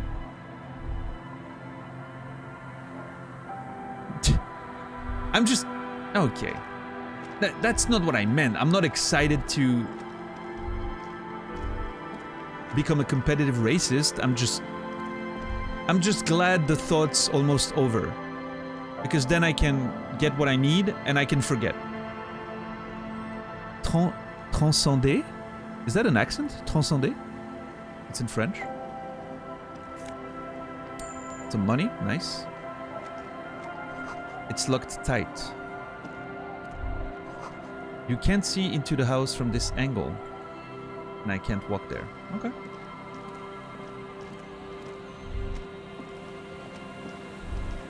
So there's still a few characters I need to talk to here, but...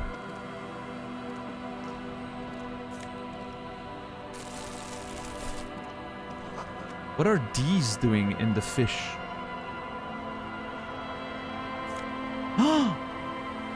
Franco-Nigerian cavalry boots. +1 to perception. Ooh. Hey, Emmy, what's up? Oh, we are definitely still enjoying Disco. Yes, very much so. What a great video game. +1 composure, -1 savoir-faire. What if I put them on? Oh my god, I don't know if I look ridiculous or if I look amazing. +1 perception instead of +1 composure. Yeah, I'll rock the boots for a little bit. Love them. This boat is floating freely in the water, unmoored. Okay, so woman here, woman there, and kids. Those are the people I still need to talk to. Money!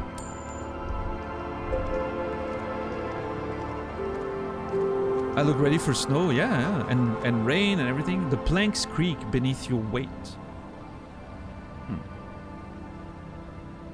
Amazingly ridiculous or ridiculously amazing. I'm gonna go with number 2. Delightful. JC, thank you for gifting us up to MEUSB. 268 gifted subs to the channel. Thank you so much, JC. Means a lot.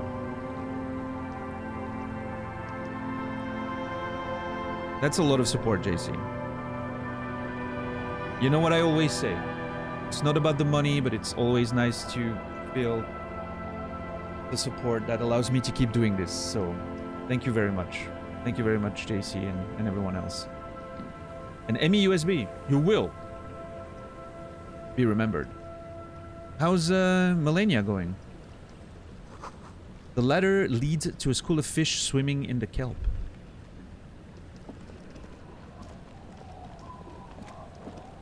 Can I cut through? No, okay.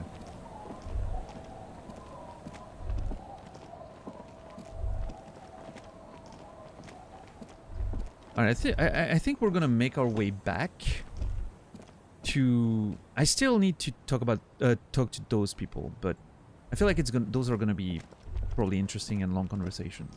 I'm gonna make my way back to the area around the Whirlings. I'm gonna just try to find a way to pass a couple minutes. And then we'll go back to Measurehead and see what comes out of that.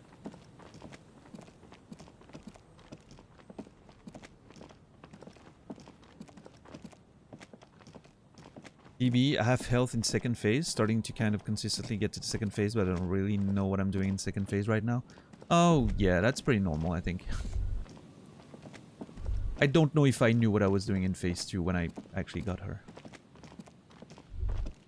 It sort of happened at some point. Yeah, good fight though. I mean, it's... I think it ended up being my favorite fight of the game by default. Because I have so many issues with a lot of other fights, and this one sort of felt okay.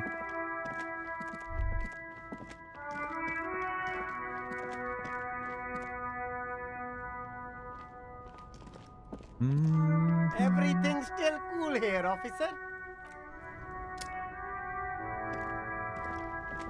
You keep coming back. That's good, officer.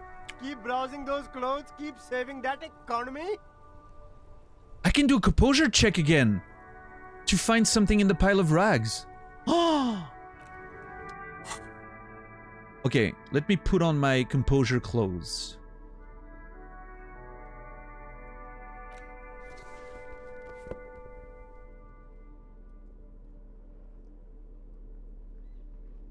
Oh, that's it. Just the shoes. Well, okay. Let's try. You keep coming back. 58%. That's good, officer. Keep browsing those clothes, keep saving that economy. Come on, one time. No good. One can What? come up without some treated wool pants. You can tell they're too tight around your thighs and too loose around the waist.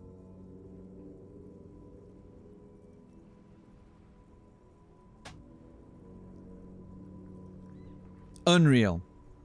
Snake eyes. Unreal. What's up, Amen?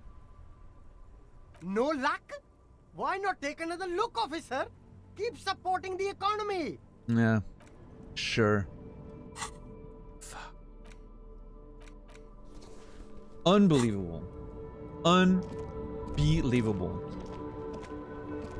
What's up, Anxious? How are you today?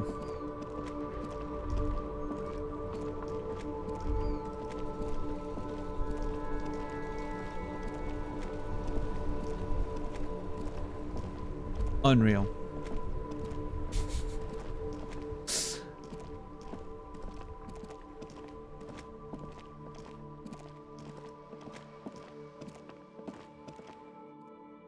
I cannot believe.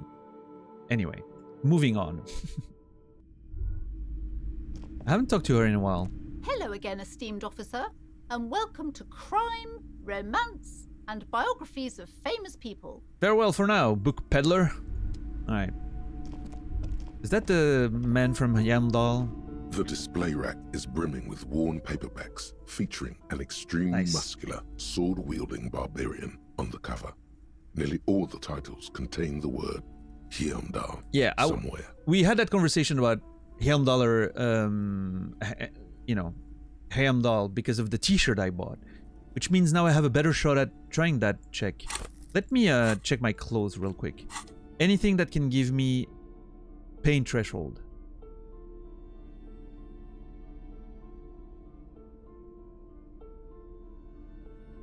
No. Okay. This gives me physical instrument, so does this. Okay, well, let's try. It's a 58? The display rack is brimming with worn paperbacks featuring an extremely muscular, sword-wielding barbarian on the cover. Nearly all the titles contain the word Hyamdal somewhere. I'm a huge fan. I'm wearing the t-shirt. I'm ready. Do any of the books call out to me? Let's go. Come on. Nothing of interest. Only silence and the cosmic background pain radiation.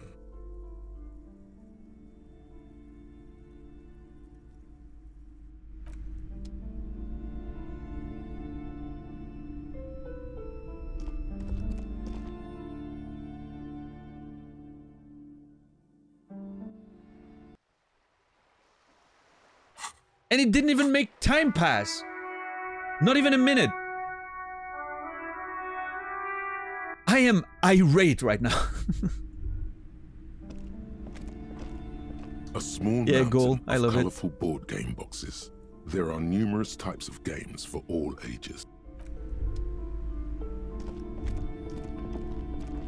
The game, yeah, I'm not... Shelves filled to the brim with crime novels featuring the supposed... And I plan on playing Magic the Gathering all night after this. With my amount of luck today, I don't think that's a good idea. A sulfur-crested cockatoo sits on the cover, its beak slightly open. It looks as if the bird... I'm not gonna buy this. I don't have enough money. Shelves full of biographies of...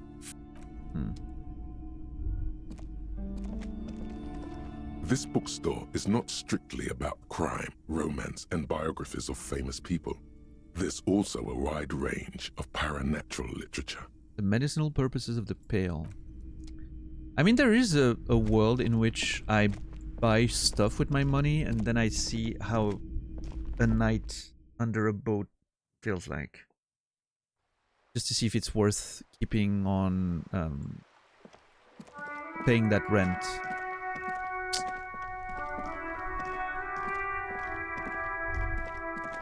Oh wow, 1 minute passed. We're getting there. Hold on, any new checks that I could try? Oh, set of tracks. Yes, I need to try that. Oh, I thought Measure Heads was open again because I had clicked on it. I got very excited there for a second at the idea of punching him again. Oh, well, tried to punch him again. I got very excited for a second. I'm very disappointed now.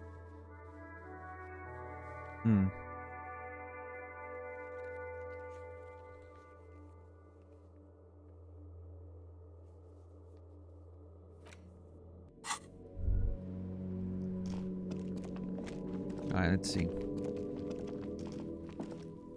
You see a set of tire tracks in the brown slush that covers the plaza mosaic.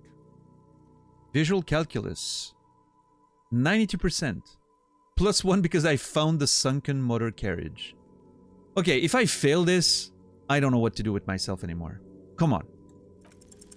The tire tracks were left here by an unknown event that took place some days ago. It's a message, written in the language of burnt rubber. An unknown event. Yeah. That's me just... yeah.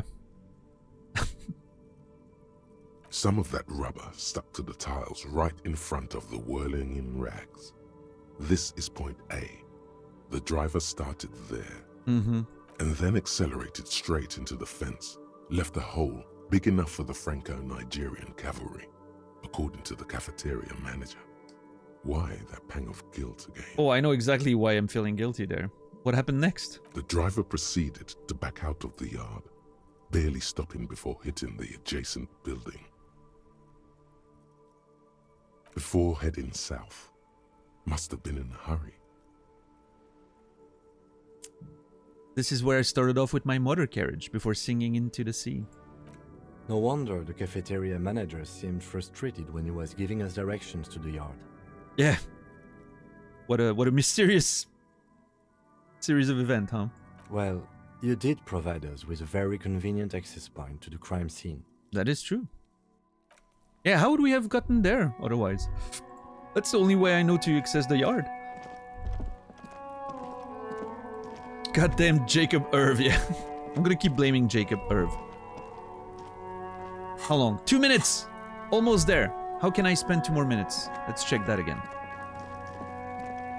The trash container stands in the spring snow. Open the lid again. The smell of rotten food rises to greet you. You see soggy cartons, dirty rags, and organic waste.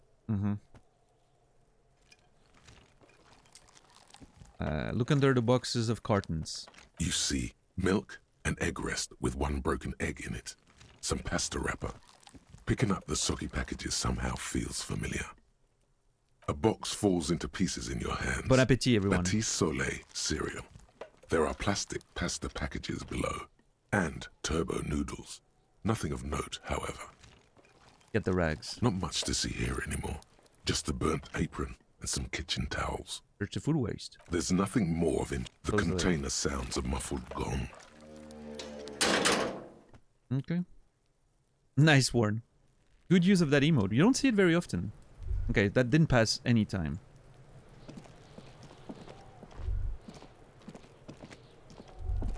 I really want to know how to get up there. How to talk to her. Turbo noodles sounds nice.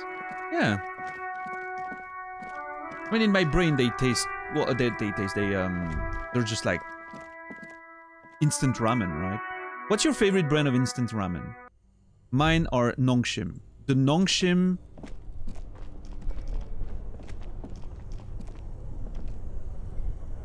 Word, please. Oh my god, I'm totally blanking. The Nongshim, kimchi ramen. The best.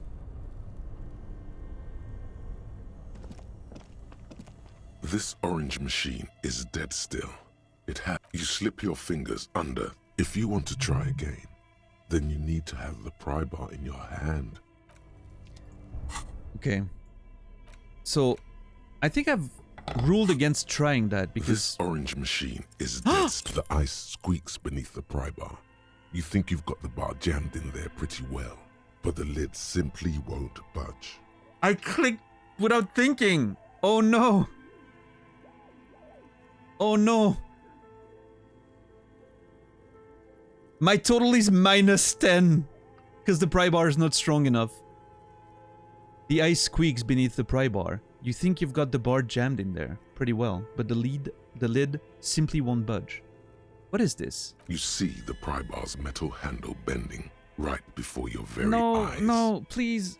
Yeah, well, that's a good pry bar. I'm not criticizing it, but this ice cream maker is frozen shut. It takes an advanced tool to get it open.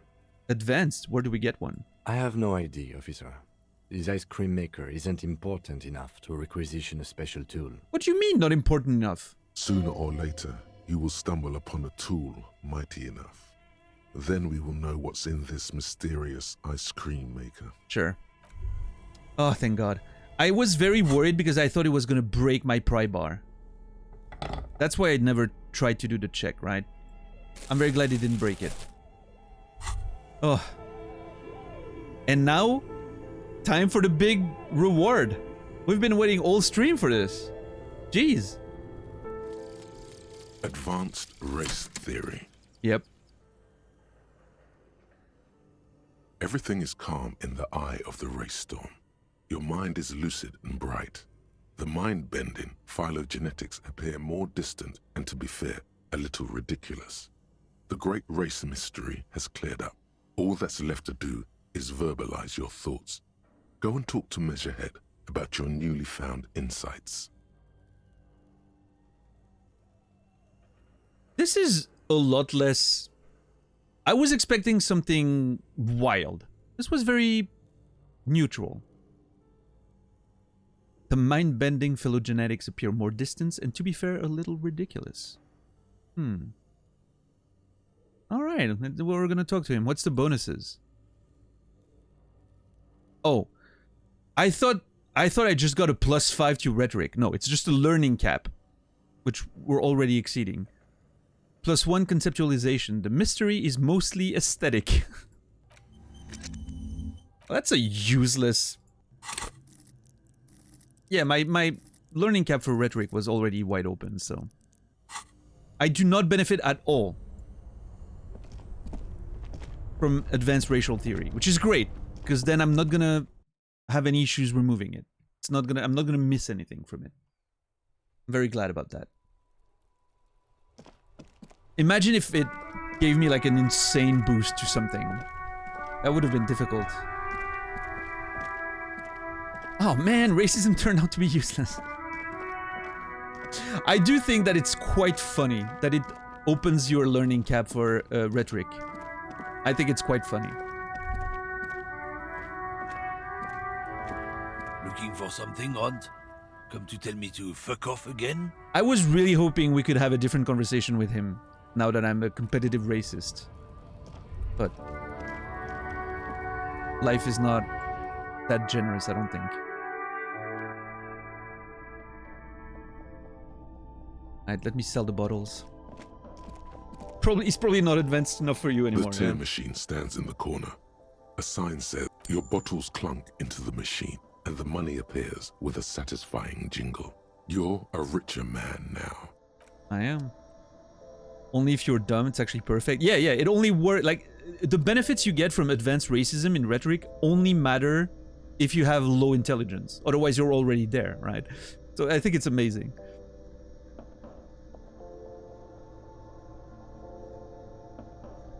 And also, yeah, I mean, actually, good point, sir, right? It's likely that you have pretty good stats there, since you managed to pass the check to get it, right? Interesting. Yeah, those are all very interesting ways to look at it. I love it. Time to get your racism deck and have it duel. Yeah. Hey, I'm a big Orzhov fan. Whole bunch of angels and humans. I feel like it's a pretty cult-like deck in itself. Quite, you know, like.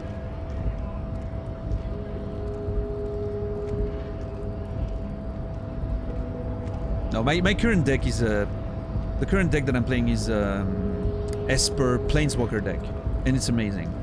I have like 12 different Planeswalkers in there. It's beautiful. And quite efficient, actually. Hell yeah. Hypnogamma, let's go. I love that my increased perception gives me, like, I can loot stuff that I missed previously. I think it's quite awesome. Alright, let's put our morale to max for volition reasons.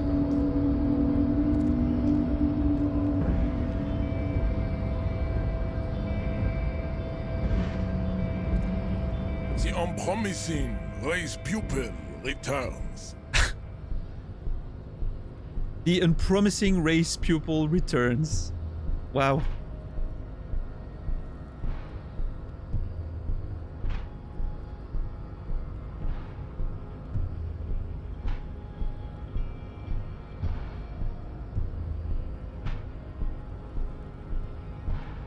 Man, that track is so good. All right, everyone, it is time. I think I know what the race enigma is.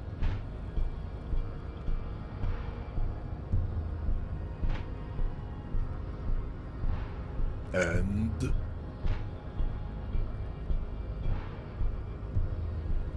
oh no.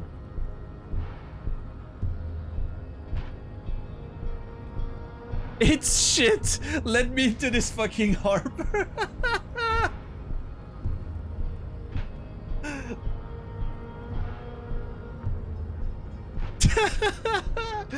Oh, that first answer is just so amazing. Oh, dude.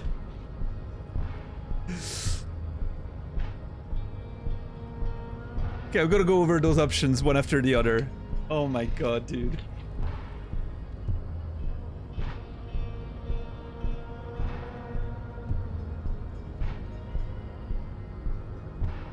You thought it wouldn't test your knowledge? I thought I was gonna get a bit more guidance. Let's put it this way. Everything is calm in the eyes of the ray storm. Your mind is lucid and bright. The mind-bending phylogenetics bring more distance, and to be fair, a little ridiculous. The great race mystery is cleared up. All that is left to do is verbalize your thoughts. Well, okay, so I'm left to my own devices. Great. Paradoxically, you plan to supersede the Occidentals with their own race theory. Okay. Shooting back at Measurehead. This racecraft is what rich people want us to do while they get all the money. Actually true, by the way. That is actually applies to real life, right there. I mean, a lot of those things apply, right? Like, a lot of those things are true. So far, all three are, you know, it works. Well, number 2 is a little more specific to this world, I think, but... Number 1, it's shit, sure.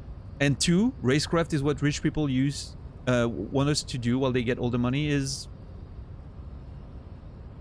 I'm pretty sure that's something that applies to real life. It's just something you shock people with. Liberal and progressive people. Okay? It's whatever you want it to be. It's a free association language exercise. Degenerate, race hero. Okay. Bit of an artistic approach. It's about you being conflicted about your Koike girlfriend, isn't it? Oh, shit. We're going full psychoanalytics on Measurehead there. Shrink mode.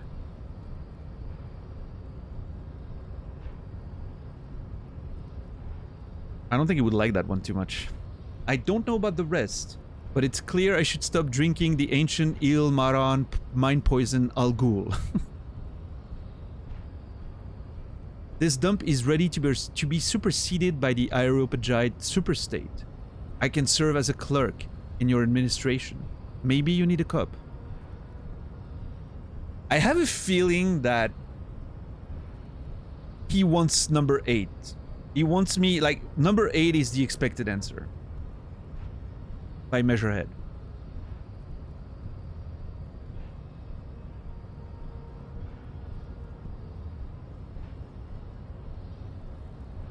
But I will say,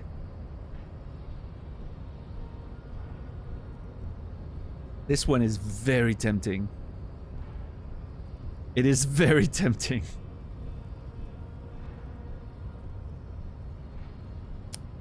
I like to poke. I like to poke at the man.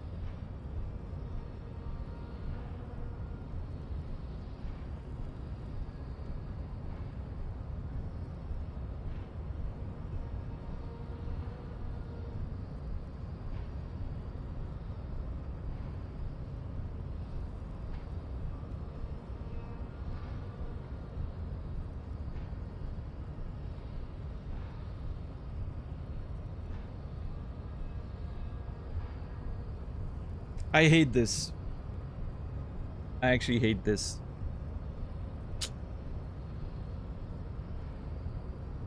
I feel like I need to answer that so that the plan works. And I'm very concerned about ruining the whole plan and having done all of this for nothing.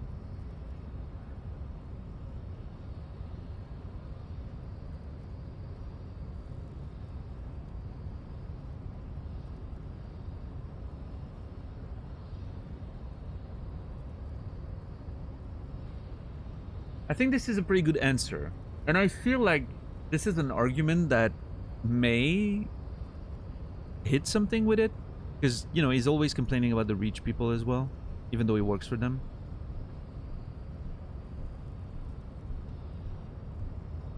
Okay, okay, I need to go back to the... My first thought when I met Measurehead was me realizing that I couldn't reason with him. I think I need to remember that. Trying to approach this with reason is not gonna work. I think...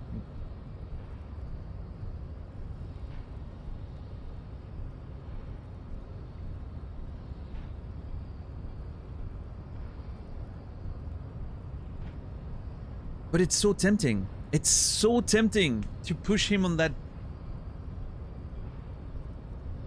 emotional conflict. God damn it. I don't trust the game to give me an extra shot here. I'm worried that I'm only gonna get one. Maybe not, but I have to make my decision based on the idea that I may only have one shot, right?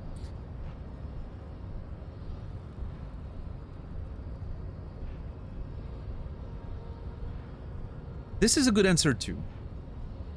It's not taking a very strong stance on the matter, which is, you know, obviously closer to my actual opinion.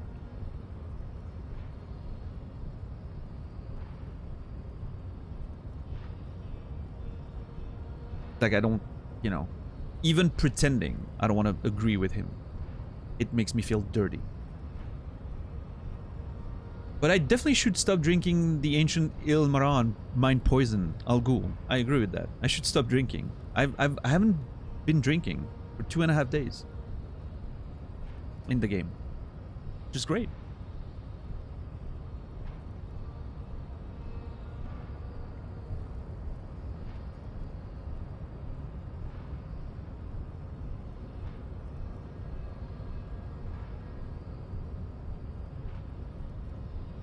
This one seems very, you know, yeah, we're ready to move to a better super state, and then I can serve as a clerk. There's a chance this is too forward and he, you know, recognizes what I'm trying to do, but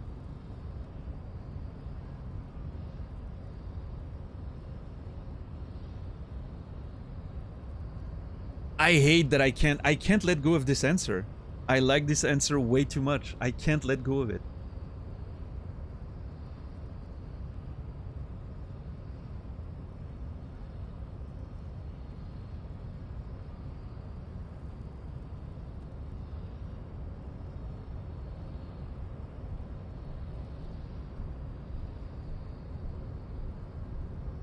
Man, if this lucks me out, I'm gonna be very, very, very annoyed.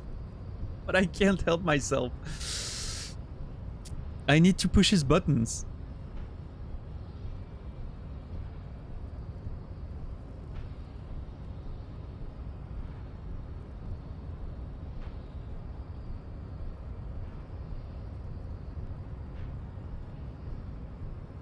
Fuck.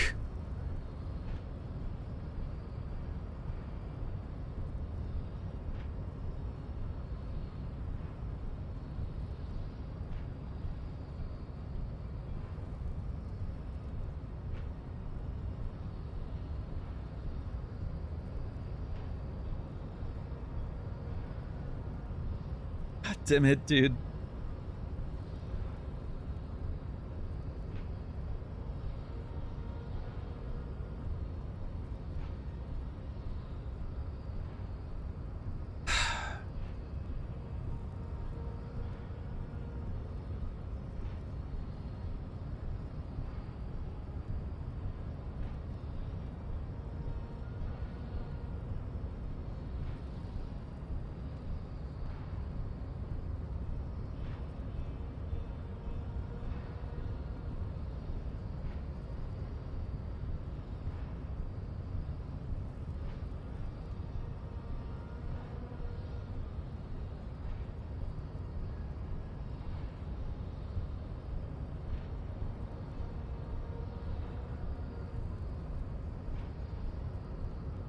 Didn't he mentioned something about him, yeah, well, he mentioned something about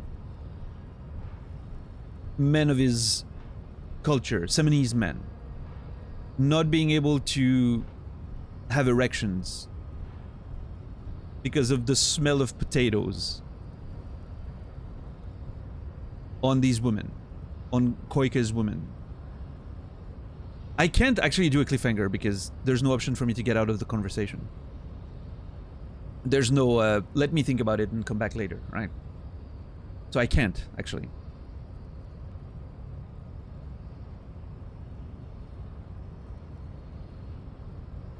And I have no way to save in there. So what I'm thinking, like, there's a chance that he was talking about himself. He can't...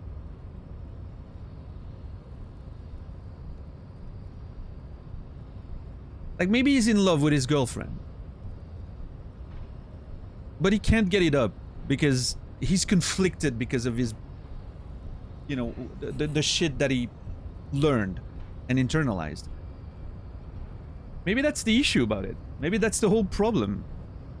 He's rendered impotent, and that makes him feel bad about himself. And all that posturing is all just about that. Stupid, toxic masculinity. I have to go with this answer. I can't help myself. I have to try.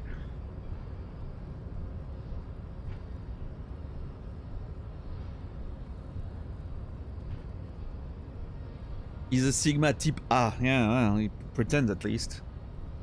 We already know that he's not actually Seminese. He was born in Revachol. He's just pretending. Just the same as he's pretending with, you know... When you kind of dig into it, when you poke under the veil, he's just an insecure little man. He's just an insecure little boy that didn't get enough love, like all of us.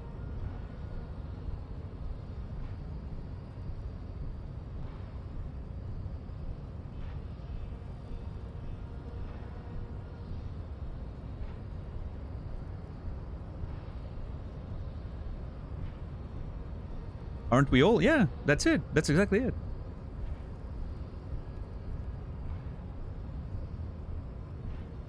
We're just all insecure little boys who didn't get enough love because toxic masculinity means men don't give men enough love, or dads didn't give us enough love. We didn't get that example of, you know, men being just loving and vulnerable with one another. All comes down to that at the end of it all. I think I'm gonna go with it. I can't help myself. Let's see.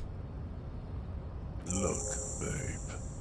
When confronted with the demise of his entire race, the bourgeois alcoholic degenerate focuses on gossip. Other people's lives are a refuge for him from the burning race wreckage of his own.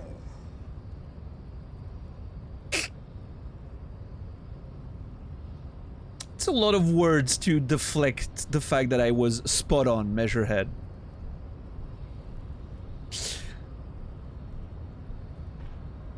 That's just tactless, Jan. The woman doesn't even look at you. Oh my god. She's actually part of the conversation now. Effeminate gossip mongerer. I take pity on your tabloid-driven urges. You clearly want to enter the harbor bad, like a little boy who wants to go on the potty. I can press the button for you. It will open the door. That's all I wanted. Yes, yes, keep hiding your insecurities, whatever. I'll find another way into the harbor.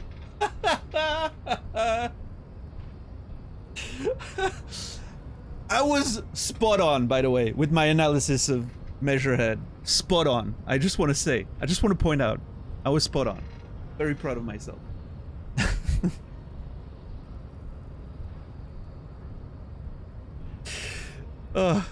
Beautiful. Love it. You know what? That's all I wanted. We're good. Very well. You may enter the door once. Oh shit, once? Our race conversation here has concluded. He punches the emergency button with his fist. Finally. Let's go. Finally. That one finally here, Kim, in that very instant, is everyone in chat. Finally. Jeez, we've been waiting for this for 10 days. I don't know, when was the first time we got to measure head? Was it like day 5 or something? And we're on day like 18 right now. Yeah, Warren, it's crazy.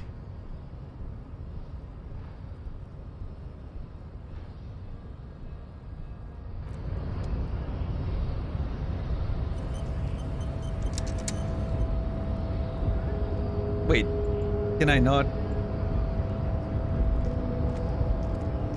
Oh, it's this door? Oh, I thought we were gonna go past him. It's this door that's open. My understanding was that we were trying to get past him to whatever this was and then get in there. Ah, cool.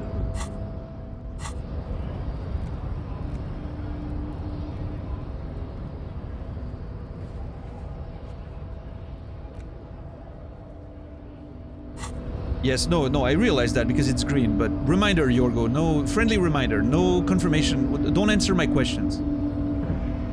They're rhetorical. The unpromising race pupil return. Leave. I don't, yeah, I'm not gonna talk about that. So, it tells me I can only get in once. That is worrying. I need to make sure I can return more than once, maybe find a way to get a shortcut from the inside or something. I need to forget that now, as fast as I can. I can't forget it now. I'm only worried that...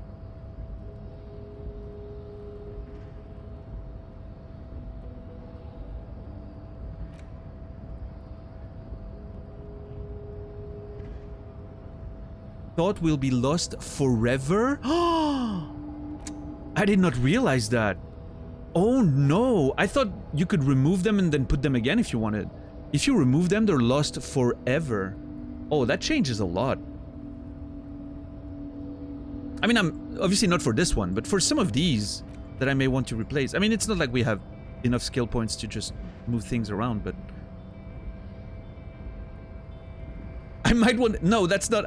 For this one, it's very simple. I don't want to be racist again in the future. There's no doubt here. This was... I realized this was a terrible example to realize that on, and you know... I understand. Not the best... Anyway.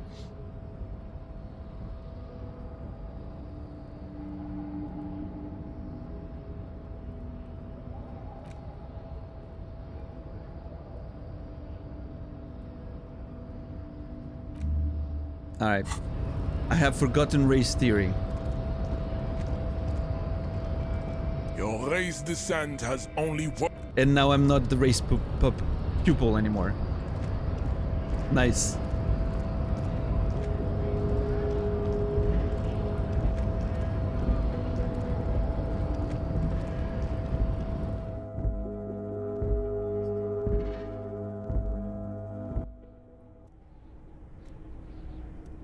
Oh shit. That does not look at all like what I thought it would look like.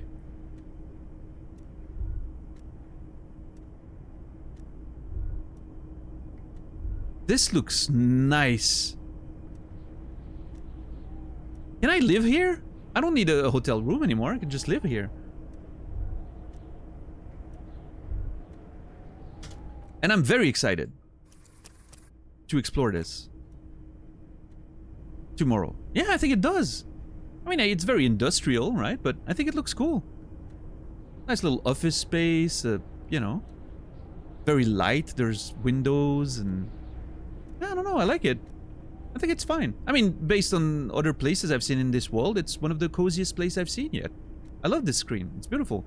Very, like, some of those screens remind me a lot of, like, Final Fantasy and stuff like that, if that makes sense. Like the old school, late 90s Final Fantasy, right? With those pre-rendered environments and whatnot.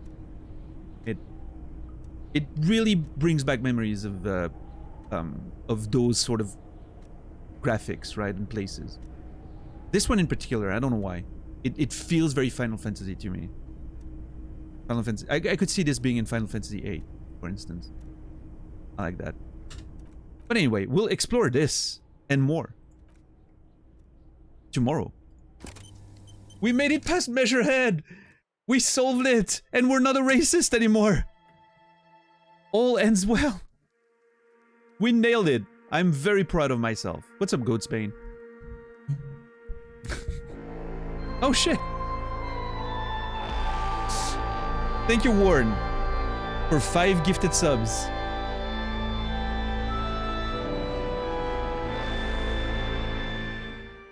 I appreciate the support, Warren. 155 total gifted subs. Thank you so much. Lomiril, Dender, Skeleton, Archeesy, and Uli. You will. Oh, be remembered. Thank you so much, Warren. Racist arc is over, finally. Oh my god. That whole Measurehead saga was beautiful. One of the greatest saga of this channel.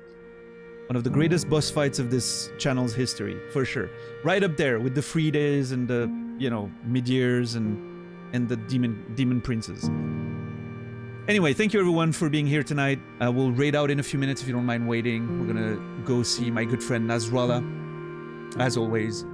Thank you so very much for the support, as always. Thank you for the gift subs, the resubs. Thank you for the lurks and the conversations. Thank you for the conversations tonight. They were amazing. I hope you guys enjoyed your time. I know it was a very slow stream. We didn't do very much, right?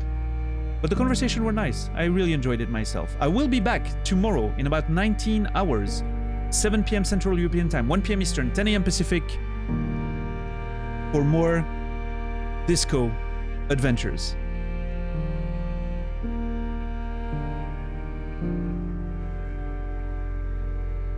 I don't really know what else to say. These sorts of streams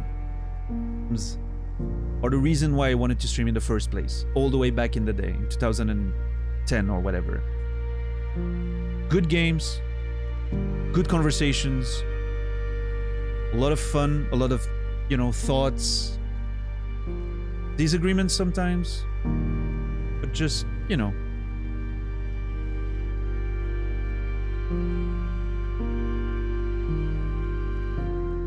Something that goes a little beyond just playing video games. That's what it means to me, and I'm grateful for each and every one of you for being part of this. I wish you all a beautiful rest of your day, evening, or night. I'll see you guys tomorrow, and until then, remember me, and I will remember you.